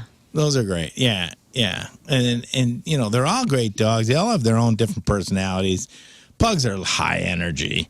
And or not pugs, but the Pomeranians. But the pug is pretty chill. He'll just hang out. Yeah, it's a hangout dog. Yeah, he can sleep within seconds, And, Well, they have those pushed-in faces, right? Yeah. Pushed in faces. They look like morons. They're just staring at you like. Got a pigtail. I have a So puggle, cute. and Oh, that's cute, I've always yeah. said unless the police ever need a dog who's good at locating shade, he has no purpose on earth other than to eat and sleep. But they are very chill. They're chill, and they love. When I come home, they love me coming home, and it's nice to see that. You don't get that from cats, but Do you, you get ever- that from dogs. Does Ernie? Does he sleep in bed with you and your Oh, lady? of course, yeah. So does he go? Does he burrow under the covers? Yeah, that's another thing. He burrows right by my bed sometimes. They circle before they sleep, right? And then usually you don't know where he's going to end up. Right. But his rear end always ends up right at my face. I like that. My dog circles too Best. before Yeah, they she goes circle. to sleep. Yeah. And then, you never know where she's going to land. Right, you never know. So you got Hoping the it's a boutique, which is called Salt and Poppy. Yep. Which where you do the podcast too, and you put a graphic novel out. I did. I put a Was it graphic novel. last month? Yep, it got on. It dropped, as they say, last month. Yep, it's on Amazon, Barnes and Noble, anytime, anywhere. It's you very can sweet, find- by the way. It's called Growing Up Farley. It's about your childhood. Yeah, and it's being in about the Farley me house. growing up and the people that inspired me to do this job. And it's my dad and Chris, and so it's a lot. It's a graphic novel about me growing up in that kind of area. My dad was an influence to Chris and I. He was kind of the main guy in the house that we got our humor from. Yeah, so your dad was a big boisterous guy. Yeah. Always funny, always cracking jokes, and that's where your family got the humor bug from. Right. We used to have a VCR. That's how old I am. But we would tape all the comedies like Caddyshack. I think we watched that about 1,000 times. And that we love Saturday Night Live. We didn't watch dramas in my house. My dad was a connoisseur of comedy, you know. So we just we didn't know. That's the only thing we knew was comedy growing up. It was, because my dad was a big fan of comedy. You know? Right, and your brother went to Second City, right? Did you do Second City too? Yeah, I followed him after that, right. And we did tours and stuff like that, learned a lot about improv. Before I did stand-up, I was an improv guy. Right. And so we did all kinds of shows and 5 or 6 people going around in a van. So do you remember the Second City building, which I believe they tore down? Yeah, of course, on Wells Street, and it's beautiful. Yeah, and that's still doing well. You know, I think they're still doing it. But do you remember there was an older building, I guess? Yeah. There's a new location now. Yeah, I haven't been down there in a while, but you remember the old building? Yeah. All right, so Rafe's got a buddy who's here. My buddy Steve. Hey, Steve. What's up, dude? Hey, Steve. What's going on, guys? So explain why Steve is here. Also improv. Before, and I do stand up as well, but I have an improv sketch background. Steve and I used to be on a show together here in St. Louis called STL Up Late. It was our version of Saturday Night Live here at 1 o'clock in the morning. We came on after Chuck Norris's Total Gym. It was really nice. Really, it was a pretty sought after 1 a.m. time slot. They say the lead-in is the most important. It is. Right. It's huge. Thanks, Chuck. Did you go? Thanks, Chuck. And yes, Christy? thanks, Chuck. Yeah. It was him and Christy Brinkley. I think, when Chuck Norris is your lead-in, dude, your ratings are through the roof. And but Steve moved to Chicago, went through Second City Conservatory, works at Second City as a set designer, and when they redesigned and kind of turned it into a mini mall, I don't know if you like. Yeah, that next door place. They tore down a lot of stuff that was nostalgic. And wow, that's a Steve actually grabbed something that he thought, and we've been trying to get it to your family. We actually talked to your other brother a couple times, but he grabbed something that we thought maybe you'd like to have. I'll let Steve explain from here. Yeah. Set designer's generous. I'm more of like a maintenance guy. Sorry, man. I was designer. Come on. Yeah, but he's a janitor. No, the building's still there. It's actually the bathroom from main stage in the back. Yeah, I know it well. They remodeled it, and I'm like, thank God. They were going to throw all the drywall away, and I just like really quickly cut this out. Wow, did they? This is, let's see. This is a piece, and Chris's signature's on there. Oh, that's great. Yeah. So that is a piece of the Second City wall that your brother signed. Oh, and Helen Hunt. It was actually the Helen Hunt signature we wanted you to have. I'm using. I can't. Oh yeah, I'm using deodorant now, and that is a complete lie. Yeah. No, I think it was because he sweated so much on stage, and I think the other cast members were like, "Hey, you know what? Why don't you try deodorant, Chris?" And he's like, "No way." Oh, that's the only way to go. He kind of approached it like a football game, you know, and so, use deodorant in the middle of a football game. So that's probably why he wrote that. So he brought that down for you. Yeah, listen, Steve, that is a beautiful thing. I can't thank you enough. That is an amazing gift. I will cherish this. I will frame it. Cool. I really appreciate that. You don't even know. My family absolutely loves that. I didn't know they tore that down, and I didn't know that somebody took that. That's really amazing. So I'd have the wherewithal to grab that. I was always been a big fan. I'm like, man, I don't want this to go in the trash. And like my buddy I think he reached out to your brother a while, like way back. Tom. Tom. On LinkedIn or something. And he's like, and he was like, yeah, we would like that, but we never crossed paths or whatever. Oh, so. Wow. Yeah, because he does a lot of work up there in Madison, Wisconsin, and he does a lot of talks and stuff like that. But, oh, my God, my family will just really cherish this, because this is a little piece of the past, and this is where he started. So I am unbelievably speechless at this kind of a gift. That is just great. I really appreciate that, Steve. Did you ever think of selling it? How much would that go for on? I don't know. I bet you that'd go for a decent amount of money. I mean, you got Helen Hunt and Chris Farley. Yeah. I just listed it. I've got I've got a listing ready. I'm just waiting for Kevin to. Kevin's got to. So how much, Stephen? He's got to sell you how much?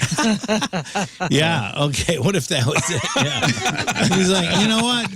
You got 10 grand. It's like, sorry, you changed hands, so you technically own it now. I am blown away, dude. Thank you, Cool. Steve. I'm glad you like it. That's blown away. Honestly, that's such an unbelievable gift. Like, it's a memento of a time that I remember, and that's what inspired me when he went down there. When I first saw him do that, I was like, I didn't even know you could do it. I was amazed that your regular people could do theater like that. And Chris was a regular guy, and it kind of blew me away that he was doing that. This is a really great time. I think it even says 89. Yeah, 89. 1989. 1989, yeah. And that's where it was a great cast. He had a great cast. He had, I think, David Pasquazi. He had Tim Meadows on there.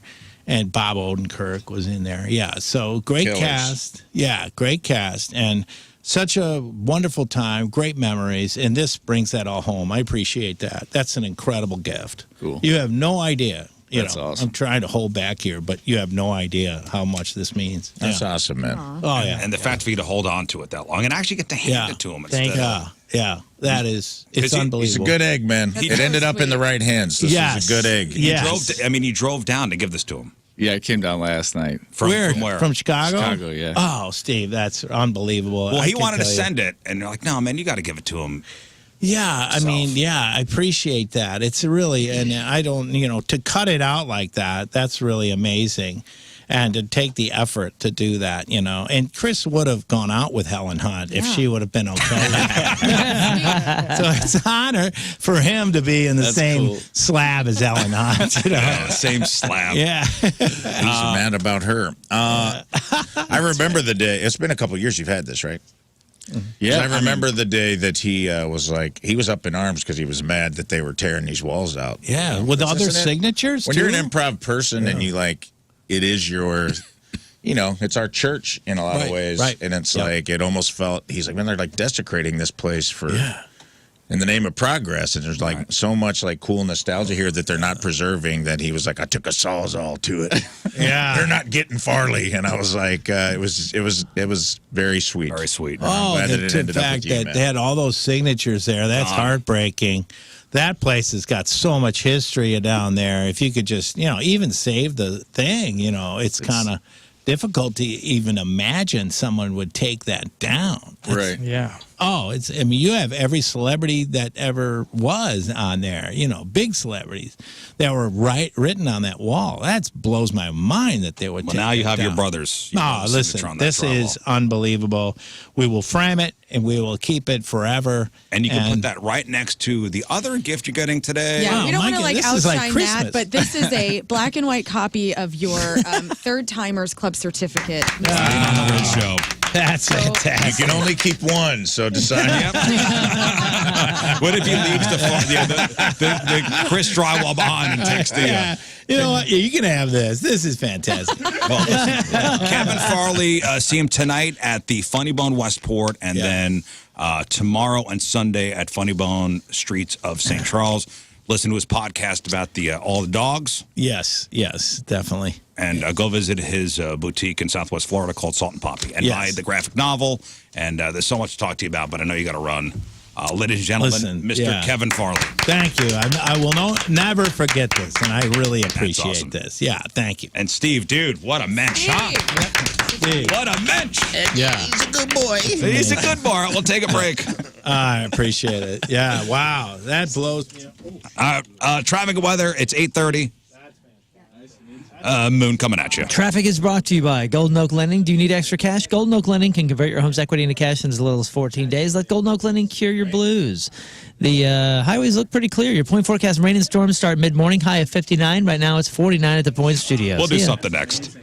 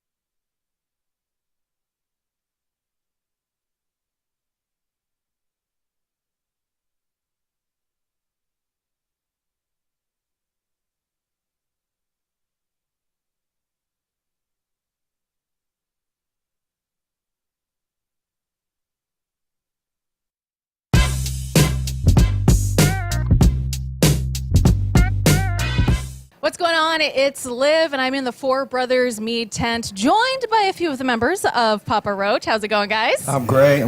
You got a new house, or maybe your house isn't that new, and you've been in it for a long time, and you're thinking, all right, I want to do something about these floors. These floors from the previous owner suck. Or maybe you just outgrew your original plan, which was maybe carpet. Now you want hardwoods, or vice versa. Maybe you did all hardwoods. Now you're thinking, I want more soft surfaces. Where do I go for flooring options in St. Louis? Well, there's only one place. It's Michael's Flooring. They've been around for 30 years. Mike Reynolds is the actual Michael. You'll see him out and about at the different shops. And he has created a reputation for Michael's Flooring of being efficient, of sticking to its clients' budgets, of understanding how inconvenient it can be to get your floors ripped out because, hey, you can't walk for, like a day maybe. Well, no, they want to do it quick. They want to get you on the books and get it done and do it right. Professional and local company. So please, if you are talking to people in your life, maybe you got a friend or family member that's like, yeah, I'm getting new floors. I don't know where to start. Say, I heard about Michael's Flooring on the Riz Show. Go to igotfloored.com.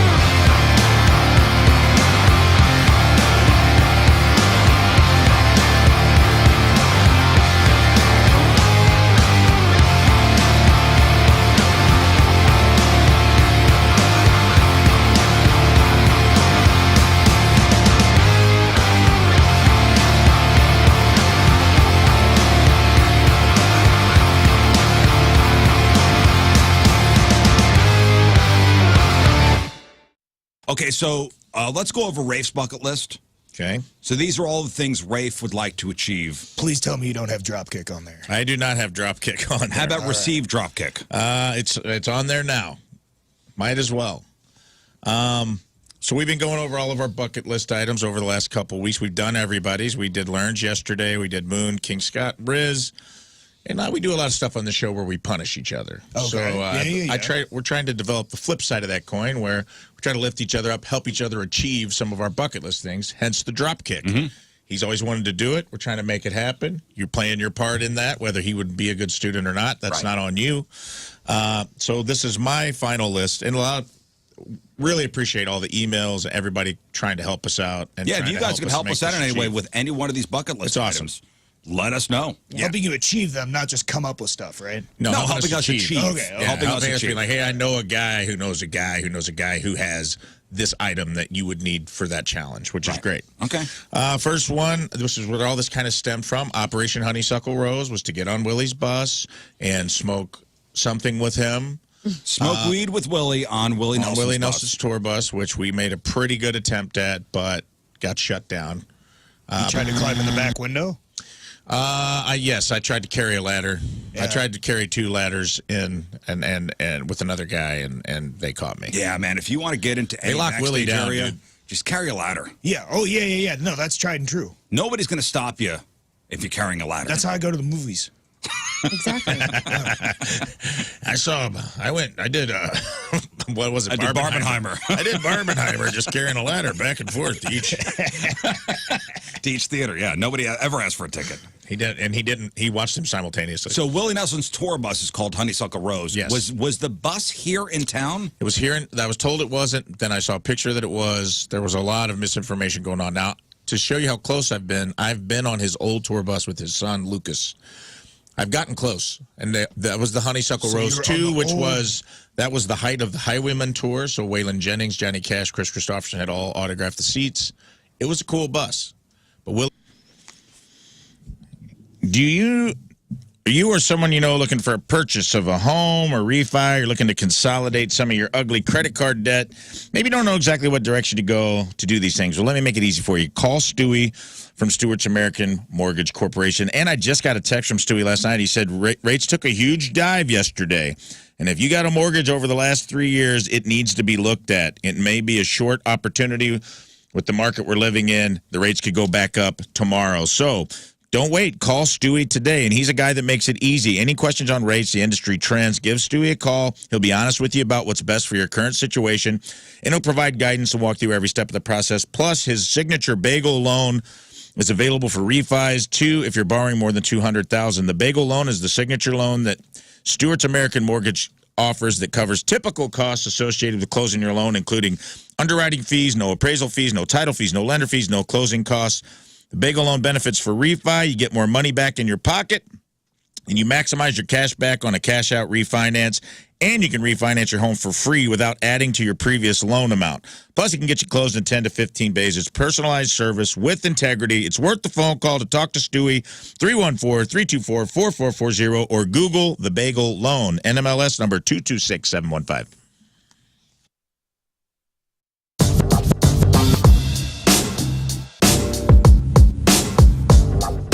Joined by Seether. Gentlemen, how are you? It's great to see you, and thank you for being here with us. The first thing I want to bring to your attention, and I'm sure that you guys don't keep track of this because you have way bigger things to do, but this is your 6th Point Fest, all right? Out of the 30-some odd that we've done, you've done 6 of them. Not to mention birthday shows. What is happening this morning? Man. I don't know, man. I just apologize to Kevin Farley for calling him Chris. You did? He didn't hear you. He didn't so hear you. I I did, though. I didn't hear that. The spirit of Farley was like in my heart. I couldn't deal. You called Kevin Farley Chris Farley. I've ruined everything. That's okay. I called Chris Farley Kevin once. So did? now How awkward. I call him GF. Anyway, he was Ladies so and sweet. gentlemen, joining us in studio, The other Farley brother. Tim Farley, everybody. Now, the new afternoon host over at our sister station, KG95. I love you. You know what I'm feeling right now, right? I do. I can see it in your. I can see it in your. Yeah. You people have to realize for 30 years I've done afternoons. Like 8 a.m. is not a bueno. Tell me about it. Ladies and gentlemen, Tim Virgin. Choir, brother. Who? This is great. Can't believe I'm here. It's like a famous show. I'm freaking out Listen, right now. the boss set this up. I didn't want you to come in early. No, I get it. It's fine. You know what he's wrote to me this I know you. Are you saying you didn't want him? I really want to show you this text. To have an afternoon show guy get up early. No. You know Tim. I know Tim. This is tough for him. I know Tim well. You guys have to understand, I went to see Jack White last night. I didn't know you were there. Oh. I would have known. And I was Then with, what? do you remember Schmidt? Yes. So I was with him. Then it goes to, let's drop me off at their house. Oh, it's coming for wine. Oh, you went to Eric's house for wine? Yeah. Okay. And then that turns into just a few more hours than I wanted to stay. Did you What time stay did you at their turn in? house? What time did you turn in I'd last rather night? not say for HR purposes. Are we still up? Are we? Is it still Thursday? See, I only know nighttime, Tim. Yeah. You know, yes, it's very. So this is nighttime. So I'm not in my 100% game right now, so hopefully. And listening to what you did. This is his. Oh, E-memoriam? You literally give AI a run for its money. That's insane what you do. It's a I hope human that brain. I'm sure it's listening and just Oh, stealing my identity. stealing Yes, everything. Stealing. Yeah, AI is based off of Rafe. Yeah, I'm telling you right now. Anybody who can write that is amazing. Yeah. So, well, kudos. whenever somebody new is hired at Hubbard, it's officially you have to come onto the show and we welcome you. So, well, thank you guys. officially welcome Tim Virgin, not only to the Hubbard St. Louis family. We have a past. I've known Tim for 20 some odd years. We used to work together in New York. Yes, New York. When I was a lowly promotions, just getting a start guy. Poor Riz. If you guys knew what the guy that was the boss there, Kingston, made Riz do. Oh, no. It was just some crazy our old stuff. program director. When I moved out here, I almost had I had to be deprogrammed. Yeah, seriously. I would think so, like little PTSD from New York. I forget who I was telling, maybe yesterday. It's our old boss. He was a nice guy. That's a good guy. I realize, now he had a method to his madness. But he was a little short guy. Glasses. Always wore nice suits. Yes. Mm-hmm. And he had a big office, like the radio station was in a high rise. Yeah. On 57th Street. 40 West 57th. 40 West 57th. Did you just Midtown describe Look pig at vomit you. from Private Parts? WAN basing. No, kind of No, he wasn't that bad. No, he wasn't that bad. But he had a corner office, and outside his window, huge window, was Central Park. And if you ever did something bad, he used to take you to the window. And Yeah, 1000%. And put his Tell arm me over this you. story. Yeah. And he said, "What do you see out there?" That's Central Park, man. Central Park. Don't forget it. I go, I know. I'm from here. That's who's listening to it, I know. I'm. That's the arch. I know, buddy. Yeah. Don't forget it. Cool. Oh, neat. It's crazy that you just had Farley in here because when I left The Point, I went to Chicago to work for a station called The Loop, which was in the Hancock building, okay, in downtown Chicago. I got out of the car, go to a taxi. It was freezing. Pull my head down to go through the revolving doors, slam into this guy. It was Farley. Oh, Farley? Yeah. Where's Farley? Well, first thing I didn't know he lived in there. And then when I worked in there, he lived like upstairs. He would come down and grab CDs. All I think that's a good sign. It's amazing. Yeah. Well, Tim used to work at The Point like years ago. Long time ago. What year were you at The Point? 1994. Dang. And Donnie was your intern. Yeah. Donnie hired Fandango Donnie. was Tim's intern. Yeah. Thank goodness. Taught him the board. Taught him everything. Then from St. Louis, you went to Chicago. Yes. And then from Chicago, you came to New York to work as on the record label side of things. Yes. But then was also on the radio. Was also on the radio. That's how I got to know you. But yeah, it was Columbia Records? It was Columbia Records. It was. So who were the baby bands that when you were? Well, it was when I first got it was like Train, and then I worked with Rick Rubin, and then it was System of a Down. Yeah. And then it was Our Lady Peace, it was Offspring, it was Alice in Chains, it was all the guys that were on there. Remember going to the System of a Down show at Irving Plaza? Yeah, I met my wife that night. You're kidding me. Yeah. Really? I got so hammered that night. That's incredible. I didn't know that. Because remember we went to Bar A after? Yes. Okay. And I got so slammed. That's what we thought started as a sweet story. It was immediately followed by I was so hammered. Well, I couldn't go to my apartment I met my wife that night. because I lived way up. So that's crazy to me. So that in Alphabet City was Bar A. So we went to that on one the Lower bar, East Side. which was the drummer from Space Hog. In the meantime. Yes. And used to be the bartender. Random. So I was so drunk, and the trains used to come late at night, not as frequently. And I had to go way uptown to 170th Street. Yeah. And I said to my roommate who I was with, I go, dude, if I have to go wait for the train, I'm going to fall on the tracks. Unbelievable. He goes, my girlfriend lives not too far from here, and she's not home, but her roommate is. So I go, let's go there. That's so great. And that was it. And my wife now was the roommate, and she opened up the door and she was pissed. She goes, "Who the hell are they? Hit the couch, idiots?" And it was love at first sight. I love it. That's amazing. Aww. That's a great. I was there that night. I'm good. You were there that night. You're part of the story, Tim That's Virgin. crazy. That's amazing. There's a lot of things that happened that night that some of them I probably can't say. Remember Kane? Yeah. You don't need to talk about him. And there was Incubus was there too that night. Incubus was there that night, but Rachel Hunter, remember, dated him for a little bit? Yes. The last time you and I hung out, we were in Los Angeles. Yeah. With our friend Booker. Yeah. We wound up at some hotel. Yeah. You had driven there, and then we took a cab back to the hotel, and you forgot where you parked your car. Yeah, well, look, I'm going to tell you guys right now. If you find, like, my glasses, like, readers all around this place, I just leave things everywhere. I can't find my car if it's parked in the front. Well, and then then we went the next morning to try to find your car, and there was like 400 tickets on it. But you only have to pay one, right? No, and you worked for our station in Chicago at Q101. And Tommy, our boss now, was the program director there too. And you had to call to explain why you have so many tickets on rental.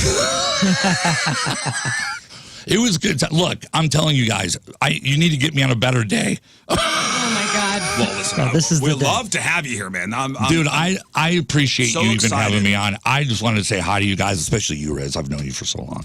And it's just an honor to be here. It really is, especially at Casey. It's like crazy. Yeah. You know? It's crazy. It is crazy. I mean, the fact that you're on Casey. And thank you to Lern for my first day.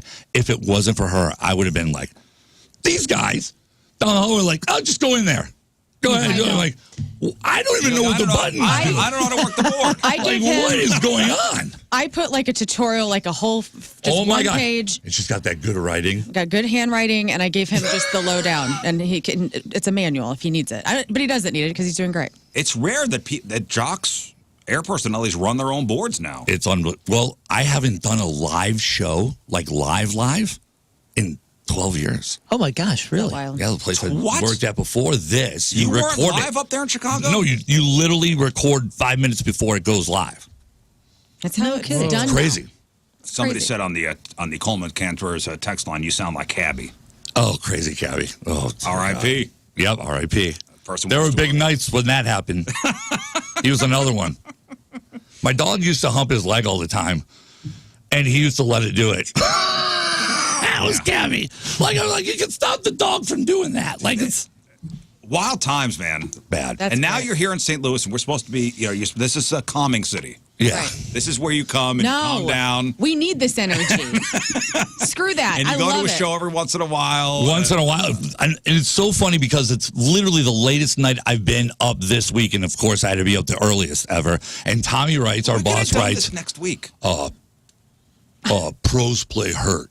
Oh, I've heard that line before. Play hurt. I know that line. Hey, Tommy, if you're listening, I'm here, buddy. I know that line. Well, listen, Tim Again, the Virgin's guy who's here. invulnerable to hangovers, Yoji in a text. You know, Tommy Manor does not get He doesn't. hungover. It's a superpower. He is incredible. Isn't it? Can I crazy? guess what you drank last night? Because I'm smelling it. Oh, really? Do I smell? No, you don't smell. I have the nose Wine. for it. You She said, wine? "I'm smelling I it." don't. I smell vodka. Tequila. Okay. Okay. Now I got to go home. I smell ketamine. Well, you're way off on that one. But Hey, listen, Tim, the newest air personality here at Hubbard, St. Louis. Hear him on Casey from 2 to 6, Monday through Friday. That's what the K and Casey stands yeah, for. that's exactly correct. We're gonna have a welcome party for you. I hope so. It's kind of in No. in a discussion. Right now, let's go. This is it right now. The listeners are in the hallway.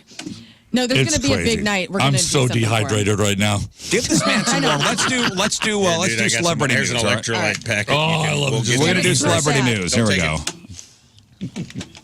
All right, Tim Virgin's here. It's time to find out what's going on in the world of music and entertainment with your crap on celebrities. Well, if you saw Virgin last night at the factory, Jack White was in town. That and it place was is beautiful, by the way. excellent. That's so cool, isn't it? And, It's unbelievable. Go and ahead. good parking. And Good great parking. Yes. Plenty of it. We care. We got some news out of Third Man Records. The Vault Package 64 is Jack White's Break It All Down, a 3 LP live set recorded on White's No Name Tour, which is what we saw last night. You can sign up at the Vault subscription by April 30th to get the package if you want to continue the party.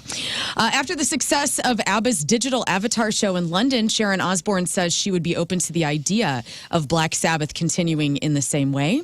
She said, technology keeps moving on and on. You can do incredible things now. So what you could do in 5 years will be even better. You never know. The opportunities are there. Kiss have stated in the past that the band could live on and are already in the process of making that happen. The Kiss avatars were originally created by Industrial Light and Magic, financed and produced by a Swedish company, and then they did the ABBA. So bridge Sharon as well. Osbourne is talking about doing a Black Sabbath. a Black Sabbath Hologram. which is kind of weird. And I do have a Tim Virgin memory from a long time ago. Sharon. Well, we were backstage at Jones Beach. Yes. And the Osbourne kids were there, Jack and Kelly. When they saw Tim, I guess you've known the Osbourne family for a while. See, when I started the record business, here's how I got to meet Sharon Osbourne. I didn't know as a record executive that we had System of a Down and went on Ozfest. Well, they have T-shirts. You can never outsell Ozzy shirts price-wise. Oh, Didn't that's know a that. rule. Never talked to her. I had an assistant. Cool. She calls me and says, Sharon Osbourne's on the phone. And Sharon came through the phone. She's like, what is Virgin? What kind of name is that? Went all through my throat on the thing. And literally through that got to meet her and became one of the greatest like friends. 'Cause she back then. So in when the early- Kelly in the early dated the aughts. guys from Benji from Good Charlotte? Sure. Benji. Like I had to watch her during shows. Like it was crazy. That's awesome. Yeah, well, I remember the Osborne kids, Jack and Kelly, being Jack would backstage. always, and it would be my. If anything happened to him, it was my fault. We were walking together, and they came. Oh, like Uncle Tim. Yeah. That's sweet. Kind of like that. It's crazy. It's crazy to look at it now. Basically, yes. yeah. Do you still keep in touch with No, these not kids? really. No. The MTV Video Music Awards is going to air on CBS for the first time this year. The show is set for September 7th. Will be broadcast from Elmont, New York. Do you ever go to Elmont, New York? No, but I've been to the Video Music Awards. Right? You as well? What happened there? We were all there too. That is so great. We were there the year the Rage Against the Machine guy jumped up. Yeah, Tim went up on the thing. And raged. And raged. Against the machine. Against, yeah. That's the machine sweet. still went on, though. Well, we need to do a podcast. We have endless stories. Yeah, he needs another podcast. The show will also be shown on MTV and Paramount Plus, so if you don't want to watch it on CBS, that's where it will be. And nominees, presenters, performers of this year's ceremony will be announced very soon. Does anybody, do the kids care? About MTV? I care. About the MTV Video Music Awards? I do. I mean, is it love even a thing? It's not, but I love award shows. So now that it's going to be on CBS because I don't have Paramount Plus, I will Remember, watch. like, stuff used to happen, like Guns N' Roses got back together. Wait, did you just say MTV is going to be on CBS? I did. Well, That the was Video big Music story. Awards. The Video Music Awards. Then it's official. Oh, it's old. Then it's just an old pill. Yeah, you're right. Old Oh, person. he's right. They're not even trying to market it to youth. They don't care. Yeah, they Well, don't care. They're marketing it to me. I'm Yeah. 40-year-old CBS. crazy Coming up woman. after Blue Bloods. Hell yeah. It's right in between Blue Bloods and Kathy Bates' new. I am totally down. Yeah, dude. CBS. Holy smokes. Let's talk NBC. David Schwimmer, who played Ross Geller on NBC sitcom Friends, said the series' classic theme song eventually became exhausting to hear. Here is David Schwimmer on Making a Scene podcast admitting how annoying that was. I have to say, okay, I'll be really honest. There was a time for quite a while that just hearing the theme song would really, you know what I mean? I just have that reaction. I mean, I just had heard it so many times. And anytime you'd go on a show or a talk show or an interview, that would be your intro song. So, you know, I just didn't have the greatest response to it for a period of time. Now, he also admitted that while it was a great experience making the show, by the time it wrapped in 2004, he was ready to move on to be an actor. Yeah, those checks really hurt. They did. Collecting those. to this Yeah, day. he still gets those French checks. Yes. He does, because it's on all the time. New in theaters this weekend, the Minecraft movie that everybody's crapping on already. I didn't look up the Rotten Tomatoes on what's this. the tomatoes on that? But as we look that up, I'll say this. Jason Momoa, Jack Black, they're starring in a movie about the video game. After four strangers are transported into a world of Minecraft, Jack Black shows up to teach them how to work together and survive and to harness their own individual creativity. All I keep seeing is online people defending this movie. Okay. Going, if you don't play the game, You can't. you can't review the movie. Okay. Okay. So Okay. only little kids can review the movie? That's a Do great. you ever play Minecraft, Tim? No, I'm not Dungeons and Dragons. None of that You don't stuff. have kids. I mean, my kids were into Minecraft, and This man it's rides boring. motorcycles and shoots guns and drinks beer. I know. What are you talking about? Not any nerd stuff. Yeah. I spent a few minutes playing that. Yeah, it's good fun. It was a big deal. People played it that I knew. You know, had kids played it. It's a big deal, but I don't think. No, you should be able to like it, not know it. A movie's a movie. It's a either movie's good a or movie. it's Is exactly bad. what I was trying to say. Well, is anybody who doesn't have a child with them going to this? Right. I'm going to tell you right now, women are going to see Jason Momoa. Right. Yeah, but when it comes to streaming, I'm not going Yeah. to the damn movie theater. So When was the last time any of you went to the movie? 51, right? Like recently. Yeah. So here's a male top Nosferatu. critic. The male top critic's review is another example of Hollywood shoving a beloved property into a factory mold, cube-shaped mold, hoping name recognition will be enough to justify its existence. 1 out of 5 stars. Ooh, wow. And then here's the female top critic. While it may not be a masterpiece, its sheer sense of fun makes it an easy win for families looking for something to watch during the holidays. Okay. What holiday? 51%. What holiday? During the holidays? I don't know, man. Oh, Easter. I don't know. So But what are the as you critics said, scores? it's a 51% tomato meter. But as you said, female critic likes it. That's Jason better than I Momoa. thought it would be. Male critic does not like it. I'm not going to see it. Well, there's another movie out called The Friend, which stars Naomi Watts and Bill Murray.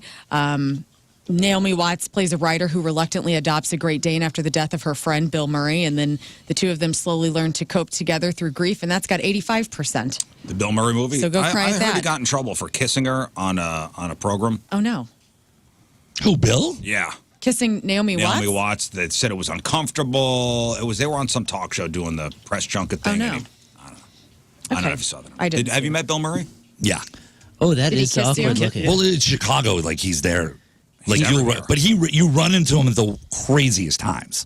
Like, he'll just show up in the middle of a bar and be like, in the middle of the day. That's awesome. Ooh, this is a weird look for What's sure. Bill Murray? I just saw the photo of it, and it is bizarre looking. Is this Andy Cohen? He leaned in on her? Was he being a goof? Watch what or- happens. I don't think he's being a goof. Okay, here we go. Bill Murray grabs Naomi Watts and kisses her on the mouth. In shocking moment. Okay, let's see here. That's the headline. Here we So go. they're separate, Can I play the audio here? I suppose. Oh, my. Yeah, that's It's a like little he too much. Put a Luke, he was like Aggressive. feeding her like a baby bird. Yeah, he almost tore her neck off.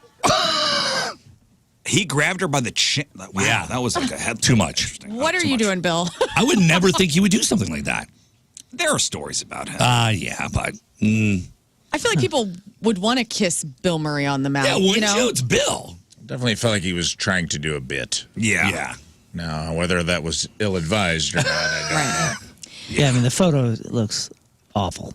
Did she say anything about it? No, they're promoting a movie. Yeah, I wonder if they like planned it where it's like, hey, Right. do this and we'll make it. Is it the Grab movie my about the neck. dog? Yeah, Yeah. about the Great Dane. Yes, it's about the dog. Yes. Nicolas Cage appears in a new Western called Gunslingers, where he speaks in a really weird voice. Here's a scene. Oh, yeah, this is very odd. Dude, this whole thing is Stable boy said I should ask for Jericho. Jericho will be back soon. This is interesting. This book. This is Bible. What? Try it. Read it. Mommy! Dude, the weird thing is Make me. the weird thing is the rest of the trailer he's not speaking like that. Mama. It's Wait, not I gotta hear that weirder. again. So the raspy voice is Nicolas Cage. Stable boy said I should ask for Jericho. Jericho will be back soon. This. Is he choking on He's something? a gunslinger, Riz. He's a gunslinger. But it sounds like he'd like watered down the wrong pipe. is interesting. This book. Raise up your arms, Nick. Try it. Read it. Listen, I'm looking for Tiny's power. Pac-Man?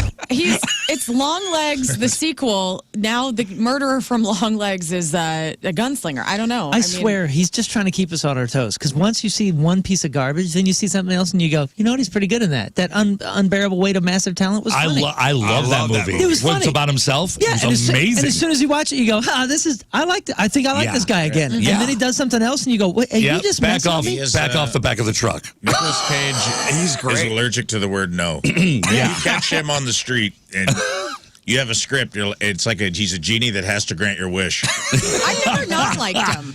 Like, there was the time where it can happen to you where we thought, like, in the 90s, okay, is he going to be a heartthrob? And that was and I was like, nah, I've never thought he was cute, but I've always loved him. Yeah, it's like he signed a deal with the devil. Like, we'll make you rich and famous, but you have to say yes to everything. Yeah, I think there was some sort of crossroads deal went down.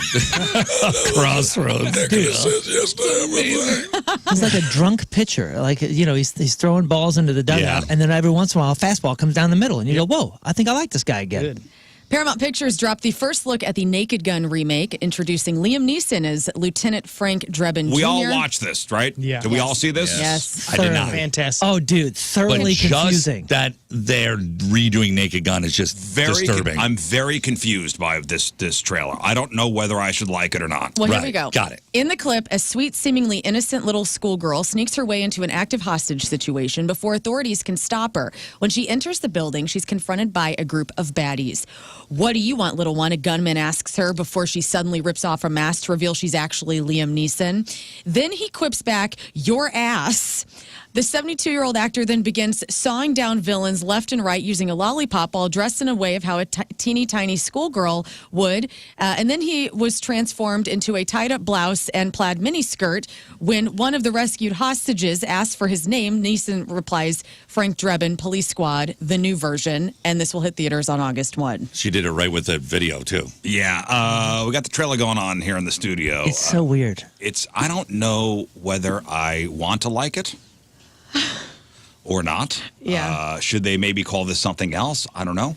Oh, come on. I mean, the fact he already admits that he's the son, I don't know. I think they... Yeah, I mean, so the front half of it made me very uninterested. The back half, I was like, ooh, okay, maybe. They did an OJ. Is this Adam McKay? No, they did Seth an OJ MacFarlane, gag. and it's the guy from Akiva.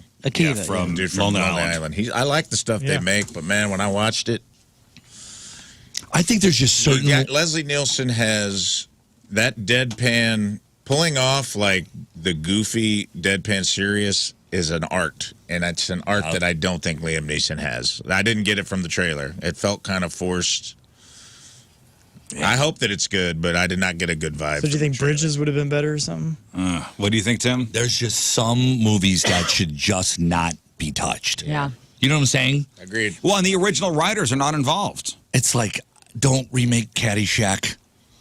Even though they tried. It was the Zucker brothers are the ones that did Airplane and Naked Gun. Got it. And David Zucker, I guess, had submitted a script for a new Naked Gun a while ago. It was rejected. Seth MacFarlane and the Lonely Island guys, they picked it up. David Zucker watched the trailer and wrote yesterday, I wish I hadn't. Oh, no. Wow. Man, yep. Yikes. Man, I don't know. That's not good. On this, yeah. I don't know. I'm coming to the point where, remember when I was all railing against like new Supermans because like you can't do that. So a couple people made the point that like my kids will never be interested in the Supermans that I was interested in. I tried watching Naked Gun with my son. He didn't get it. And that's what I mean. Yeah, they don't get it. There's such good properties and ideas that at least taking a stab at them for younger people, because obviously it's done in a completely different tone, because my kids won't like the stuff that we liked. They just, it's a different time. It's a different tone. So maybe we just kind of have to let them have it and go for it. I don't want to. I just think there was actors. I feel like Steve Carell would have been a slam dunk. That's good. Liam Neeson doesn't seem to be the guy. I feel like it was a bad casting. Whoa. I could be wrong. I hope I'm wrong. But I think they're going for the big action version. Definitely doing an action thing. Speaking of action and remakes that you don't want, Glenn Powell is starring in the new version of The Running Man, playing the role that Arnold did in 1987. Wow, what a great movie that was. And so when Glenn got the part, though, his first call was not from Arnold. In fact, it was Tom Cruise who said that, you need to start filming yourself running because you do not look as cool as you think you look. Running? Running. Wow. Says the guy who's always running. Who's always running. So besides running, Glenn also had to do some practical stunts like falling through ceilings, plunging into sewers, jumping clear out of the way of explosions, and added, so look, I don't have the insurance plan to be Tom Cruise. I'm not trying to be Tom Cruise, but I will say I learned so much from him on how to properly do an action movie. As for what Arnold Schwarzenegger thinks, he did give the crew his blessing, and Glenn says he'll be seeing Arnold in a few weeks to give him a very specific fun gift from the movie. And The Running Man remake hits theaters on November 7th. And finally, kind of in the same vein of this, Disney is hitting the pause on its live-action Tangled remake because of the bad reviews and just the overall badness that this new Snow White live-action movie had. And I wanted to ask this question, like, are we done with the live-action Disney movies? I feel like... Give me a live-action Disney movie that's done well. Right. That's what I mean. Like, they're not good. Did Aladdin do okay? I don't know. I have no interest Jungle in Book, seeing did that them. do okay? Have you guys seen any of them? I think the Lion King one did all right. Wasn't the Beauty and the Beast one did well, but it was weird. Wasn't that everybody got weirded out by that one? They did Mulan, right? Did they do a Mulan? Mulan was awesome. It was awesome. Live action? Do we need this though? I mean, the animated Disney movies are great. They're the thing that the kids love the most, and I kind of feel like they're trying to get the parents in to Disney and give them something new. There's a reason why those movies were made in the 30s and 40s and are still good now. I just don't know why. Is it me or is there just remake central? Yeah. Like nobody's writing new movies anymore. Is it cheaper? Well, that's when you see a show like Severance. You're like, damn, dude, this is original, right? good. Insanity, right? Like amazing. You're like, did people run out? No. everybody run out of ideas, and then, or is it just a moneymaker, even if it doesn't work? There's plenty of creative people. I just think they're leveraging this already works. There's already an audience for this. Yeah. It's a money grab. Yeah, I mean, it's it's a like a built-in safer thing. bet. If you I don't remake like it. Peter Pan as opposed to just making a new property like Severance, where it could go, and I don't even know if Severance makes money. We love it. It's critically acclaimed, but I don't know. It's the best show on TV. It is, but I don't know how many people watch it. I don't know, but when we see something clever and new and original, it stands out. It does. Yes. So maybe shut up with the live action movies, Disney. I think it's done. I think it's run its course, and it should be done. And that's your crap on celebrities. Celebrity celebrating a birthday today. Jamie Lynn Spears is 34. David Blaine is 52. Robert Downey Jr. is 60. David Cross is 61. Craig T. Nelson, Mr. Incredible. Coach. Yep, and Coach, and the dad from Poltergeist, he is 81. And Mr. Clive Davis, the record business legend, is 93 years old. 93. Congratulations. Congratulations. 93. Today's porno birthday, which is being brought to you by Patricia's, where fun and fantasy meet is. It's a big one today. We have a hee-haw named Tom Byron. Happy birthday, Tom Byron. Yeah. Today's hee-haw has been in 3,372 fine films, including Inspect Her Gadget, Raiders of the Lost Lust, Game of Moans, Missionary Impossible, Shaving Private Ryan, The Fast and the Curious, Rafe's favorite, The Hills Have Thighs. Love it. Not Jurassic Park, but Jurassic Pork, Saturday Night Beaver, and who can forget a role? In How I Met Your Mother's Friend.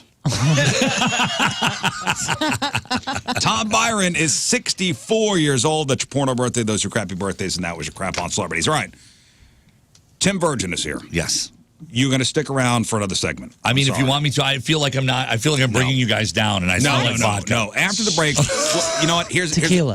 Yeah, After tequila. the break, get this man a bottle of tequila. Yes. Hair of the dog.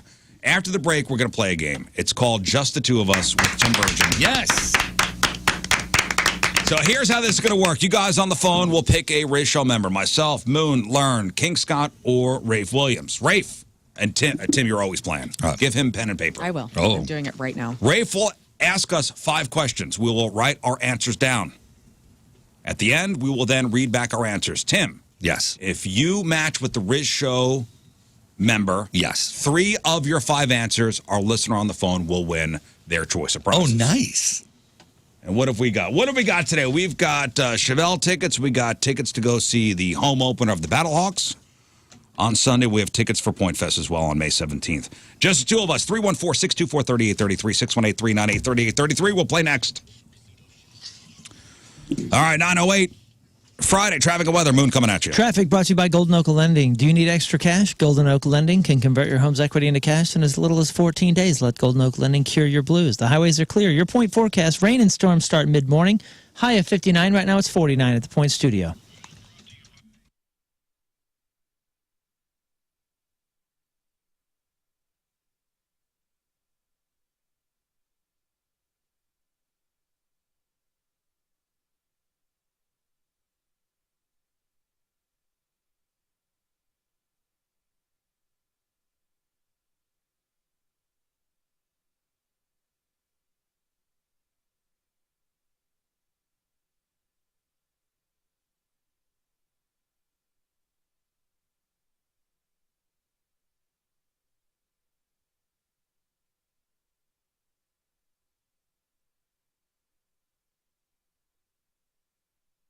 South County Urological, 314-843-8000, southcountyurological.com.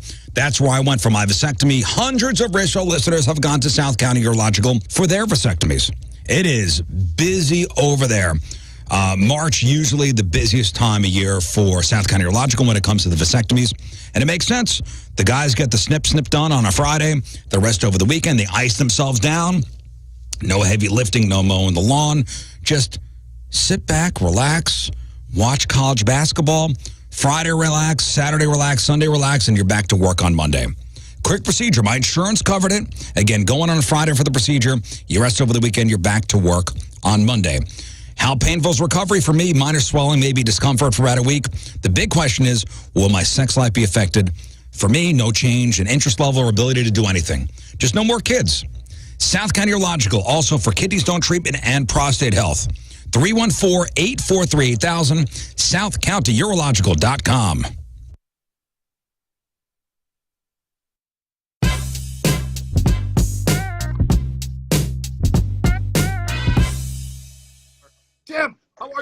I'm good. How you doing? I'm doing very well, and I'm going to tell you that I did something today, and I shouldn't even bring it up that I'm doing it. Okay. I wore a shirt specifically to impress you because I was interviewing you, and normally I don't do that. Right. But I did, but also too, and they can't see it, but I've got this awesome Masked Intruder shirt on, and I love it. Yeah, and I just figured that would be one of those bands that you would be, very cool, like that we're a band that Rise Against played with somewhere along the way. You know what I mean? Yeah, I think we have a Masked Intruder. Correct me if I'm wrong. I think they're a Fat Records band. Yep. And I still consider us part of the Fat Records family. Like that's where we got our start. That's who first signed our band.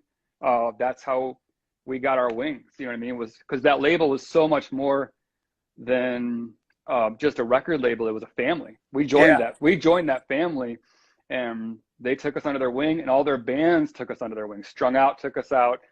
Sick of It All took us out. The Mad Caddies took us out. No Effects took us out. That was huge. I mean, I cannot overstate how huge that was. How is it when you're a new punk rock band winning over those audiences? That cannot be easy, especially like a No Effects crowd where they're coming to see Mike and the guys, and they're probably not going to be particularly nice. Yes, dude, it was. I'm glad you brought that up because that was how I learned how to be a front man, was getting heckled. Yeah. Like opening up for No Effects in Western Canada in the early 2000s. Those people were there to see No Effects, and there to see Fat Mike. And we don't do what No Effects does. You know what I mean? And so you had to be able to stand there and sing and entertain for 30 minutes, whether people wanted to see you or not. Opening up for Sick of It All in Germany, like in the height of like their European domination.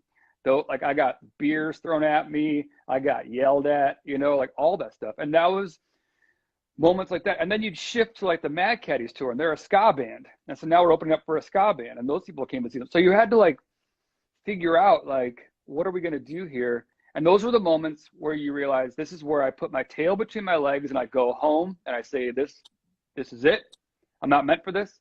Or you kind of like clench your fists and put your head down and lean into it, and that's what we did. And so those years were so important and like formative for me as a singer. I remember reading Henry Rollins' book about those Black Flag tours. And, obviously I would assume that these shows were stepped down from these old Black Flag shows, but he talks about going back to flats and like literally washing out chunks of spit from people that were there not to see the guys. And I just find the intestinal fortitude, like you said, of being able to be like, all right, well, so this is how it's going to be tonight. We got to figure out how the heck we're going to get through it, but God dang it, we're going to get through it. Absolutely. Yes. You need those. You need those concerts, those shows. You need those years to really help you figure out who you are as a band, And for us, it helps because, we stood behind the songs. We were like, these songs, we're going to play them. And for the next 30 minutes of your lives, you have us. Whether you like it or not, you have us. And I think that eventually that started to kind of pay off, and people kind of like, started nodding their heads to what they were hearing. Dig it. Now, today is a big day in the Rise Against camp. Nowhere Generation debuted today. The album with its same name is going to come out on June the 4th. Mm-hmm. And the song is really fantastic. Well, April is full of a ton of exciting things happening, and one of my favorite events is going to happen this month, and I want you guys to get your calendars out right now and write this down. April 26th, that's a Saturday, down in Festus at Four Brothers Mead. They're having their 5th annual Seeger Blot, and trust me, this is the best of the best when it comes to fun events. And if you love the Old World Experience or Ren Fair, this is ideal for you. You just dress up in your favorite outfit, or you just come hang out, whatever you want. But they have all kinds of great attractions there as well. And if you've ever been over to Four Brothers Mead, I mean, this place is awesome. And the way they set this event up, it's so fun and just spectacular. They do an incredible job over there at Four Brothers Mead. You can check it out at fourbrothersmead.com and get all the information. But, I mean, they bring in these vendors from all over the country. And in fact, they have live blacksmithing from past Forged and Fire contestants, glass blowing, chainsaw carving, live music, food trucks. And again, those vendors that are, across the country that come in here, and it's going to be a blast. So come out there, have a great time with Four Brothers Mead, and then also you could try their mead. And if you're a VIP member, I mean, if you're a Mead Club member, they have a VIP tent just for you. So go to fourbrothersmead.com, check out everything they offer, and these are great buddies of ours. Go to fourbrothersmead.com. That's fourbrothersmead.com.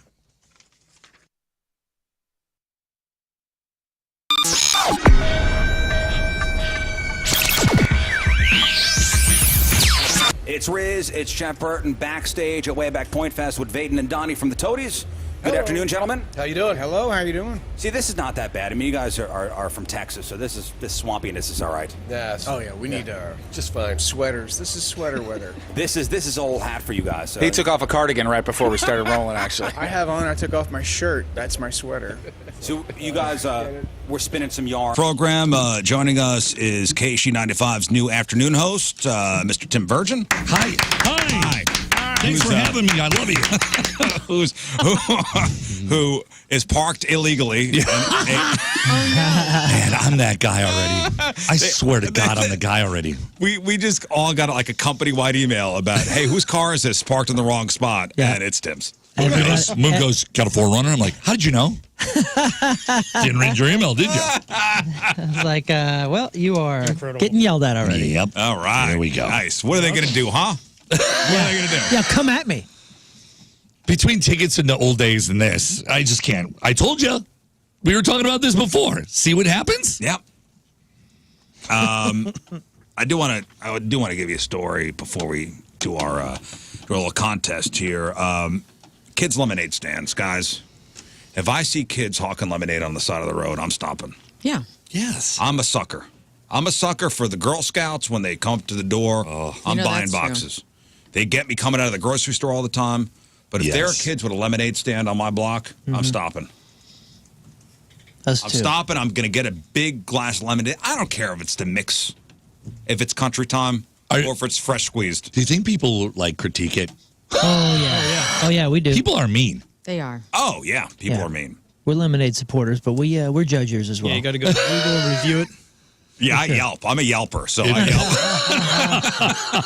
Yelp. Yelping Eddie Jablonski's kids.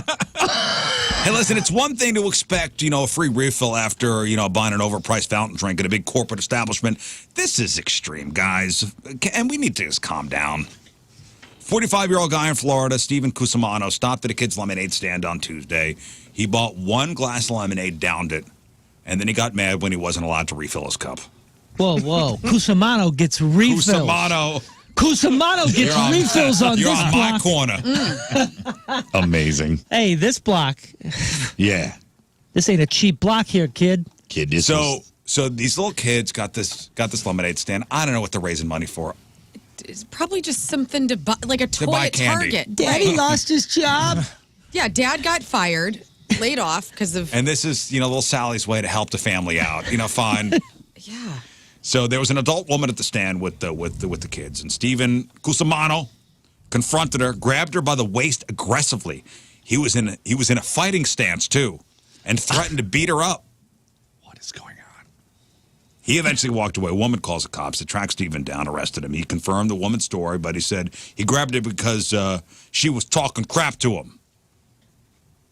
Steven charged with felony battery. Good. And there's no word on how old the female victim was or how many kids witnessed the situation, but you got to think this lemonade was the good stuff. Am I right? Must have been.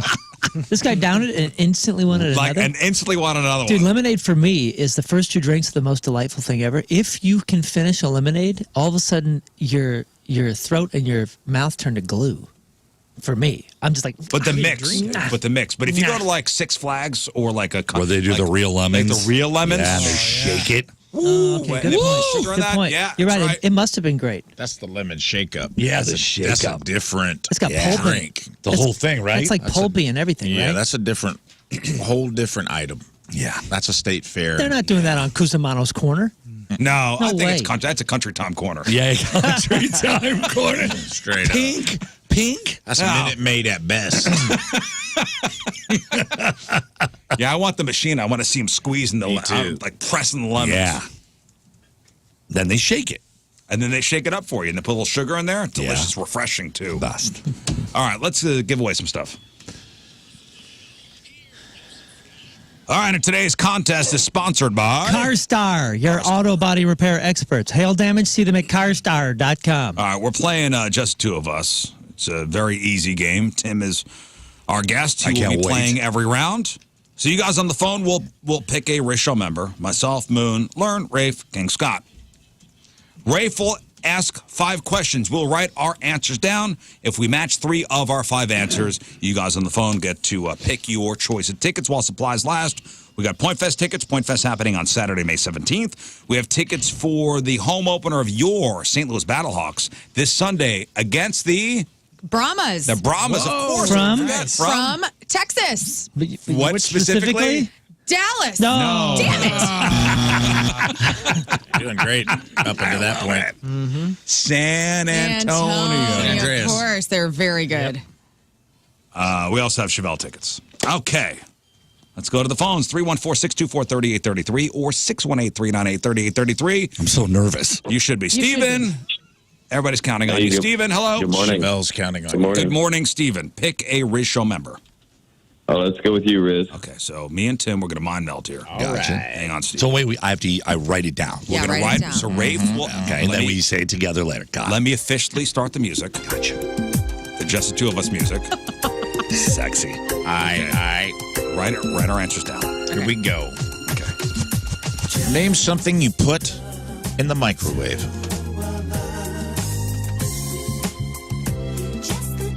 Number 2, name something you recycle. Number 3, name something you'd put in a blender. Okay. Give me the name of any department store. Okay. And finally, name a horror movie villain. I mean, come on, you know. Whoa. Does he know? Yeah, don't be Talk with your eyes, not your little mouth. What's his name? Do you need help? I can Yeah. Well, now you know it's a he. write it down. Write the I already wrote mine down, so.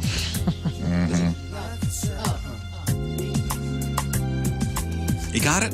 Yeah, that's it. That's it. That's what I was thinking. All right. Okay, good. All right. All right, Moon, you count it down. So, Tim, Moon's going to count 3, 2, 1. At the same time, we're going to say our answer. Yeah. It's 3, 2, 1, answer. Gotcha. Got it. Okay. All right. Riz and Tim and Riz, old buddies from back in the New York stomping days. Let's see go. if you're still. Let's see if you had to tell a cover story without the other one being in the room, if you could still pull this off. Yeah. Name something you put in a microwave. 3, 2, 1. Hot dog. Popcorn. Hot dog. That's a single man talking there, buddy. Holy moly. Thank you. Holy cripes. Sorry. I'm craving one. I'm sorry.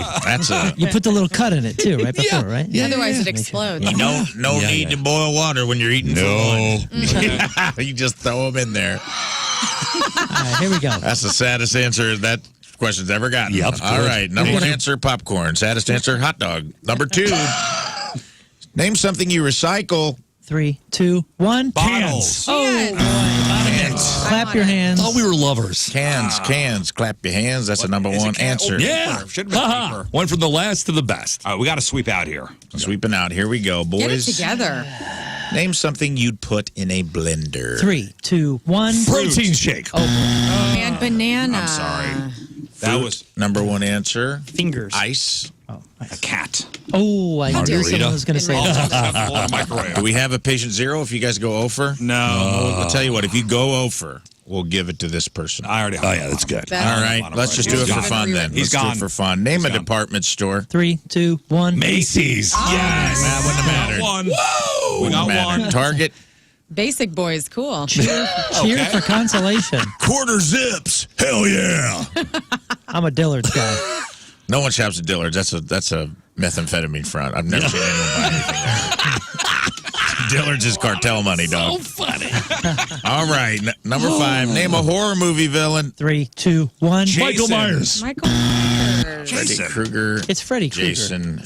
He's the top of the chain, man. I think Jason is the top of the chain. I'll be honest with you. Jason's second. Michael I Myers love- third. Jason More was my Halloweens than favorite. there are Friday Jason the wasn't even 13th. in the first one. We're not talking about your If you favorite. think about it, Freddy was in all his. We're talking about Freddy. No, Freddy's my favorite, but I think Jason is the more famous one. I could be wrong. Yeah, think Michael more Myers kids has dress made up like quite a him? few films. Yeah, and those are the Not big saying, three. but It's I'm Freddy, saying. Jason, Michael Myers. Austin. Ain't no nightmare on Jason All right, Street. Austin, I'm off the table. Pick somebody. Yeah. Moon? Yeah, it's okay, me. Moon. Moon is on. Hi, Moon. Hi, Moon. Okay, Moon and Tim. Hey, lock it up here. Okay, here we go. I got that. You and Lock me, it up. look at me. You look and me, at me. the old Chicago days, the Ooh, Greek fire those stuff. eyes, the Greek fire Let's stuff. go. Come on, let's go. Let's go. Love it. Name something people are allergic to.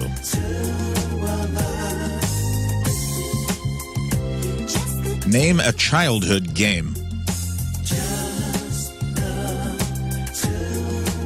Give me what? Sorry. Name something you'd put. Excuse me. Name something in a school cafeteria. Number 4. Name a planet besides Earth. Finally, name a 90s cartoon. A 90s one? A 90s cartoon. I don't know if this is 90s, but I'm just going to do it. Just do it. Just do it. Just go, man. Do it. Jack and do it. Fine. All right, Moon, you ready? Yeah, man. All right, everybody got answers? Yep, let's go. Learn, Lock them in, learn, lock them in, count lock them in. down. This is not an easy round, but I'm going to be Learn's proud of counting us when down. we Here get Here we it. go. If you start strong, I think you're good. Playing for Name Austin. something people are allergic to. 3, 2, 1. Peanuts. Peanuts, number one peanuts. answer. Pollen, a good one. Peanuts. Pollen's a good one, but peanuts, I think. Cats also. Yeah, yeah, we in see the all top those 3. peanut allergy medicine commercials every single day. What? Okay. I mean, Allegra and Claritin and all these different things. Because it's I'm pollen sick of it. season. Pollen's not a terrible answer. But No, don't- it's not. Don't treat me like that. Peanuts. Next. Name a childhood game. 3, 2, 1. Candyland. Candyland was mine. Tag was Tag the number is one answer. the Hide and answer. seek's close second. Candy. Candyland. I had it. Candyland. That's a great answer. I love I mean, it's board kid. games. If we were going board games, yeah. Yeah, that's- Remember the Oh, evil sorry. licorice guy on that board, man? He was Man, freaking am I showing me my out. age? Candyland? Here we yeah, go. that's a great answer. Oh, here's the boss. What have we done? Oh, no. Do I know? Oh, Mince. Hey, Tommy, can you move his car? It's parked illegally. Yeah. Lots of help. He needs help. Oh, it's Danny Solomon. It's fine. Ah, It's it's fine. Danny. It's fine. Can I have one of those men? Yeah. Love you, Danny. Thanks. Sorry, Danny. Our bad, Dan. Man, I have 2 answers for this. I'm just Yeah, I Oh, did we got to too. sweep out here. Eeny, 'cause we meeny, got none miny, right. moe. Got to sweep out. Now, don't hang up on the person, because if they go over, we'll give them ticks. Okay. Name something in a school cafeteria. 3, 2, 1. Tables. Pizza, number one answer. I wrote Chocolate tables milk, down. dude. by the way. Doing good. Tables. You're doing What's great, up? man. Thank you, buddy. You're doing If great. Moon and I were playing, we would. It's all win. about the Oh. match, dude. Tables. Who you wit. And my second answer was kids. Okay. Hey, look at all these kids. Taco boat. Kids. Name a planet besides Earth. 3, 2, 1. Pluto. Mars. Not was say mine. Uranus. Uranus Both is of you guys. I thought it Uranus was- is the I funniest. thought answer. Mars was the next most famous. Mars Is Pluto real? Or did they find out it's not real? It's a dwarf Pluto's planet. not. It's It's a dwarf real, planet. but it is It's a real. dwarf It is It to me, exists. damn it. It is real. It exists. You think it doesn't exist? I thought it was something. I Like a- forget it. like They a I'm not myth? talking downgraded about it. They downgraded it. Like a piece of- Right, that's exactly correct, It right? was a Yes. drone, dude. Thank you. Yeah, they found Something out it's happened to flat. it. We've had this argument. They discovered it was a piece of drone, dust on the end of the telescope. All right. If you don't get this right, I'm Austin wins. totally off on this one. But This go ahead. feels like this is going to be a winner for the wrong reason. Name a 90s cartoon. 3, 2, 1. He-Man. Simpsons. All right. He-Man is clearly He-Man, Andy's. that's 1993. It is. Doug is the Doug, Austin gets Rugrats, tickets. and Teenage Mutant Ninja Turtles. Ren and Or Stimpy. any of the Oh, Ninja DuckTales. Turtles, Ren and Beavis and Stimpy. Butthead. Yeah, Beavis and Butthead. Oh, you're right. So South Simpsons. Park. It's like the most obvious ones, of course. All right. Chris, I couldn't hello. think of. Hi. Hi. Hello. All right, Happy Chris. birthday, Lern. Hey, Thank you. thanks, pal. You got Lern, you got Rafe, you got King Scott. Who do you want? I think Rafe could maybe reel this in from all his observations on the side. Yeah. I think so. Things happening here. Okay. Rafe and Tim, here we go. Just the two of us. Starting the music. All right. Name a kind of doctor, Tim.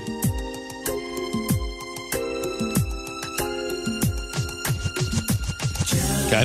Name something you see in a park. Yep. Name a reason to skip school. Common answer. Reason to skip school. You don't have to overthink it.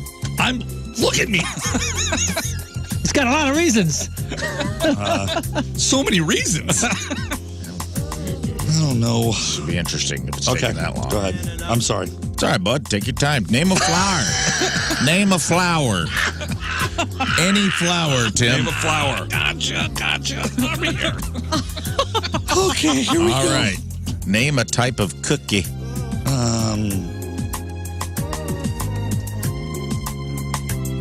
Okay. Okay, all right. I think we got this, dude. We got it, right? Are we going to give away tickets for the right reasons? The reason I think we got it is we never looked at each other or made any kind of connection at all. We just started writing stuff down. You which just is feel a it good from the sign. heart, you know? Felt it from the heart. Moon, count it down. got Here we you. go. All right. Number one, name a kind of doctor. 3, 2, 1. Dentist. Gyno. I said dentist. I dentist. Proctologist was a Scott was thinking gyno, too. He always does. Gyno too. All right. Number two, name something you see in a park. 3, 2, 1. Bench. Oh, man, that's What's great. up, bench That's great. Bench boys. Let's Bench go. Bench boys. Bench boys. What you gonna do? I would think number one answer would be tree. I have swings. Number one answer, I had bench. kids, just based on the last Kids? answers. You, know, Kids. you never heard of a park tree? You sit on a park bench. Come on. Name a reason to skip school. 3, 2, 1. Sleep. What'd you say? Sick. Said Sleeping sick? Sick. sleep. I mean, yeah, I don't go to school. I stay in bed. Okay. Listen, guys, you got to get the next two right. Okay, sorry. Get it together. Let's see, we can do that. I feel You this is gotta- going to be a you good gotta one. get I did too. Right, like I feel. All right, let's do this. Name a flower. 3, 2, 1. Rose. Let's do this, dude. I loved you, man. Listen, I knew I loved you, man. Let's go. Hey, Let's go. settle down, everybody. This is it. Let's go. For the win, name a type of cookie. 3, 2, 1. Chocolate chip. I love it. This is the best day ever. Yeah, boy. Tommy's going to fire you if you didn't win at least one round. So I really did. the stakes are higher than you thought. One more round. Let's go to Steve. Hello, job, Steve. Hey, what's up, guys? All right, Steve, you got Lern or King Scott? Let's go with Lern. Lern. All right, Okay. Steve. And all right, Lern Verge. and Let's Tim. go. Let's make this quick. Okay. Final round. Sorry. Wait, let me see which one of these. I got two left. Which one do I want to do? All right. Name something that smells bad. Yep.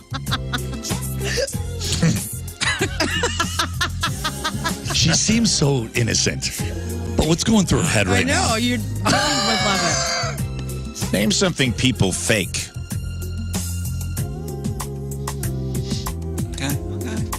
I'm going. Okay. I'm going. Sorry, I almost deleted my whole thing. Name a high school stereotype. Like think Breakfast Club. Name a high school stereotype. Okay. Think Breakfast Club. Name a common tattoo design. Name a common tattoo design. What is Oh. what is the I got it. I got it. I got it. Okay. If you say Marvin the Martian, Tasmanian devil. That's like Clueless. Dude. Oh, okay. Oh, no. A little bit of a. All right. I'd change it. no, you can't change it now. No. Okay. All right, finally, name a brand of cereal. I mean, that's what would be the first? What am I thinking is what you should be thinking. What kind of cereal would I? Or you should be thinking. I know that's what I I'm mean, trying to I think. wrote down what I think you eat every morning. No. Which is this. Put down that trash.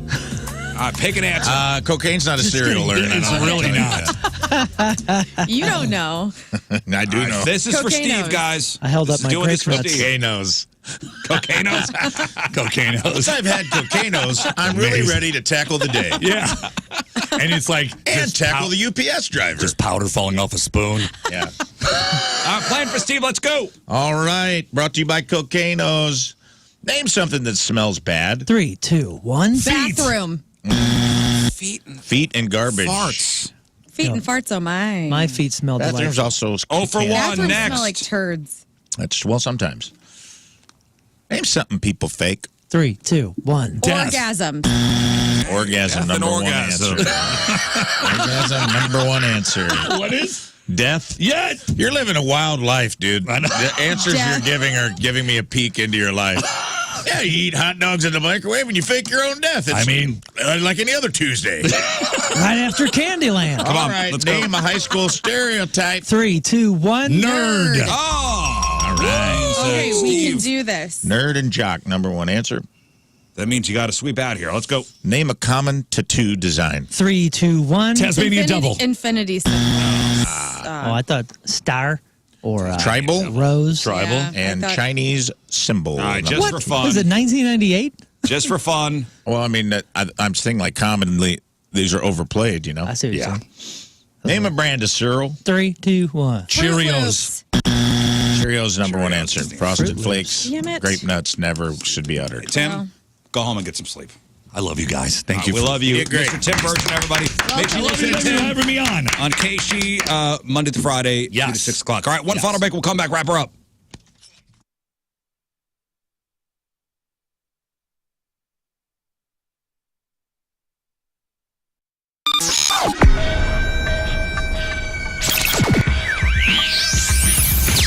It's Riz, it's Jeff Burton backstage at Wayback Point Fest with Vaden and Donnie from the Toadies.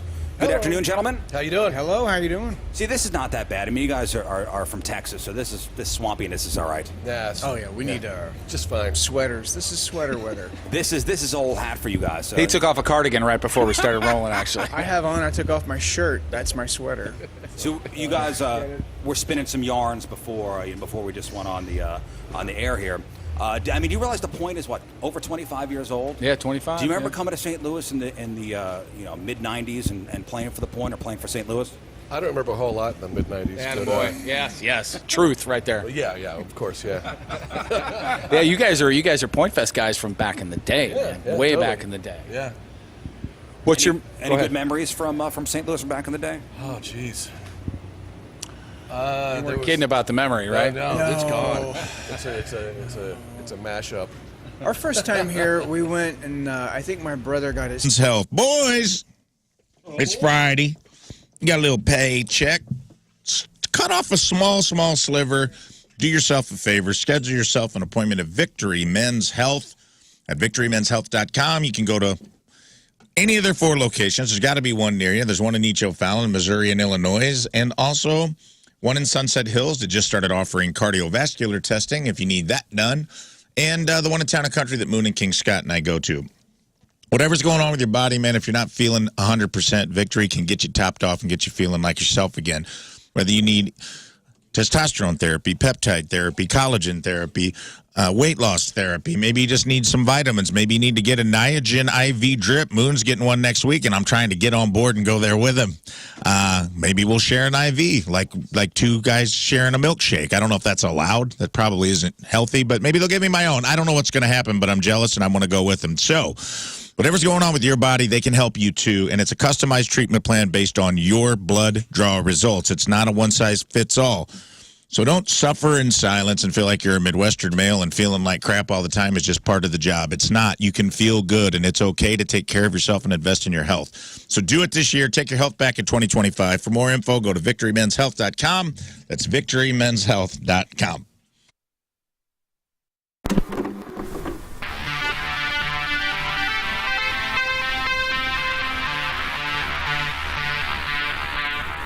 Hey, it's Jeff backstage at Wayback Point Fest in freaking living color. Look at those guys. They're right there. Thank you guys for taking the time to do this. Much appreciated. Let's get this out of the way. I have an amazing story about, and I just told this on the show. I do the morning show. I'm part of the morning show on the Point. A million years ago when you guys were on a tour opening with Rolling Stones.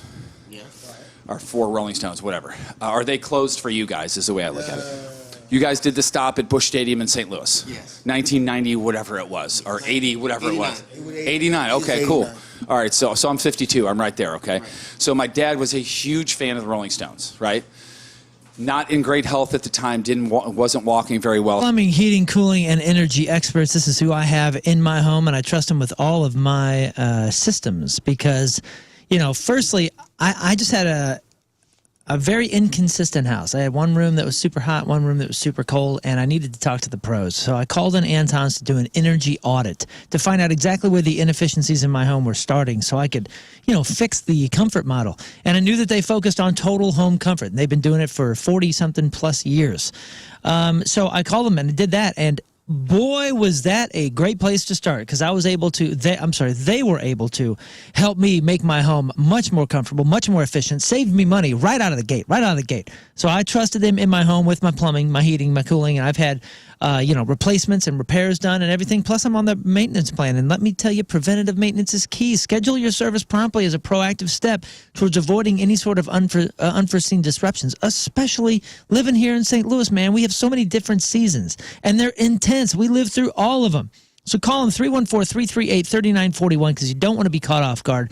And right now they got 48 months, no interest financing on a new HVAC system or plumbing project. Can you beat that? I think not. 4 whole years of comfort and reliability at no extra cost sneaking up on you. AntonsHVAC.com, ANTONSHVAC.com.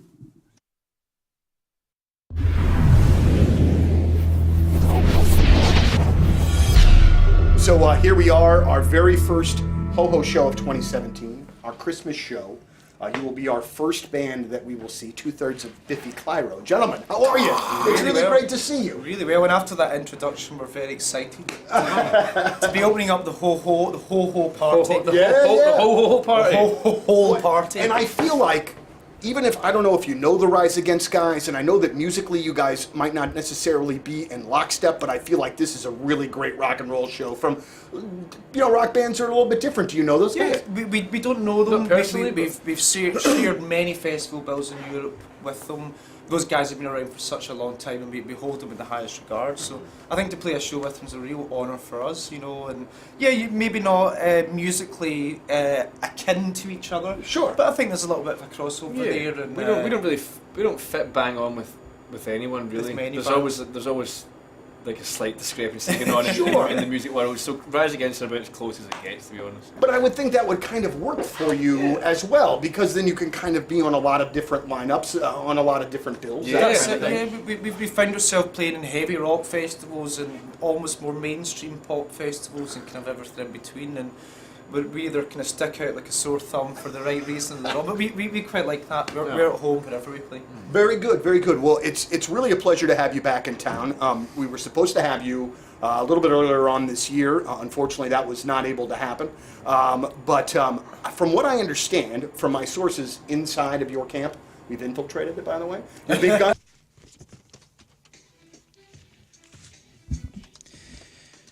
There's a lot of reasons to go to First Community. I mean, one of the main reasons I love First Community is that they have over 40 locations throughout the metro area, so they make it very easy to bank with them, including 18 inside Walmarts, which are open 7 days a week. That's incredible. And plus, if you're out there trying to, you want to improve your kid's life, you want to help your kids learn how to handle money, well, go to First Community, because right now in April, it is Youth Month over at First Community. And this is a great way for kids to learn how to start investing right now when they open up their Blues Youth Savings Account. And it has cool perks for those aspiring hockey players in your life, but really any kid. So if you have a grandkid, or a niece, nephew, whatever, you can open this up for them. And again, they get to learn how to start using money correctly and how to start growing their money. And it's just an incredible way to get them to learn about savings from early on. So swing by any of their 40-plus locations throughout the metro area. Again, First Community makes it easy to bank with them, makes it easy to make your money grow. Go to firstcommunity.com, firstcommunity.com.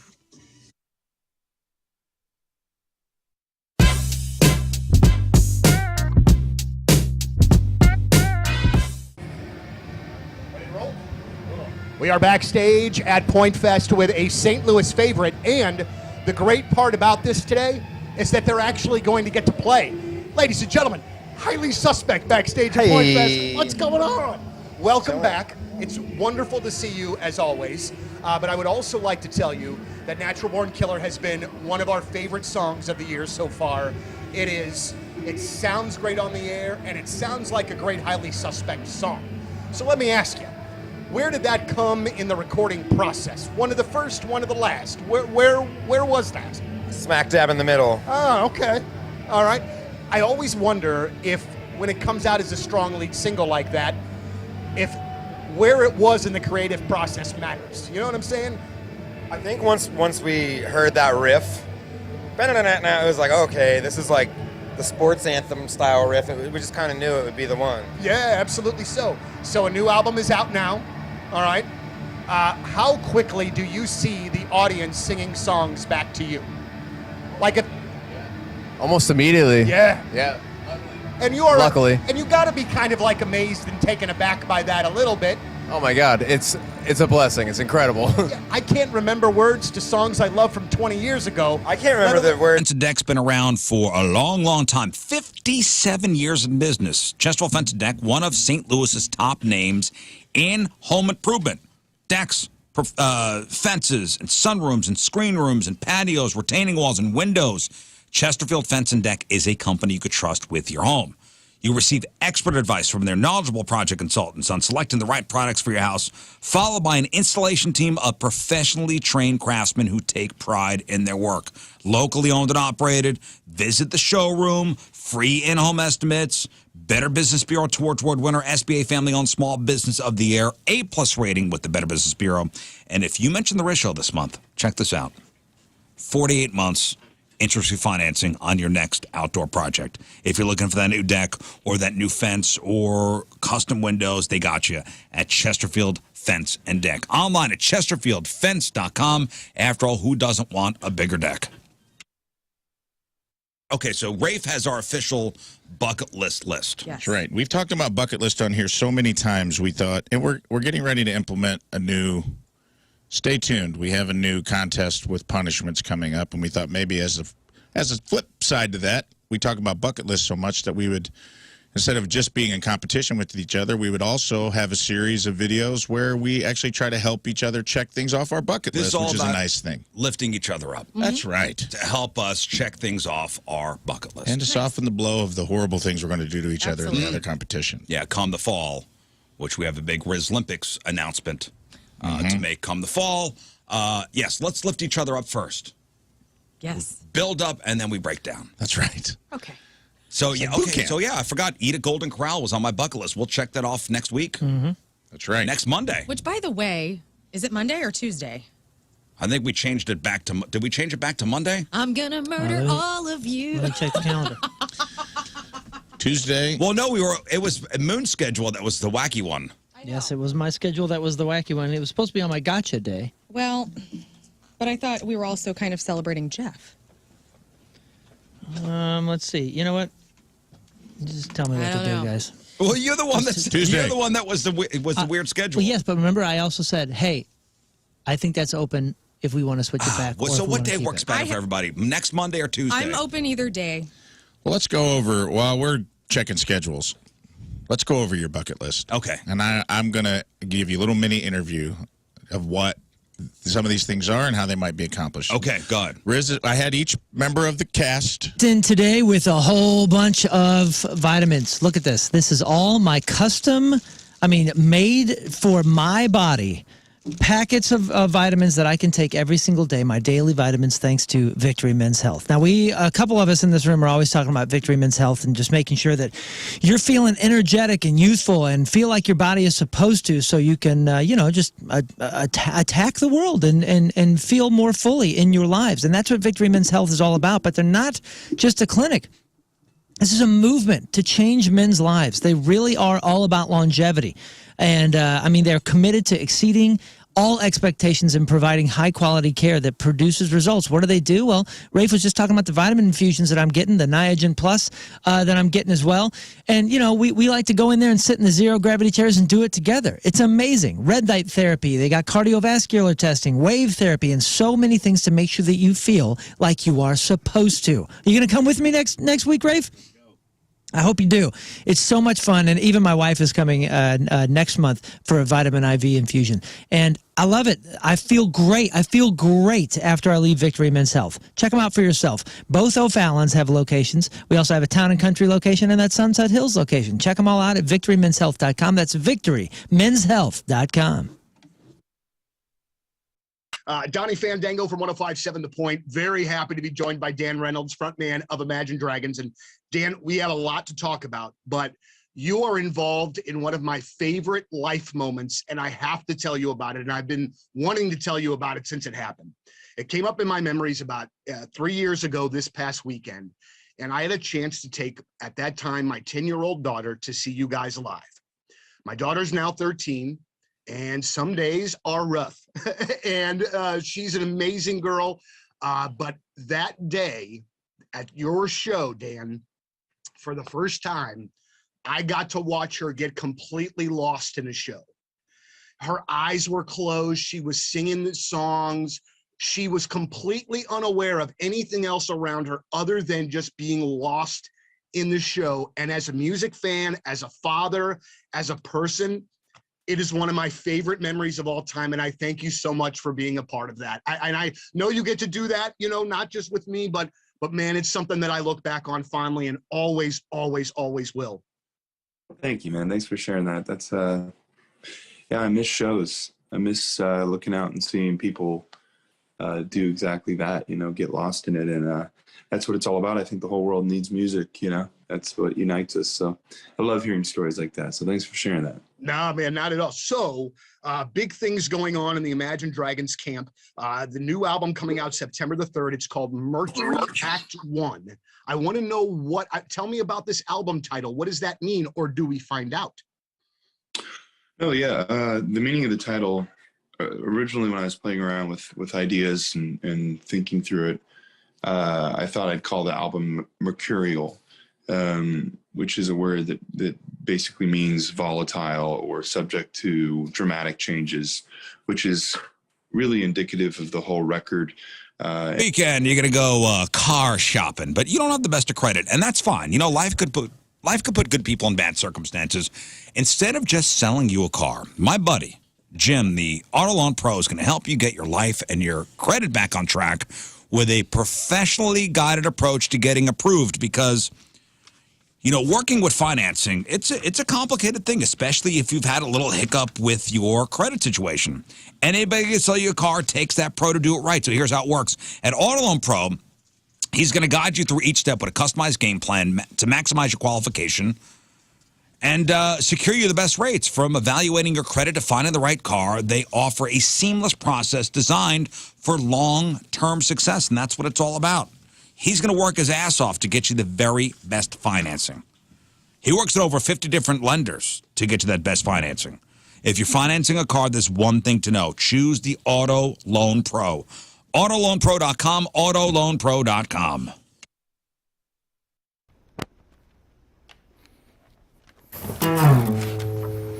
Everywhere you look at me, you can see I'm in a brace.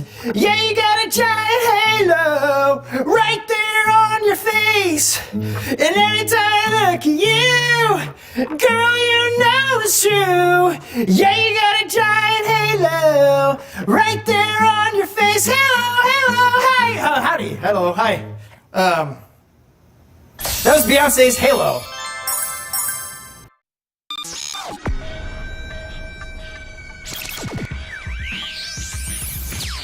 We are backstage at Point Fest, and I am absolutely honored and incredibly nervous, as a matter of fact, to have the pleasure of speaking to Alice in Chains. Gentlemen, thank you so very much. It's really great to see you here today. Why is he nervous? Is he owes money or something? I do not. I do not. You slept with my wife, you son of a bitch. Oh. See, none of those kinds of things other than just your random fanboy saw you in '93 at Lollapalooza, That's all right. all That's of that sort acceptable. of thing, you know? All But good, man. It's really great to have you here. And, you know, one of the things that, in reading about the new record, it seems like the excitement level is more than just kind of like, you know, of course everybody says the nice things when their new album is about to come out. Not everybody.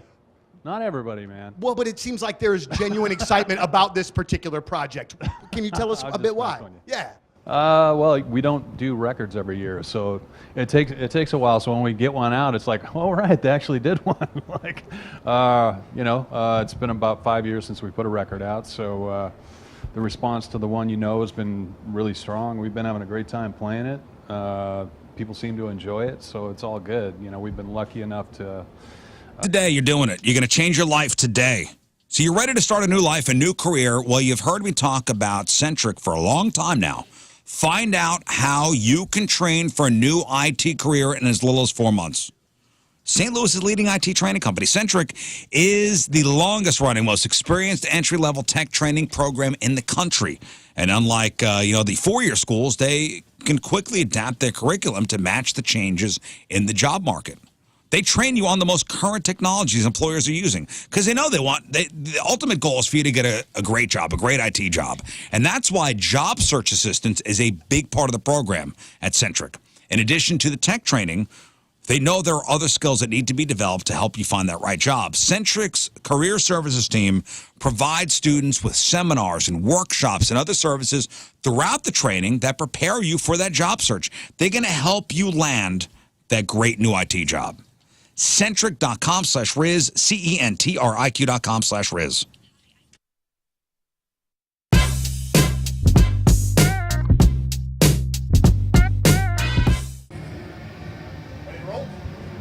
We are backstage at Point Fest with a St. Louis favorite, and the great part about this today is that they're actually going to get to play. Ladies and gentlemen, highly suspect backstage at Point Fest. What's going on? Welcome back. It's wonderful to see you as always, but I would also like to tell you that Natural Born Killer has been one of our favorite songs of the year so far. It sounds great on the air, and it sounds like a great highly suspect song. So let me ask you, where did that come in the recording process? One of the first, one of the last? Where was that? Smack dab in the middle. Oh, okay. All right. I always wonder if, when it comes out as a strong lead single like that, if where it was in the creative process matters. You know what I'm saying? I think once we heard that riff, it was like, okay, this is like the sports anthem style riff. We just kind of knew it would be the one. Yeah, absolutely so. So a new album is out now. All right. How quickly do you see the audience singing songs back to you? Like almost immediately. Yeah. Yeah. And you are luckily, and you got to be kind of like amazed and taken aback by that a little bit. Oh my God, it's a blessing. It's incredible. Yeah, I can't remember words to songs I love from 20 years ago. I can't remember the words to the songs that we wrote, so I struggle. You know, here's like kind of a weird one, and I'm very curious about like little things like this. I was at a show the other night. Pearl Jam was here. They played the Enterprise Center. And you have half of the venue that have phones up and are trying to record the entire show. And then you have the other half that are seemingly annoyed by those that are recording. As a band, do you care? I hate it. You hate it. It's the worst. But let me ask why you hate it. And I hate it because I'm a short guy. Inevitably, somebody in front of me has got it, and then I'm not seeing anything. I'm dancing the entire show. As another short guy, it bugs me too. You know, it's killing the view. Like, I want to see the show. I also wonder who's watching these videos. That's the thing, is like you take a cell phone video, and then what? You listen to it, it sounds terrible. So if you notice recently that your buddies, the Williamses, seem way more happy. There's something going on in that house, and you're wondering why they have a different aura about them. Well, I can tell you what's going on is that their lives just got way happier because after 3 years of inflation and they had debt, which was crushing them, for the first time they finally have the cash to secure their retirement, pay off those bills, and to finally plan their future. And they didn't win the lottery exactly, but they did the next best thing, and that's called the Sell and Stay program from Truehold, and it's easy. Their home's value had rebounded greatly, so they quickly sold to Truehold, and they got the bank all that equity in cash, and since they weren't ready to move, well, they get to stay there with an easy, affordable lease, and Truehold's going to take care of their property taxes, their home insurance, and even those essential home repairs, which is awesome. So Truehold unlocks your wealth without uprooting your life. Now, all you got to do is get a Truehold offer right now where your home value is high. Call 1-855-300-9993 or just visit Truehold.com. The smarter, faster way to cash out your home's value without moving, that's Truehold.com.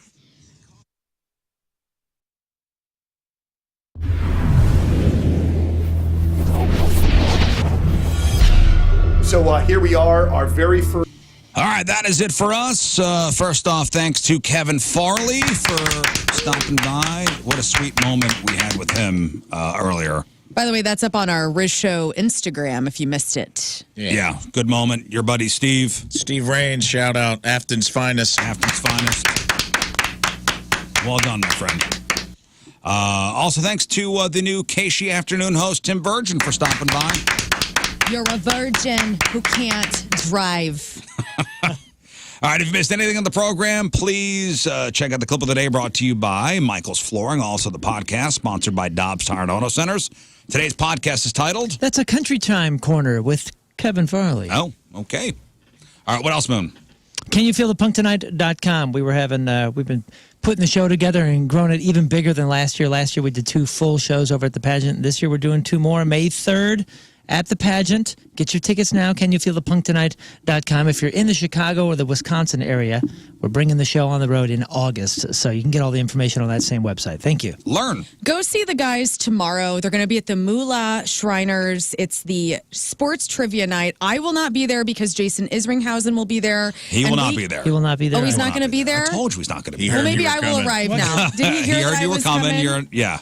Okay. Well, anyway, well, maybe I'll be there now that he won't be there. But the guys will be there, and they're going to be talking sports, and they need your help, so please go see them tomorrow. That's Thanks. right. It's the Moolah Shriners Arab Patrol presents sports trivia tomorrow, and get your tickets, and you can go to our website, all our socials, and get your tickets there. Thank you, Lern. Rafe. Yes, that is me. Big thanks to Steve and Kevin and everybody that came in today. And if you're hankering for some comedy and you're in the Peoria area, April 11th and 12th is the 2 days that old Captain Porksteak's coming up. I'm taking a ferry up the river to Peoria. I'll be at the Jukebox Comedy Club. 2 shows on Friday, or excuse me, 1 show Friday, 2 shows Saturday. Get tickets at jukeboxcomedy.com. Scott. Yes, get your calendars out. May 10th, I'll be over at the City Winery for the big day. I mean, we're going to be out there hanging out for the Mother's Day brunch with the Rizzuto Show, but I'll be playing some jams. And I've heard that over 250 million people want to hear the jams I'm playing. So if you go to King Scott Rules and I get over 250 million people, Yeah. I'll play every song on my social media. So Yeah, bring the moms out. Well, that's true. yeah. All right. Thank you, guys. We leave you with a selection from our Team Riz Member of the Day, brought to you by Hot Shot Sports Bar and Grill. From St. Louis, Katie Engels is our Team Riz Member of the Day. And Katie wants to hear this song. Have a great weekend. We'll see you on Monday. Bye. The Rizzuto Show.